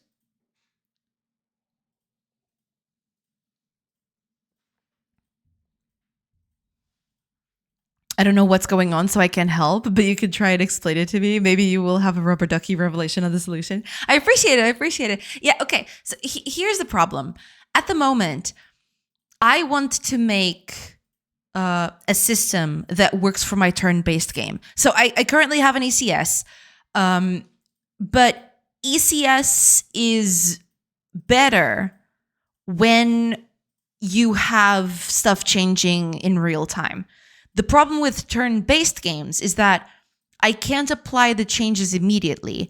Every time a turn passes, I want to make sure that all entities get updated with the exact same information, right? So the idea is I want to try and optimize the way I propagate those changes at the end. Because I do a whole processing at the beginning, and then I actually make all of those changes after I do the processing. Now, problem is I need to keep this somewhere. I can't just, because I have a real-time, I have two systems running at the moment. I have a real-time one, which is this one, the one with the colored, these colored textures, right? These are updating in real time, but these are fine. The problem is not these, because they all just get updated in place. That's fine. The problem is the turn-based one.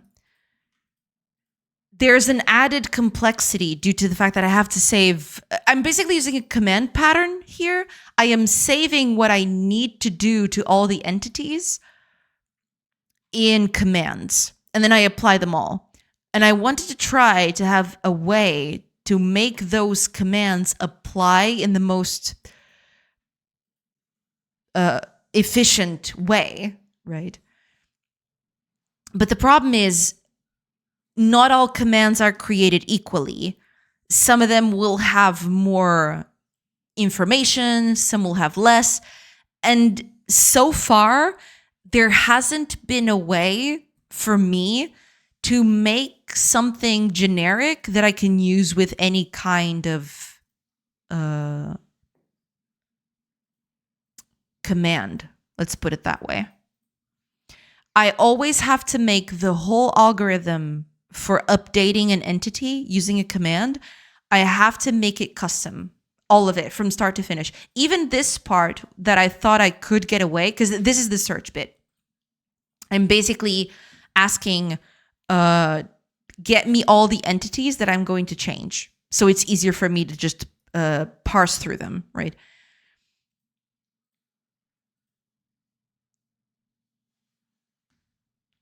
Even this, I can't turn generic. That's the problem. So I'm going to have a lot of repeated code, which was what I wanted to avoid.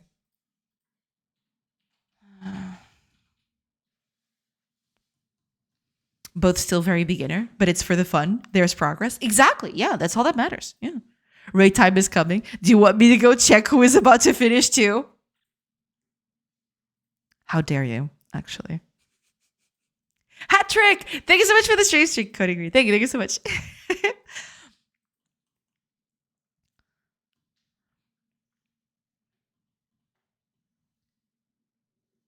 Can you make some processing before? That's what I'm doing. Basically, what I'm doing is I'm going through everything and saving what I need to change as I go, right? So I am doing some pre-processing in that case. I am saving the commands on a thing. Problem is actually applying those things. That's the problem. I would send pending changes to entities and signal them to apply changes, or do it in physics process, but that's when you want them to happen. But that's probably not what you're after. Not exactly. I mean, I could do something like that. That's kind of what I'm doing at the moment, I think. But I wanted something even more efficient than that. But I don't think I'm gonna get it, to be honest. I don't know if I can do it. Hat trick. Thank you so much, Cody Green. Thank you. Don't worry about repeating code. Your game is played, not code analyzed. I know. But the thing is, I was more talking about I wanted to have some sort of way to not have to repeat myself so much. You know what I mean? It's not a part of the problem is not, I'm not worried about if people are going to look at this or not. It's that the fact that I'm going to repeat myself so much, if I ever need to make changes to this specific part of the algorithm, it's going to be a pain to change it in everything. That's my problem. Hello, amigo. Welcome in, welcome in. Pibe, me si pela aprender. How dare you? How dare you, actually? Is there an easy way to check fast things that do not need an update? Well, that would be the ones that are not embedded in commands, I suppose. Can we flag things that need update on runtime and ignore others? Well, they won't just be part of commands, right? I think that would be it. I know what you mean. That's basically my problem. My problem is not, the fact that I repeat code. Sure. The thing that's getting to me is that if I ever need to change this, and I'm pretty sure I'm going to change this at some point, I'll just have to change everything. And that is insane.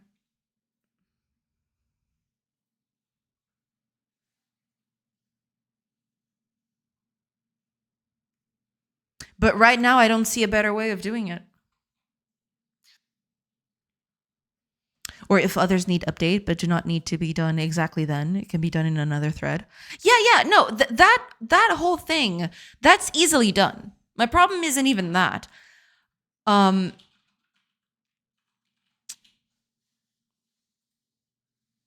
is the rest of it. Problem is fetching everything.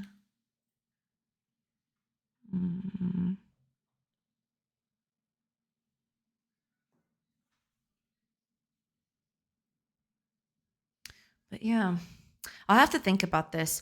I'm going to see if anybody has had a similar problem. See if I can try to learn from that.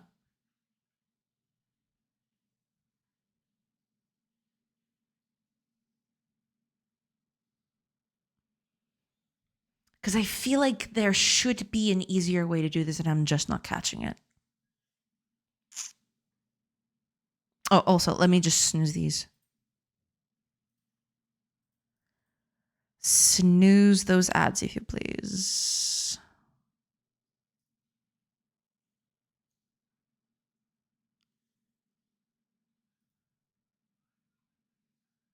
There we go.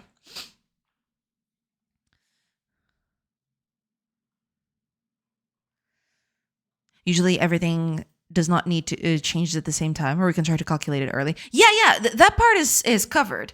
I already have what I need to change. This here, these move commands, this is what I need to apply. So I have this whole section where I fetch the entities that need to be changed, and then I apply the changes. It's a stepped process, right? My biggest issue is that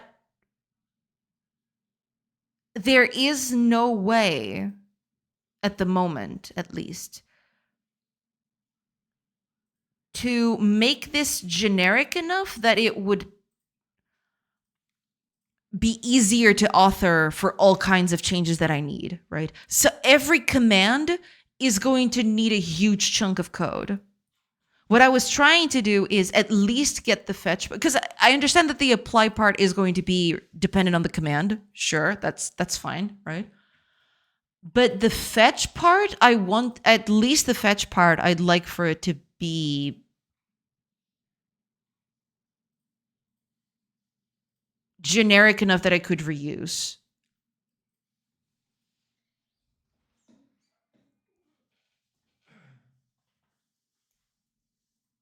There's just the same kind of problem, I promise. Oh, yeah, I'm pretty sure someone else has gotten that. Yeah. But finding what works for you is a sure thing. You may find some that could be easier. That is good thinking there. Yeah, that's the idea. Yeah.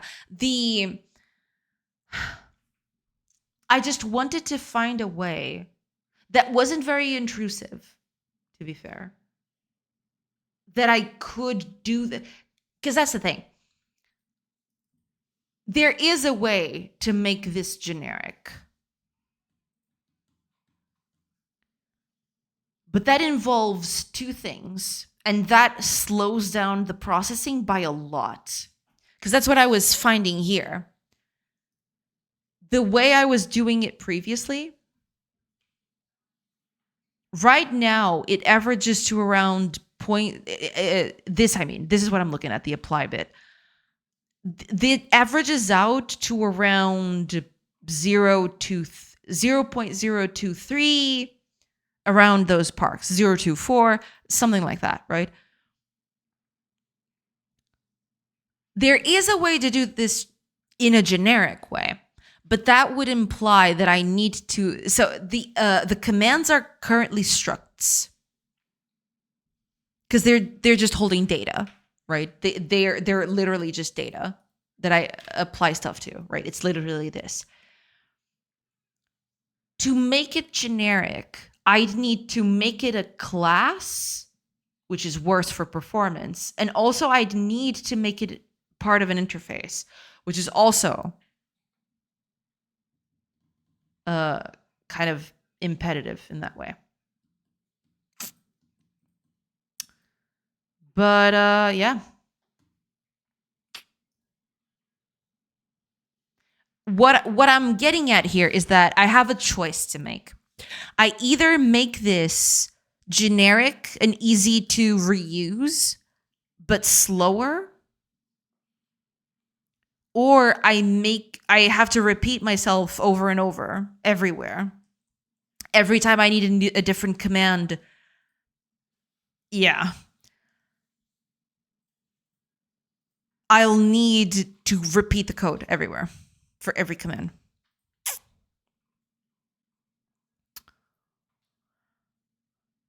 Which I wanted to avoid, but Well, if it ain't Swabby Games offline. What? Caught? What do you mean? Gasp. Hi, RJM. Welcome. Are you sure that's a slowdown? Yeah, I made the tests right now. Right now, this is the hard-coded system. It averages out to this value right here. I'm talking about this right here. It averages to around 0.023, lower threes, higher twos, right? If I put an interface on it and I make it a class to have it make it be generic, it jumps to 0.03 instantly. Higher threes too. It's almost 0.04. It's almost twice what it used to be. Yeah, you can see it's around high twos, low threes, right? If I make this generic, it jumps to almost twice the time it takes. And that's kind of sucky. Meh. Well, he ain't live, and he wasn't today. Gasp. Swabby, how could you? It's all right.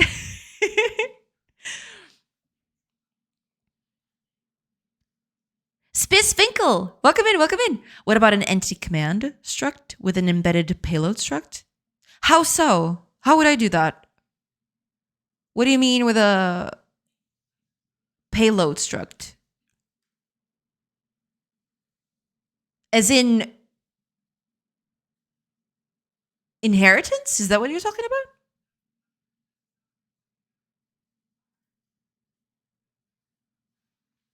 about? Are you trying to gauge around a frame budget? Not around exactly a frame budget. The thing is, the game, every time I press to pass an hour passes, and I need to do a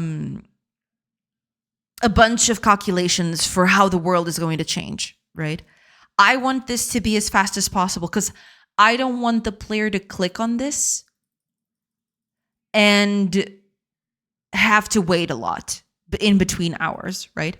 It's not like I need a frame budget. It's more as I need this to be as fast as possible. Otherwise, clicking this button will be very, very costly.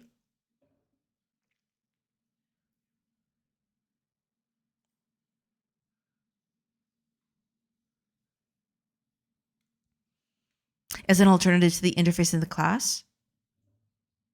Right, yeah. But how would you do, what was this payload thing? Because I might know what you're talking about, but I don't know it by that name. Does that make sense? Okay, I gotta ask. Can't pre-calculate / predict a whole bunch before the click? I can, yeah. Yeah, I can do that. Or is that what you're doing?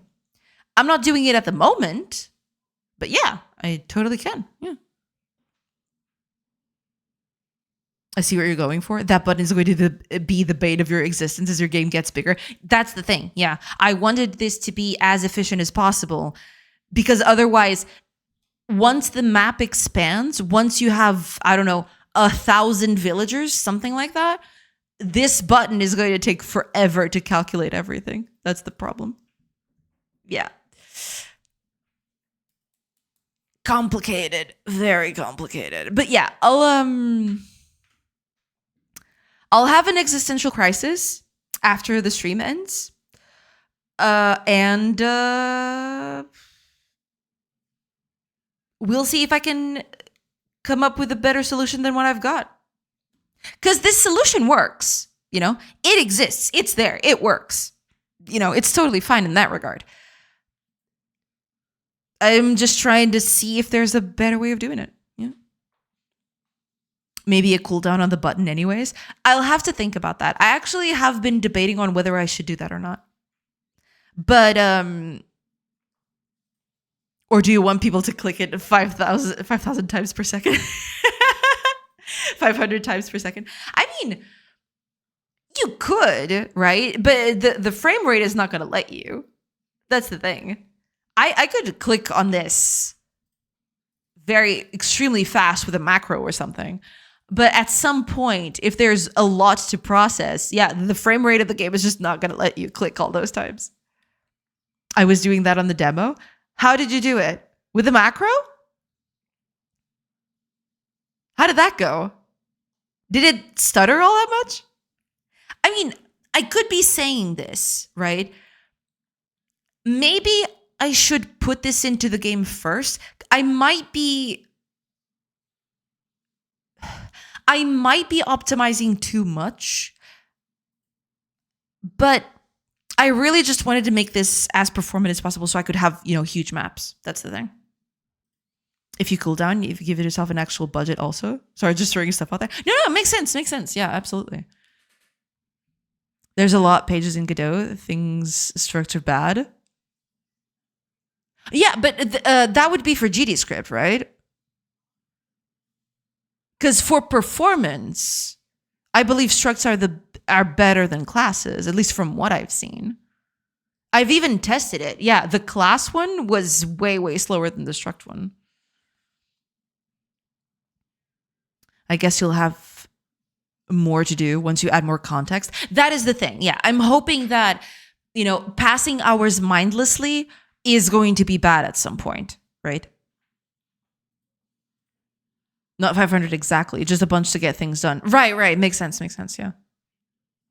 Perhaps if it eventually gets slow with big cities, it could be fast for the player to choose how many hours to pass, if that's possible to calculate in a single step.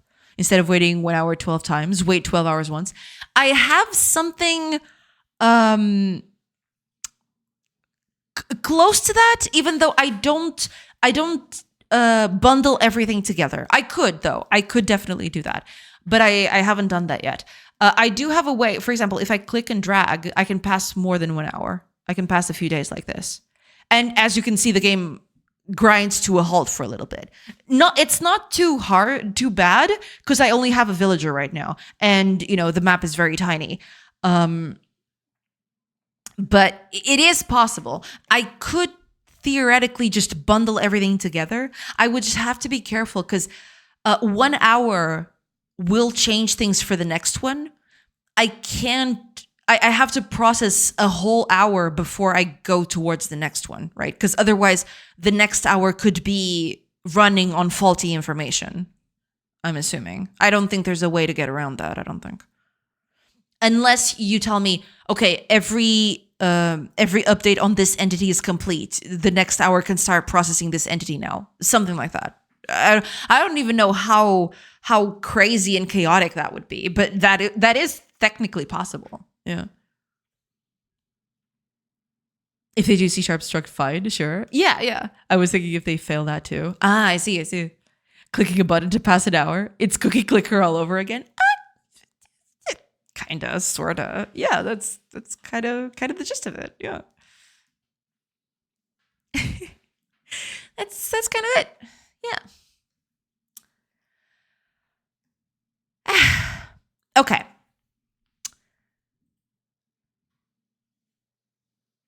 Given that, I'm going to explore this a bit further tonight. Hopefully, I'll have an answer by tomorrow.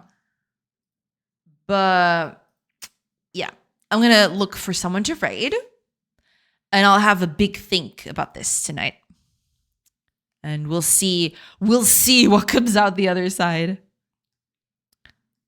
Okay, who haven't we raided recently? See.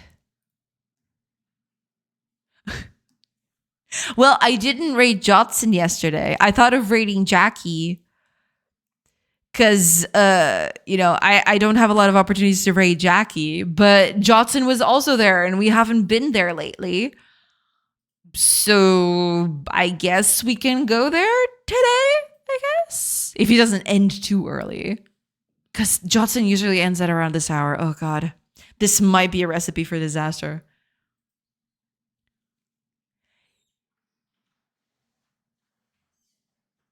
I am deathly afraid now. Because it does look like he's going to end soon. Do you want someone to scout ahead? No, it's fine. It's okay. Jotson was finishing too. Maybe we'll get lucky. Lucky, that's not my definition of lucky, but...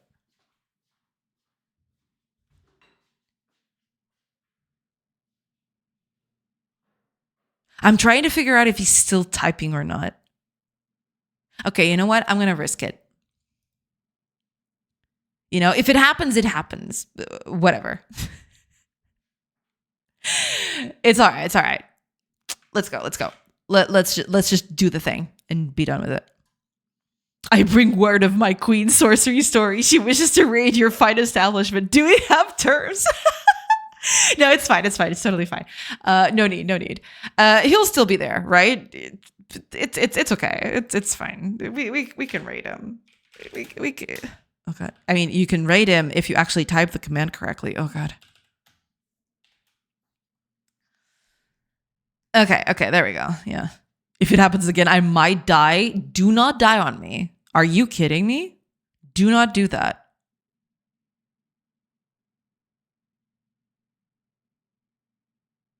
I'm just looking at what he's doing, hoping for the faint thing. Die of cringe. True. Okay, maybe I should just commit. Yeah, let's just commit before he changes his mind.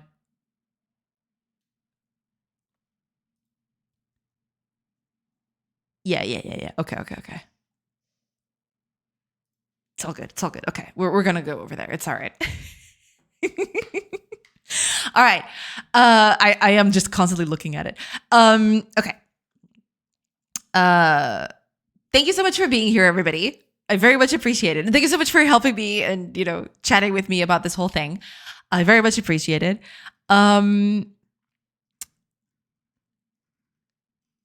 Just making sure. Okay. Yeah, I mean, I'll have some soul searching tonight about this whole problem. And hopefully I'll come back with something to show for my troubles. We'll see. Yeah, we'll see about that.